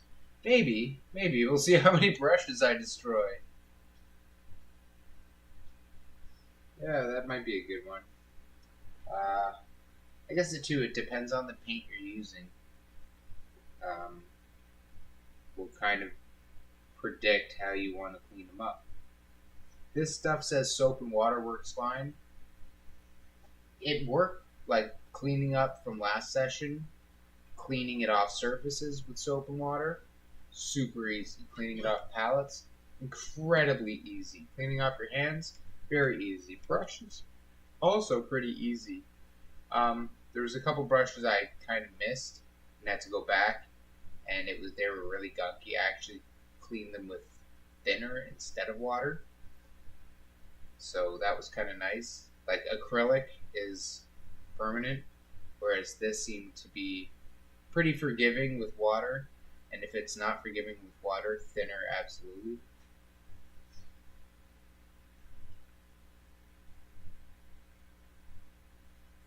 So, but yeah, depending on what you put on your brushes will kind of tell you what to clean your brushes off with.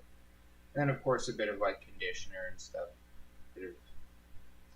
Sometimes I'll even use like for that brush I'll probably use a bit of like hair wax or something and like really wax it out normal or into its straight lines and leave it like that for a bit and then come back and wash it off. Hopefully it'll be in a better shape than now. Alright, so after that little hiccup, we're going back to this nice sky blue. I'm going to dirty it up just a touch. A little water, a bit of this grimy sort of gray, and we'll punch back into that sky blue. And that's the color we want. So we're getting the blue, we're getting that color right there.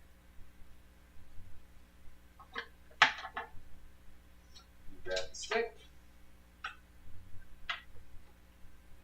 We're just gonna kind of run this like lip liner, I guess.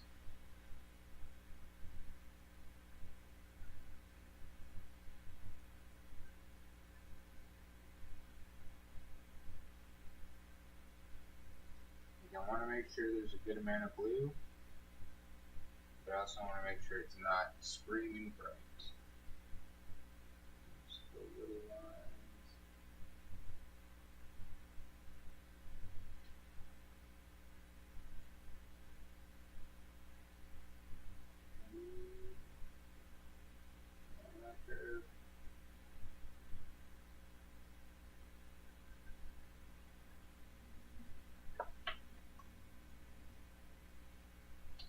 One thing I don't have is pink. Pink's easy enough to make. I'm just kind of like, I don't have pink. So, take a little bit of that, this and that. You know, I use vermilion when mixing with that pink really nice.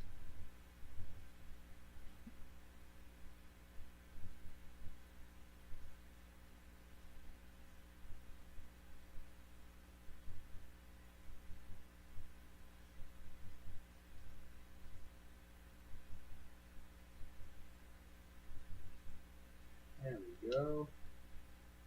Alright. So that's now our pink.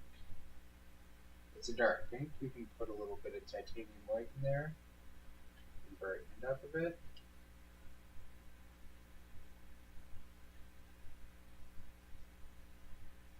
A bit of white and a bit more vermilion.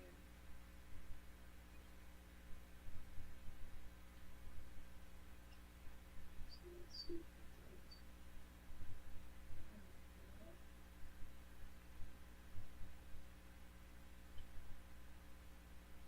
Wet my brush.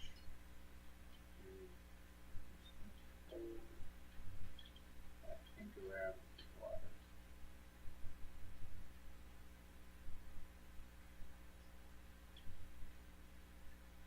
I want that to bubble out.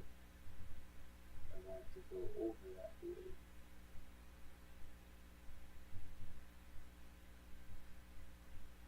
Just going to pull that down a little bit more.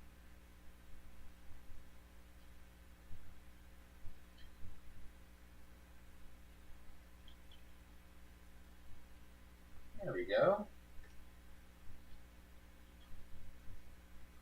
Get a little bit of this. And by this, I'm going back to that yellow ochre. Good old ochre, baby.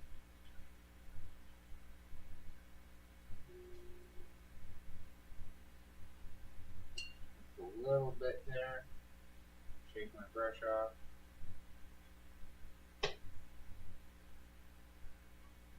Pull that around.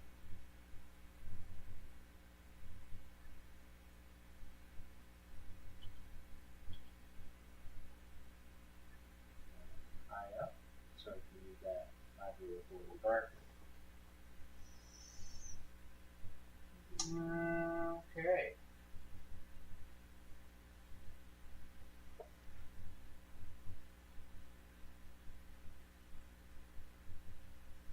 So it needs to make a good paint speed paint. I'll ask, which speed paints have you tried? I know right now, like the only ones right now I have are Purple Alchemy and Hive Dweller. Purple Alchemy is almost like a pinky to dark pink, maybe like a fuchsia, and Hive Dweller is like a dark purple, like that purple. I think the new speed paints, like the 2.0 line, has more. I'm not certain though.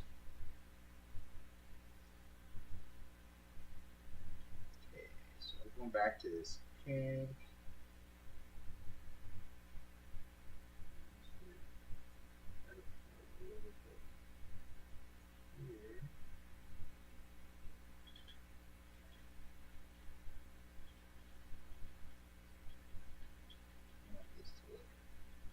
Juicy, big juicy tablet.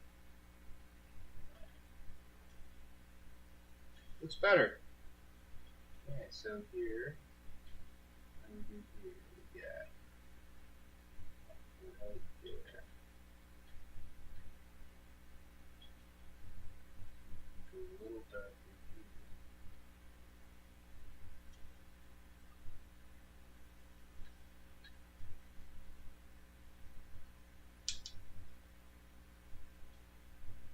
Get this little bit of a nice color here on the bottom.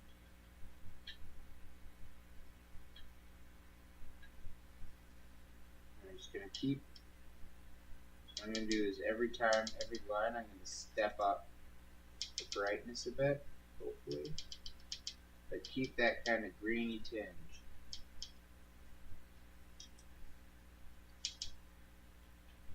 The next line is going to go here.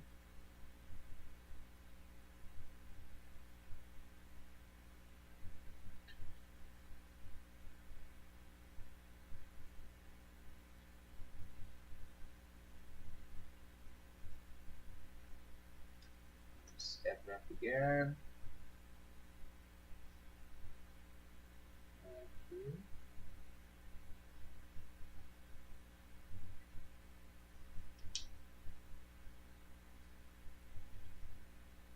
And go back to making it very dark.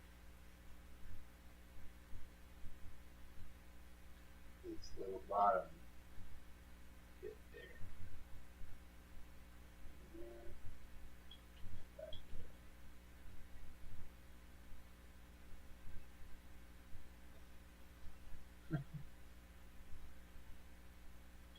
Yeah, always learning.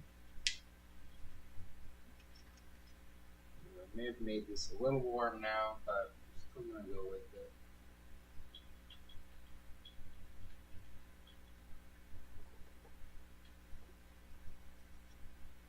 Max brightness. Just smudge that in.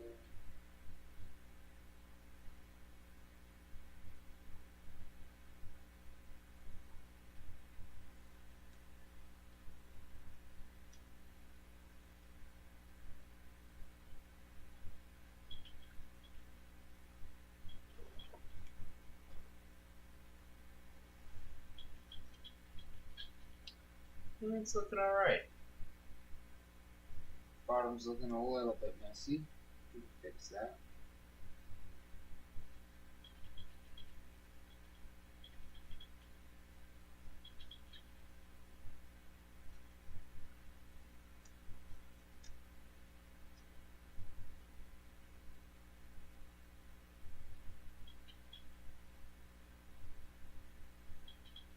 And the yellowy flesh color. Keep it doing this kind of jaundicey color. And go right on top of that with some skin. And it blends in and over on those round spots.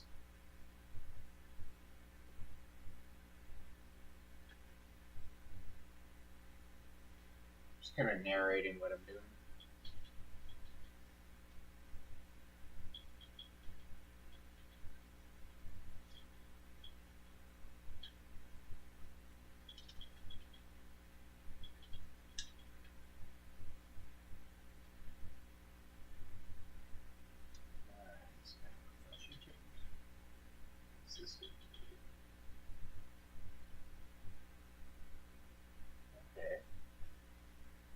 right, but we're going to put it in some of these folds.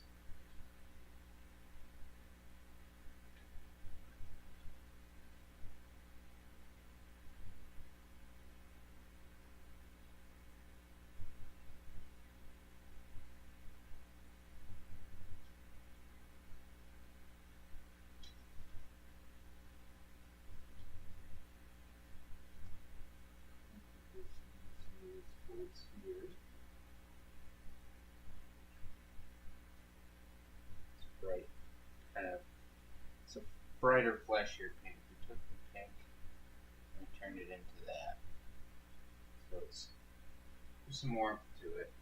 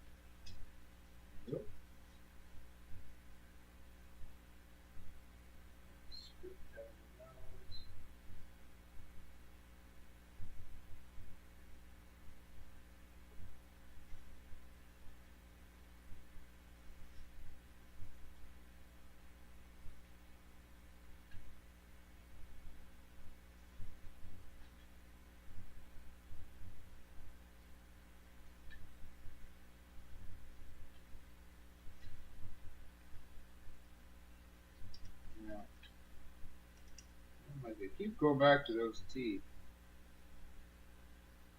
Part of my brain's just like, just leave it, man, just leave it.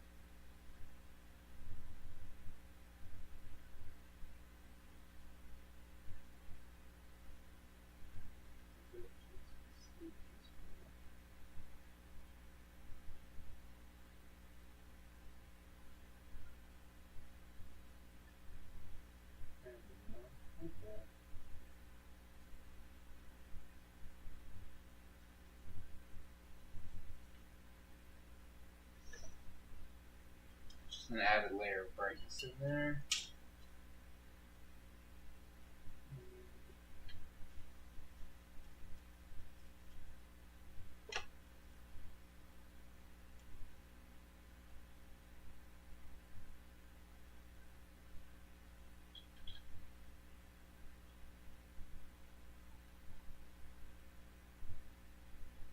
So a little blending.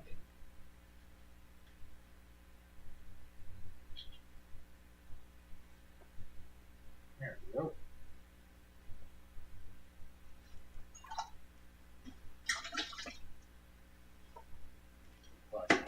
Bucket there.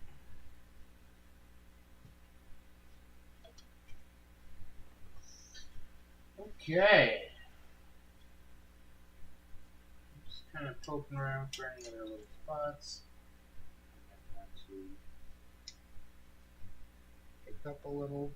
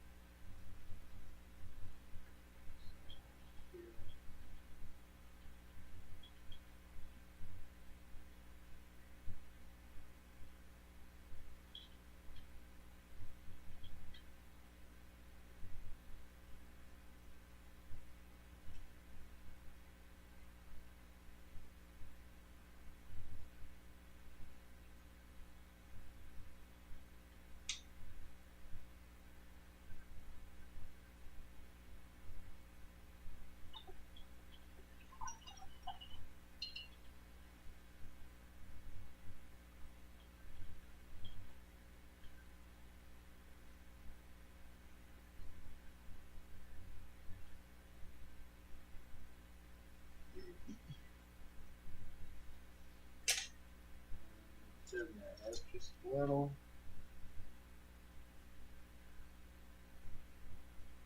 Chestnut.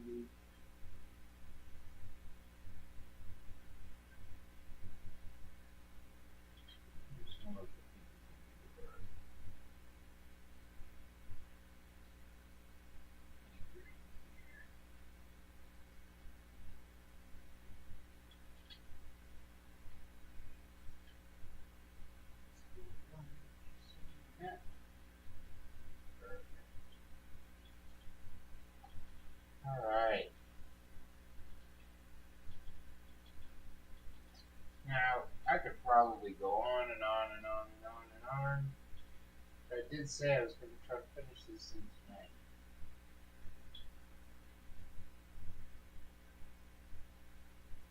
Oops. Didn't take that too much.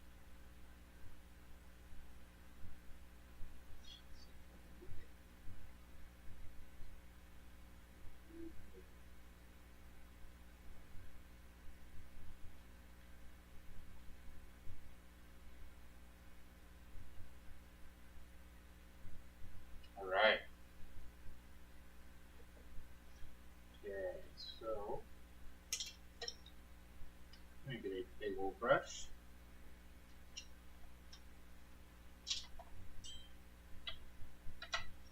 And we're going to switch gears now. So I'm going to clean up and cover up down here and up here.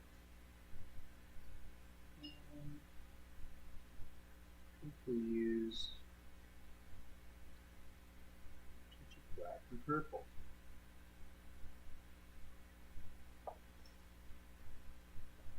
Could make a bit of a mess.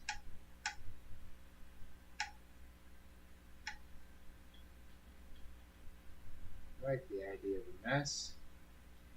And there's a lot of purple left on our palette. So let's see what purple does if we just go.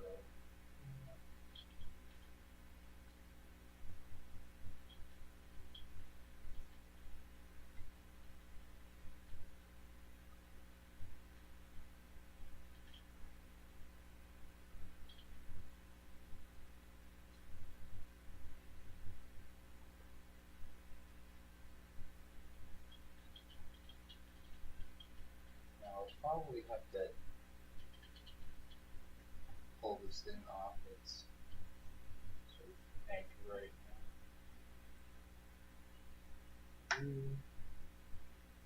Alright, this nice greasy purple paint here.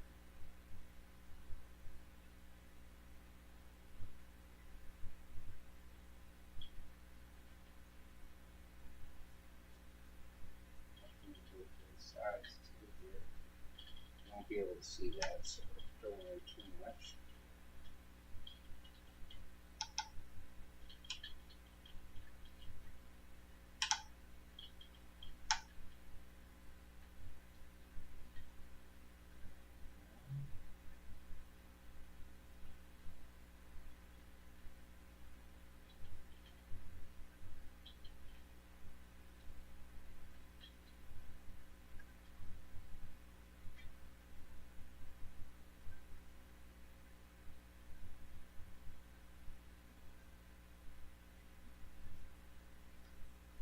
Probably come back and blend this.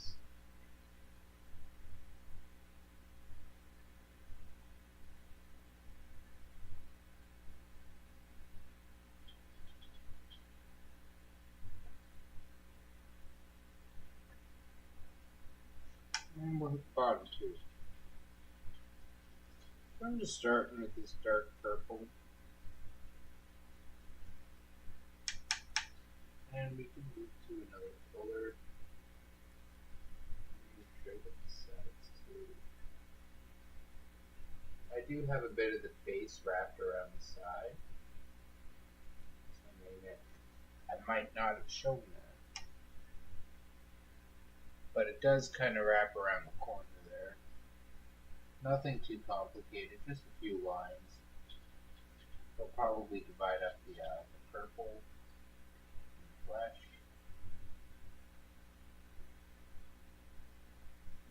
They're already looking nice.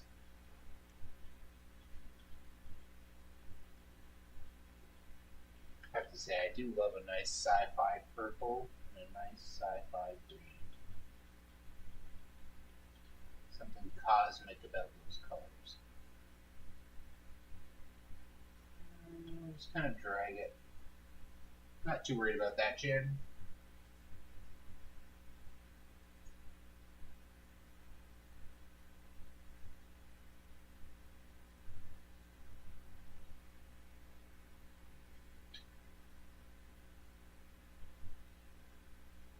Okay.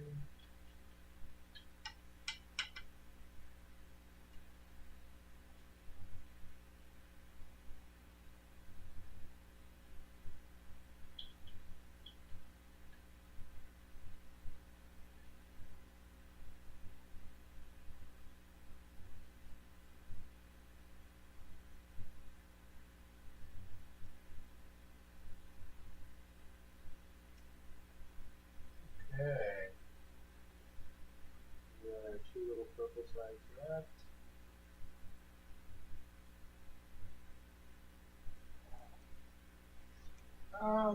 Kind of thinking we can just maybe get away with using colors on our palette.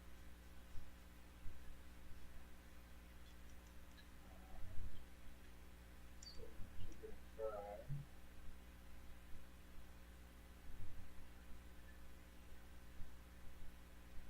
Just going to kind of do a little splotchy. Pull that around. Mix this sky blue and this purple for the borders.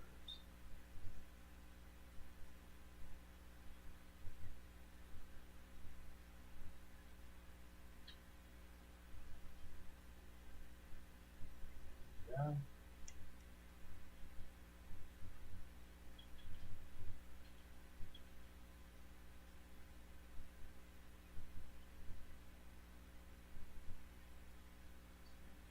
Pull these in towards the middle. And back out in the space.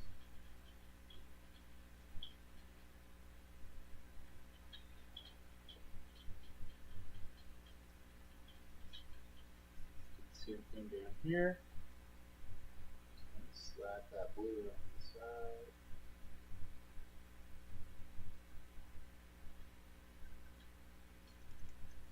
Right along the bottom.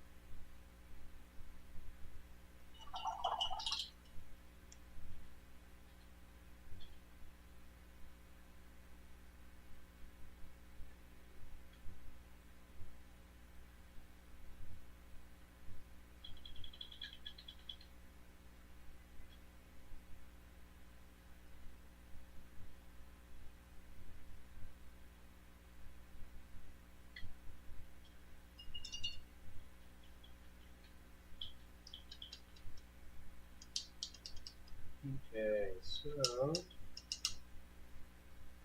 bottom piece is looking a little messy.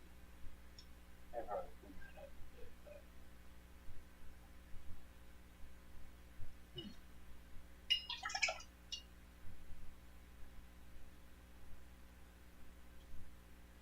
yeah, it's a mess. All those little brush strokes. I'm just gonna go over this with some water, soak it up.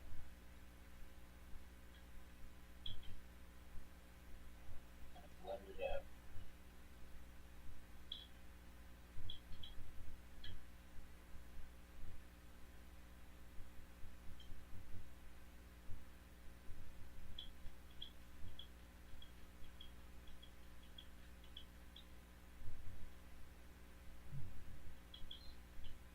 Oh shit. Well, worse things have happened.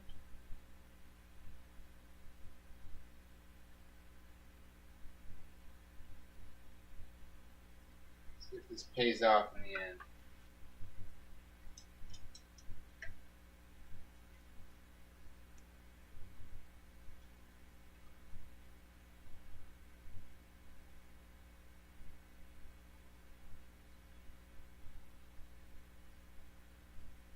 Nope.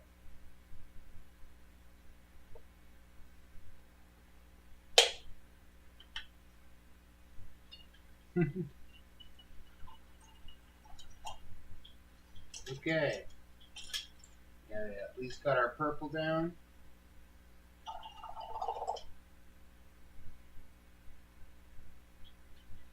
And we can go back. except what we don't like.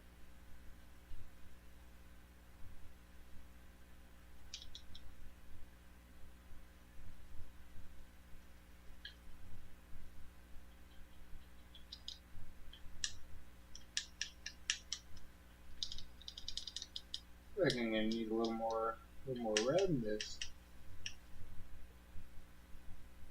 Should be okay.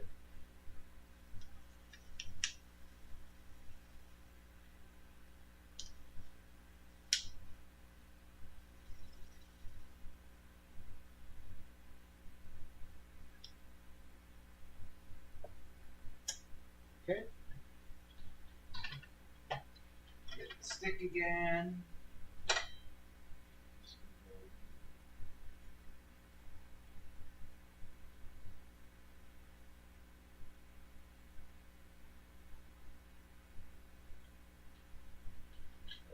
Take that and work that purple in.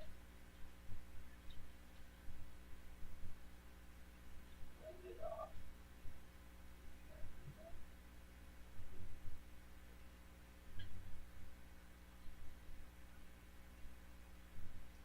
Messy there. It's okay.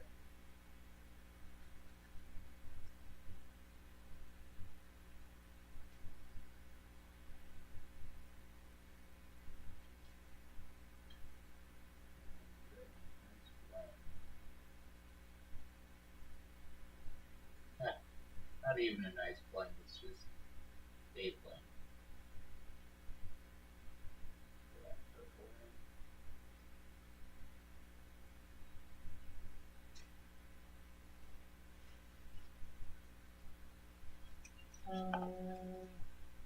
Mush that line.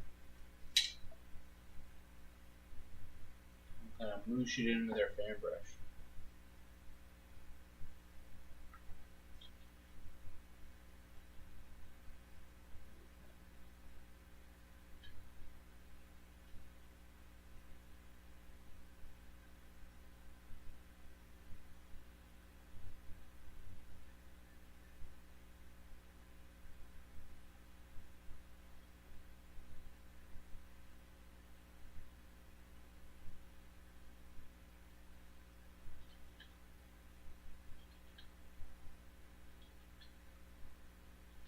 Alright.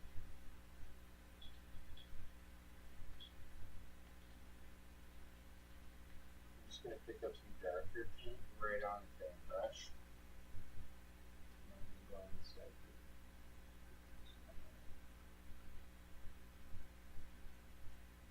Push that purple out.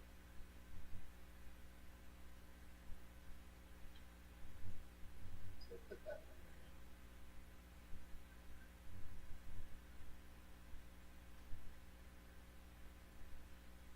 And I could probably go for something a little brighter. Split that and pick up some of that. Picking up just a little bit of that lighter white.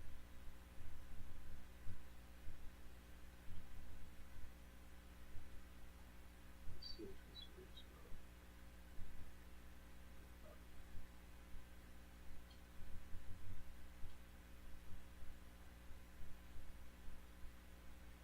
Yep. At the top.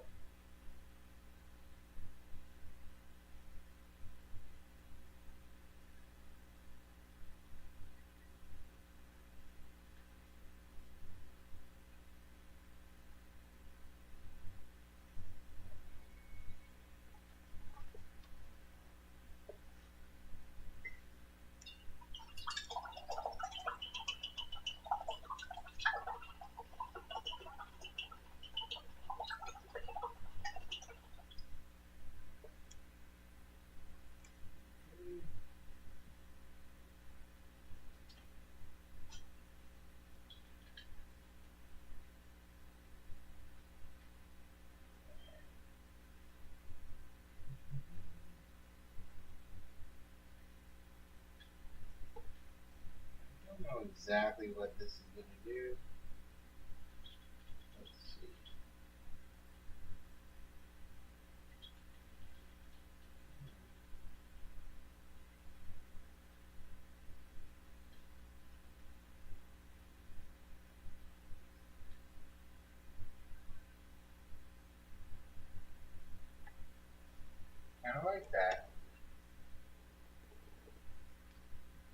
little splash of color.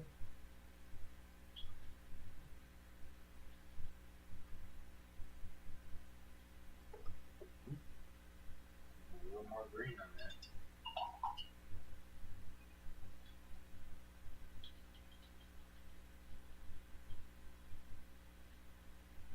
There we go. I'll stick it in.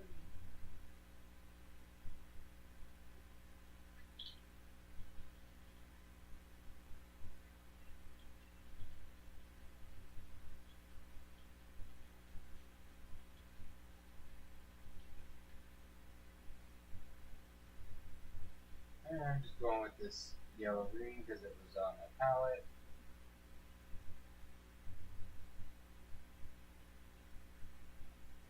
And I'm kind of like doing the Bob Ross thing and just like punching it in. You know, very firm paint.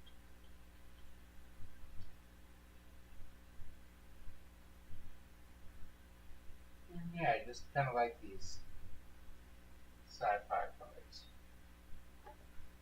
Kind of sickly and gross.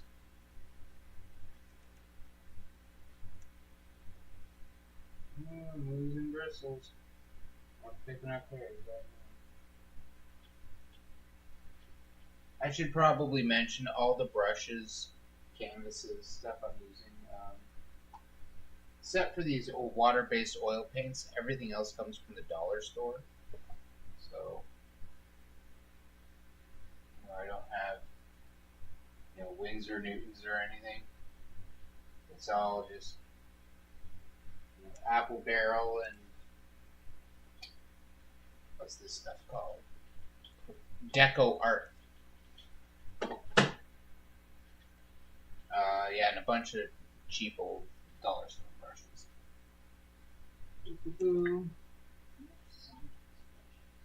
Yeah.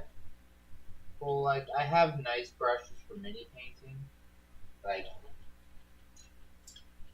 this brush that I lanced into the floor, that brush was a little more than these. That was I think that's an Artist's Loft Vienna. Yeah. So, I was sad to break that one.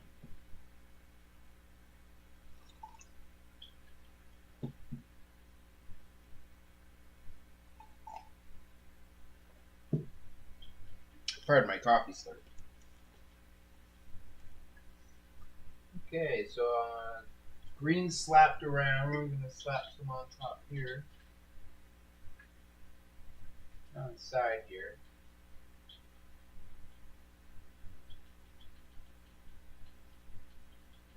I'm actually gonna go up so I can steal this light.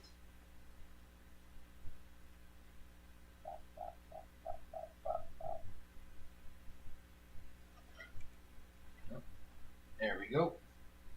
You can see okay? There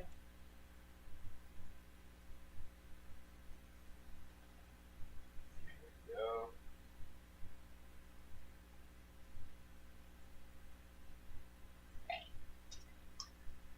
Should do it.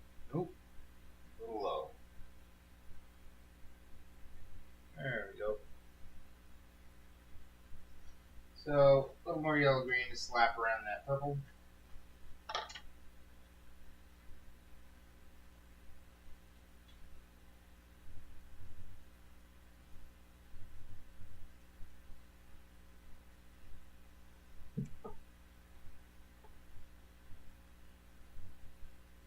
And I'm just kind of using it straight from the tube right here. Just because I want it to sit hard on that purple without mixing into the purple. Put some hard greens there, here, there, everywhere green.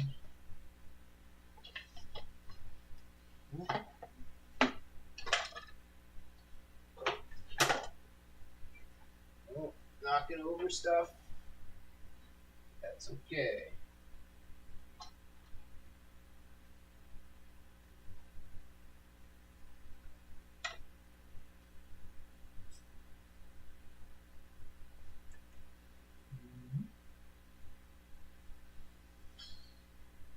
There we go. Nice.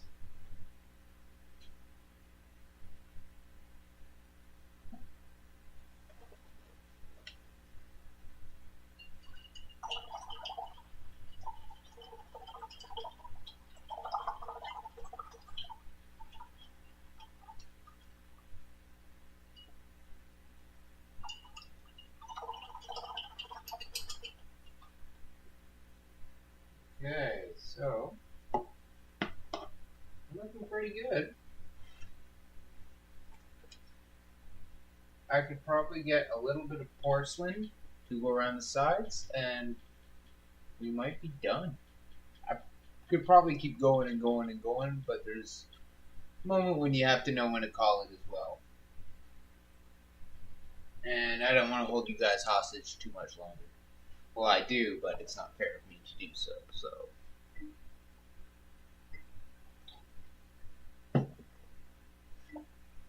Okay. Yeah, a touch more porcelain will probably do the trick. And that's probably the only thing we'll need on our palette.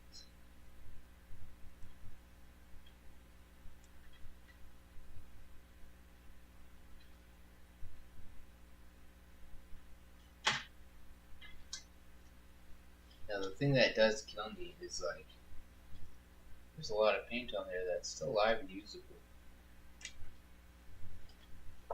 So, part of me is just like, no, I should just keep painting until there's no paint usable on my palette anymore. You know? Why stop painting if I still have paint? You gotta know when to quit sometimes. Cycle back to that Ernest reference. He never knew when to quit. God, I should get that in the clip for my next video. Or a video. Pull some Ernest bits. That's something I'm always kind of curious on. Is like, what is the definition of fair use? How much do I have to change something? Like, is a one shot Ernest joke? Is that okay? What if they let me do that? Then I'll never know when to quit.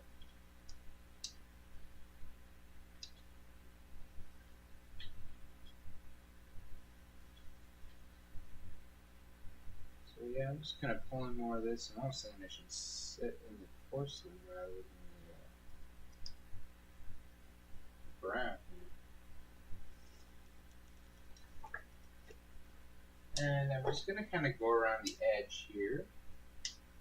Take some of all our fleshy colors. Just kind of paint them around and blend them around that corner.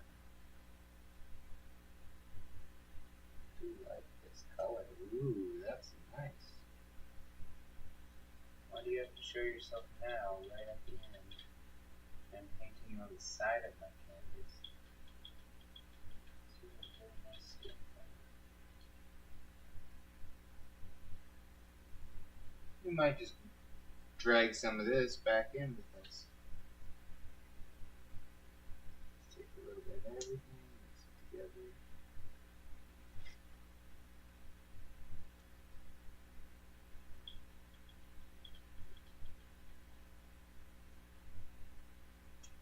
And on the side here, I'm not being too, like, this isn't going to be the focal point of the painting.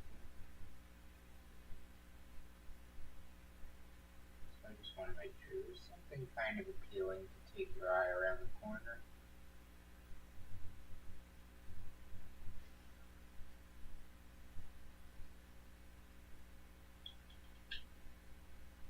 But this isn't going to be where people are staring at. I see people are staring at like this is going to be some sort of, masterpiece. But then again, it is on YouTube, so, Lord willing, it could be seen by 1 million people, but I don't think I'm that popular.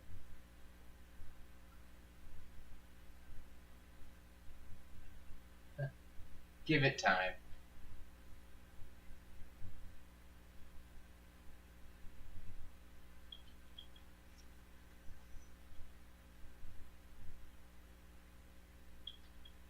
I think I want dark here.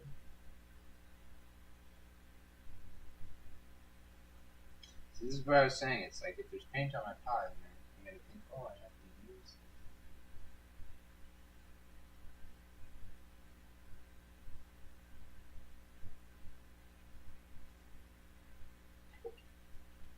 just kind of pulling now where I think things need some more.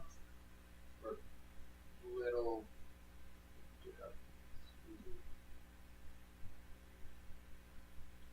That's a line I can pencil over.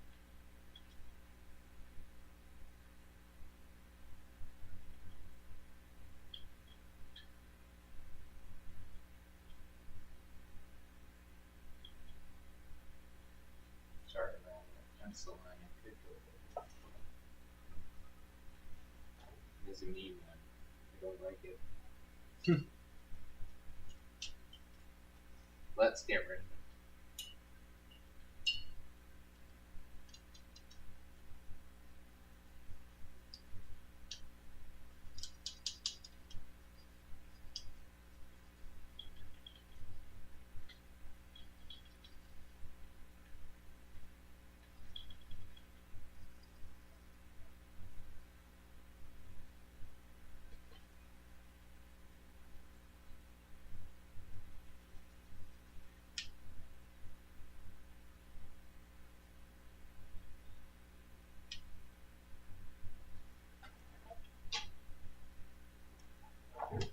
Alright.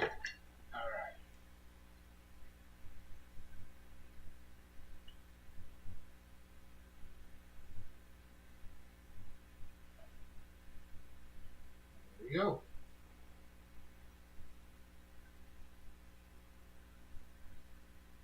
So probably going to go around for a second. And just try to spot remove any other pencil marks I see by doing them kind of in wrinkles like that.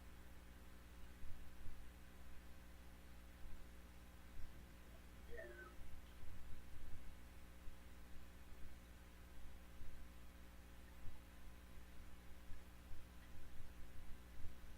Now there aren't too many pencil marks anymore.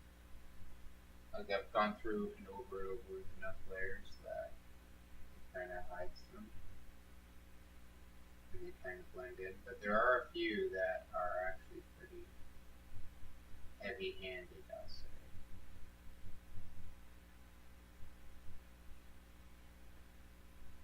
Just a few.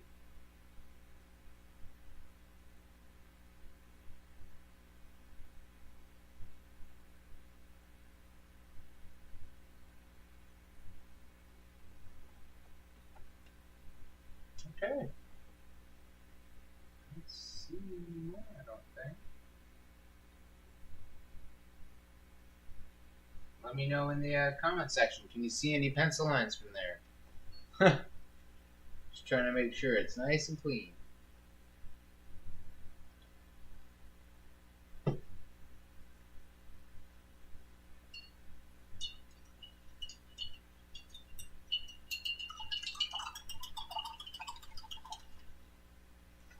So let's see this side.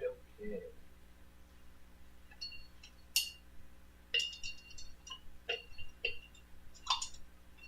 Oh, we can use a big ass, well, relatively big ass brush.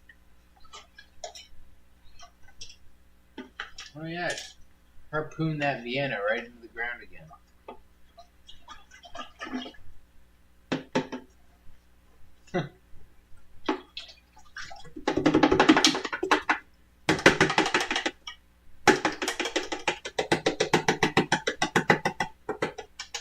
Which lines? I'm just gonna point to them. These ones? Somewhere up there?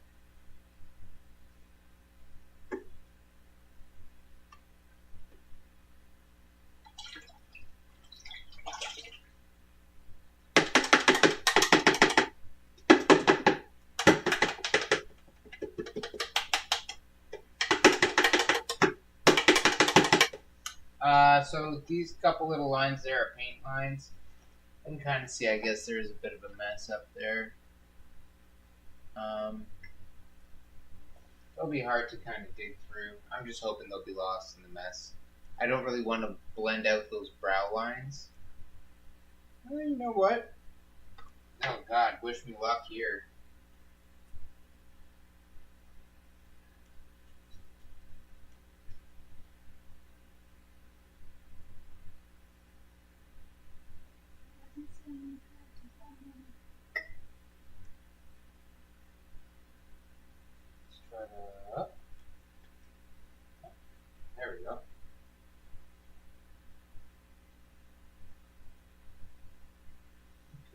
Not bad. Let me put a little vein up there. Looks a little empty.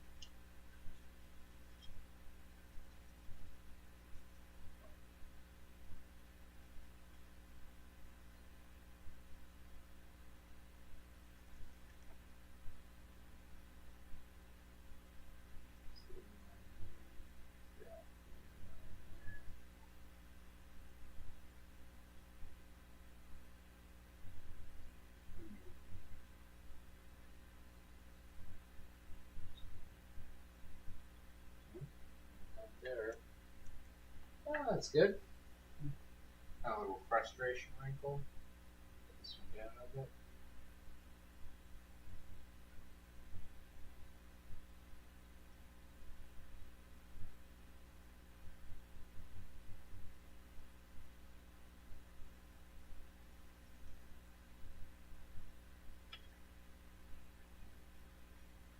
Blend this up here.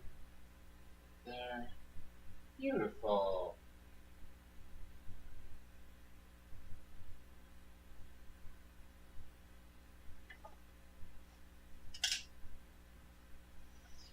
Where was I going? I had that big ass brush. You know, we beat the devil out of it like Bob. I'm gonna pick up some of these fleshy colors. Just a boop. Brighten it up a bit. Pull that in.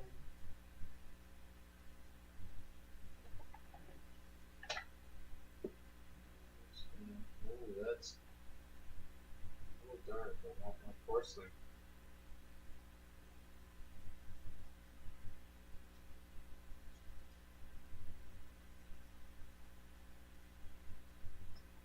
That's better.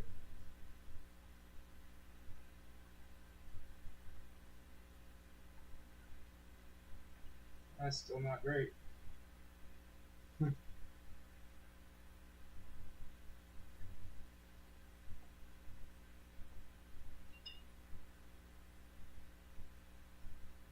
Okay, I think this is where I want to be.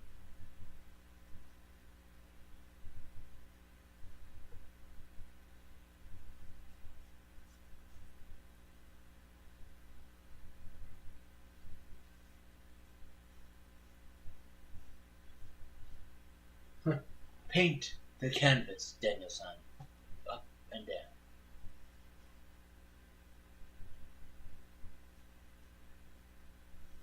Yeah, I get that a lot. Daniel-san. When I was younger, I worked maybe 7 or 8 years doing landscape and like landscape tech work. And oh man, I would always get ripped on for that. You know, paint whatever, man. Up and down, side to side.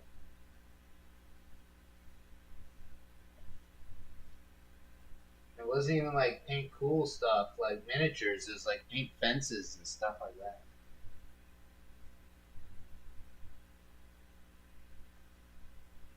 Boom!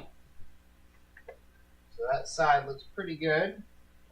Up top, we're gonna hit 2. Probably have to unblock it off that to totally get that top corner. Hit a little bit of water. Ooh. Black brush. Get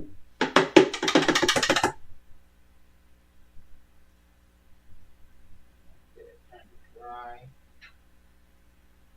Just kind of flip these bits up.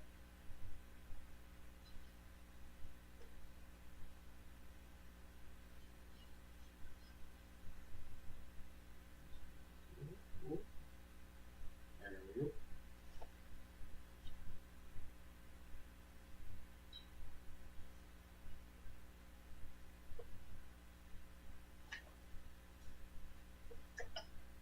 Okay.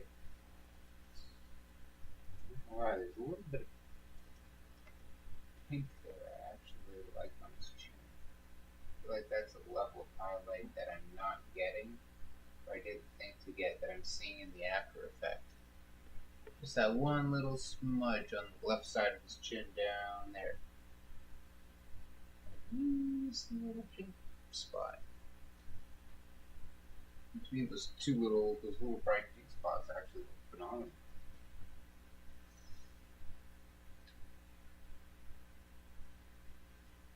So we will.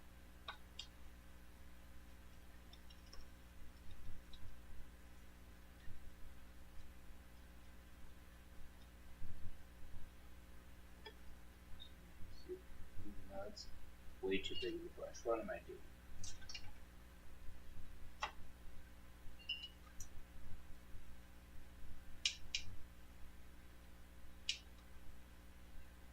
That's better.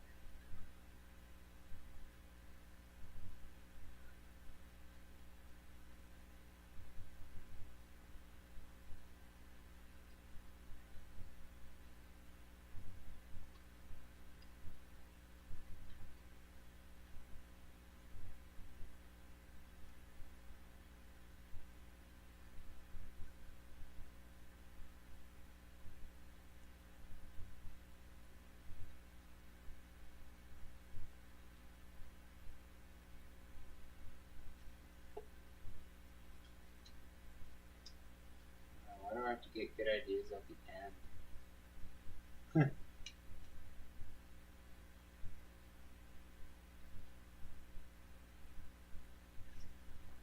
It's okay. Just little touches. Just little touches.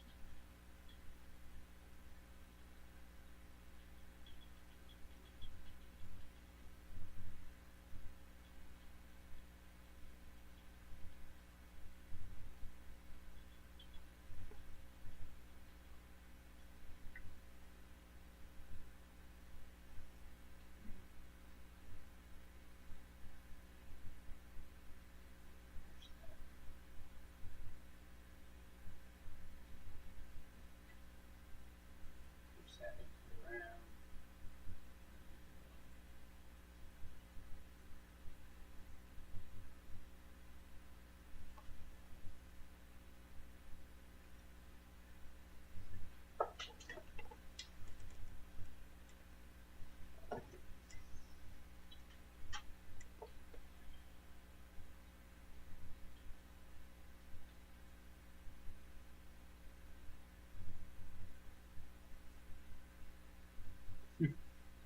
Yeah, I told you guys, if you don't stop me, I'm gonna keep going.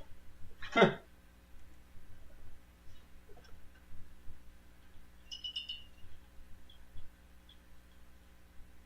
we got some umber and some magenta now. Oh wow, no, that was a bad idea. We ain't putting that on. No way.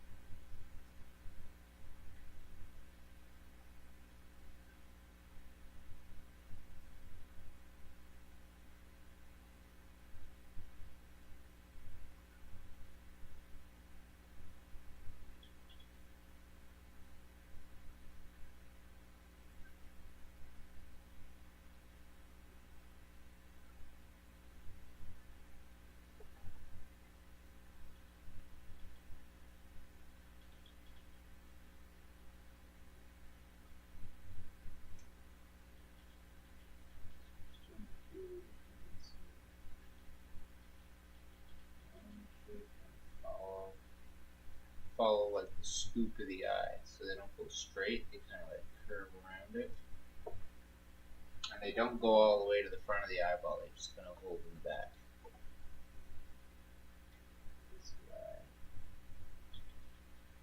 I don't think we're gonna mess with that one. not enough space. Like you wouldn't, it's so buried you wouldn't see the veins. You just see the iris and the cornea.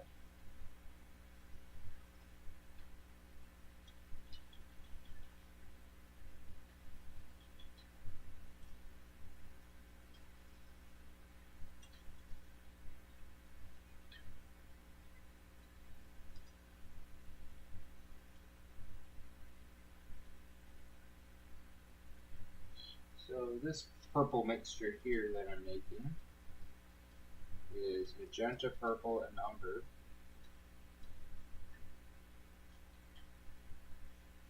And I'm hoping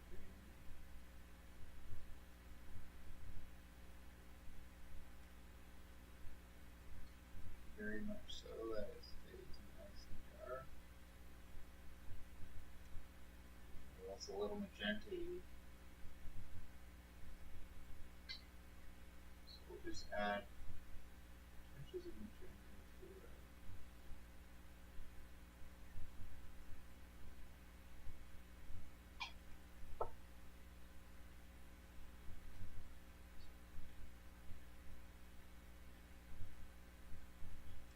Try to use it to cover up pencil lines and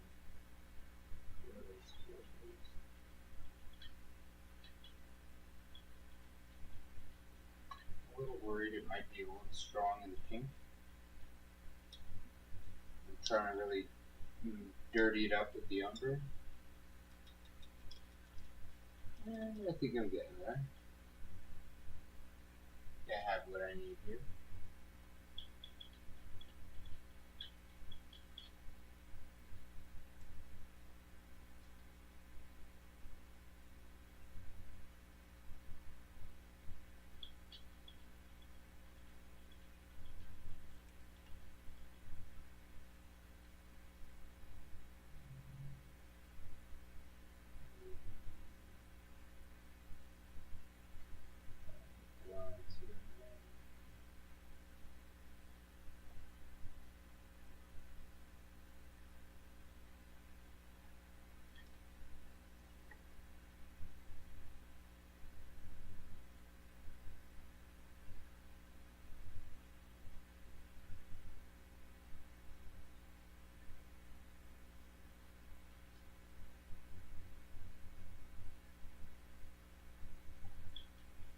Blend that out on there.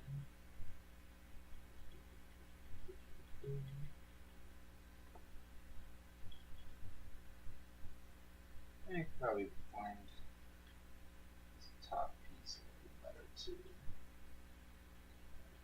Put some water in there. Put that down.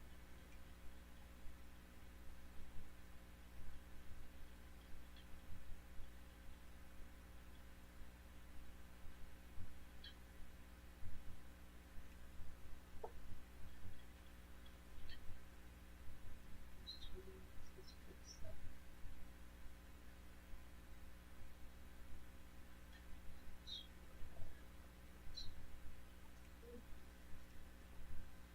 Okay. Right.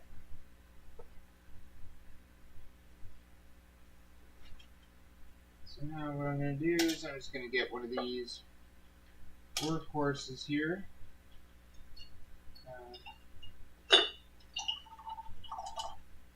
This guy's the one I want.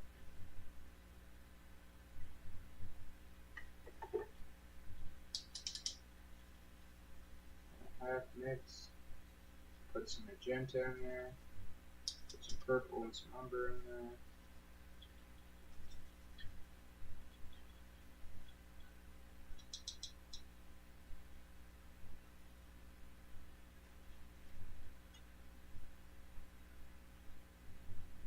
These lines. Maybe just kind of go on the side here.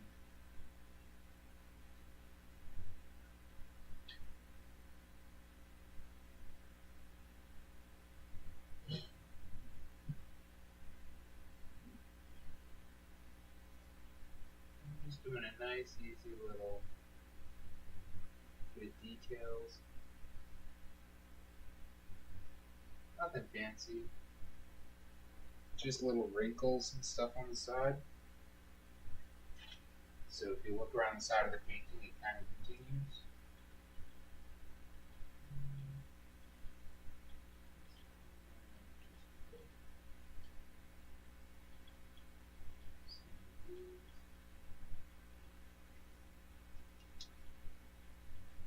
Get some water.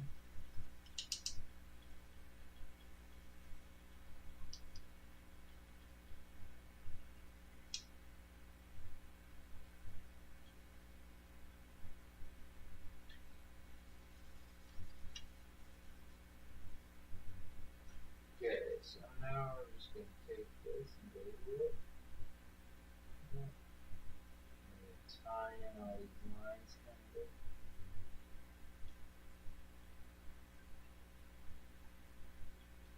I'm just going to kind of slap some crow's feet at the end of this eye here. And just kind of fade some dark on that side. For the mouth, we'll just drag this down to the side. We'll make sure it's kind of reddy purpley. That's where that magenta is actually get off.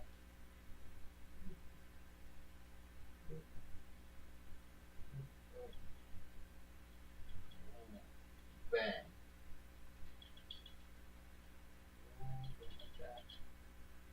Rubby, rubby.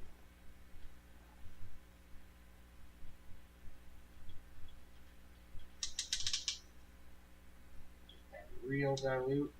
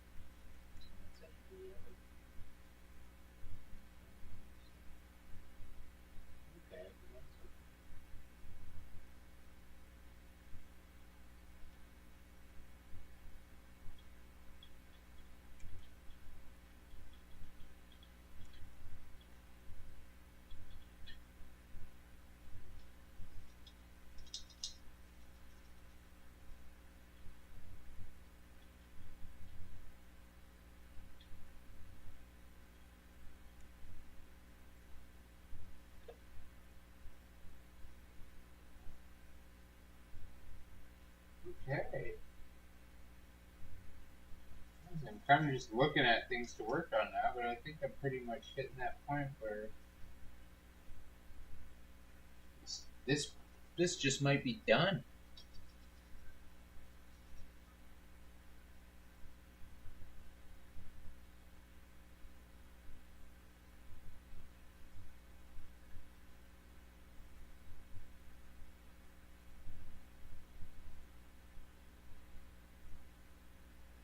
Don't ask me to sign it in permanent red. Yeah,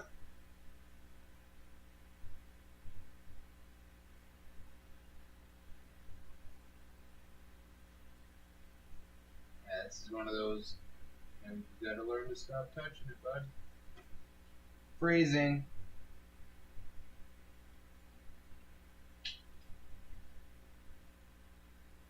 Yeah, if I keep doing this, I'll go blind.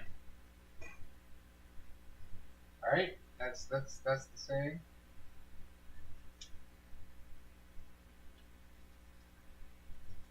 Yeah, keep playing with it, you go blind.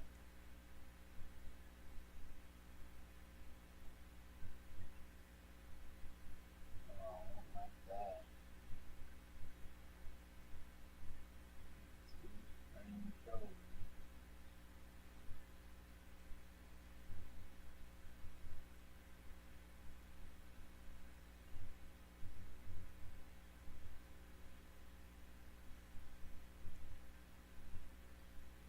Very true. Very true.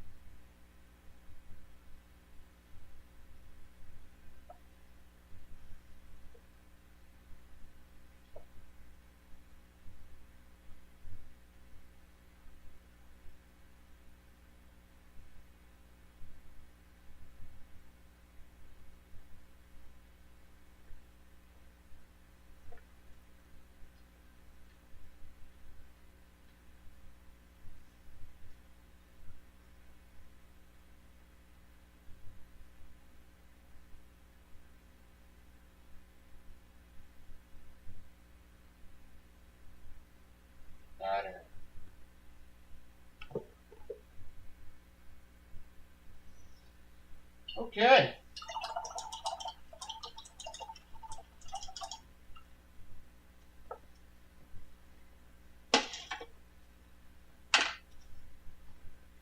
What time are we at now?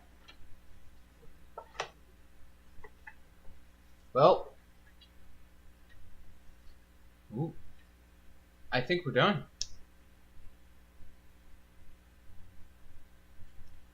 Do a little recap. Alright. So, hold on. Let me... Oh, no, that's not going to work like that. I don't want to pick it up if it's still wet. But, I'll loosen this up. Because there's probably one section I still haven't got. So I'm not going to touch the sides. I'm going to hook my fingers around.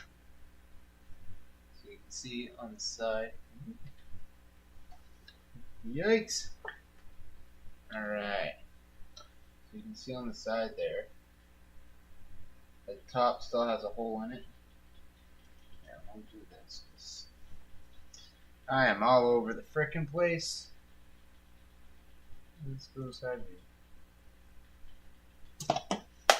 So if you look at the side there, you just kind of, like I said, I did just little fleshy lines to line up. And it wraps. Same deal on that. It just kind of wraps around. I use the purple and green sci-fi because, you know, I like those colors. They're fun. They pop. And there's a little bit on the head where my canvas kind of locked down on it. So I'll take a second to, like, flesh that out after. I don't want to mess with this too much though because it's still wet. Whoa. So, yep. Stupid camera. Let me just get this thing out of the way. Pow. Thank you so much for hanging out with me. It's nice to have something finally done. That thing's done. Pretty good. I've had a lot of fun with that. You know, learning on the job and, you know, testing new products aside, it was pretty sweet. I would like to try using that with thinner. I don't know if it's worth it even. Sorry, there's been a fly, like a little tiny fly buzzing around. I'm trying to. So yeah, is it worth it? To use thinner for the water-based or the water mixable stuff? I don't know. You know, we might try acrylics and acrylics only next and see the difference. But I really enjoyed that oil. My other thought was like getting like we were talking about linseed or walnut oil or like some liquid or the liquid clear, Bob Ross liquid clear, something to cover the canvas so the paint slides a little easier. I might, you know, that might be nice to try with the oils because that was all on dry canvas covered in acrylic. I actually had that, like, I painted over that canvas with just gray acrylic paint and then penciled it on. So there's a few layers on that. Came out pretty good though. So thank you for joining me, and I hope you enjoyed that. Hopefully it'll be dry enough that by next week you'll see it on the wall. Now, little teaser if you made it this far, which I appreciate. You'll get a little sneak peek at perhaps the next canvas we work on. We are going to finish the Glock kit. I haven't forgot him. He's actually, whoa, right here. So, labor of love, work in progress. But the other thing I'm working on that I would like to paint, I showed this before, is this guy. So, you know, we'll see. Maybe I'll do it live. Maybe I'll just do it while I'm bored and sit and painting. Yeah, thank you very much. Thank you for tuning in, and I appreciate you. and see you later.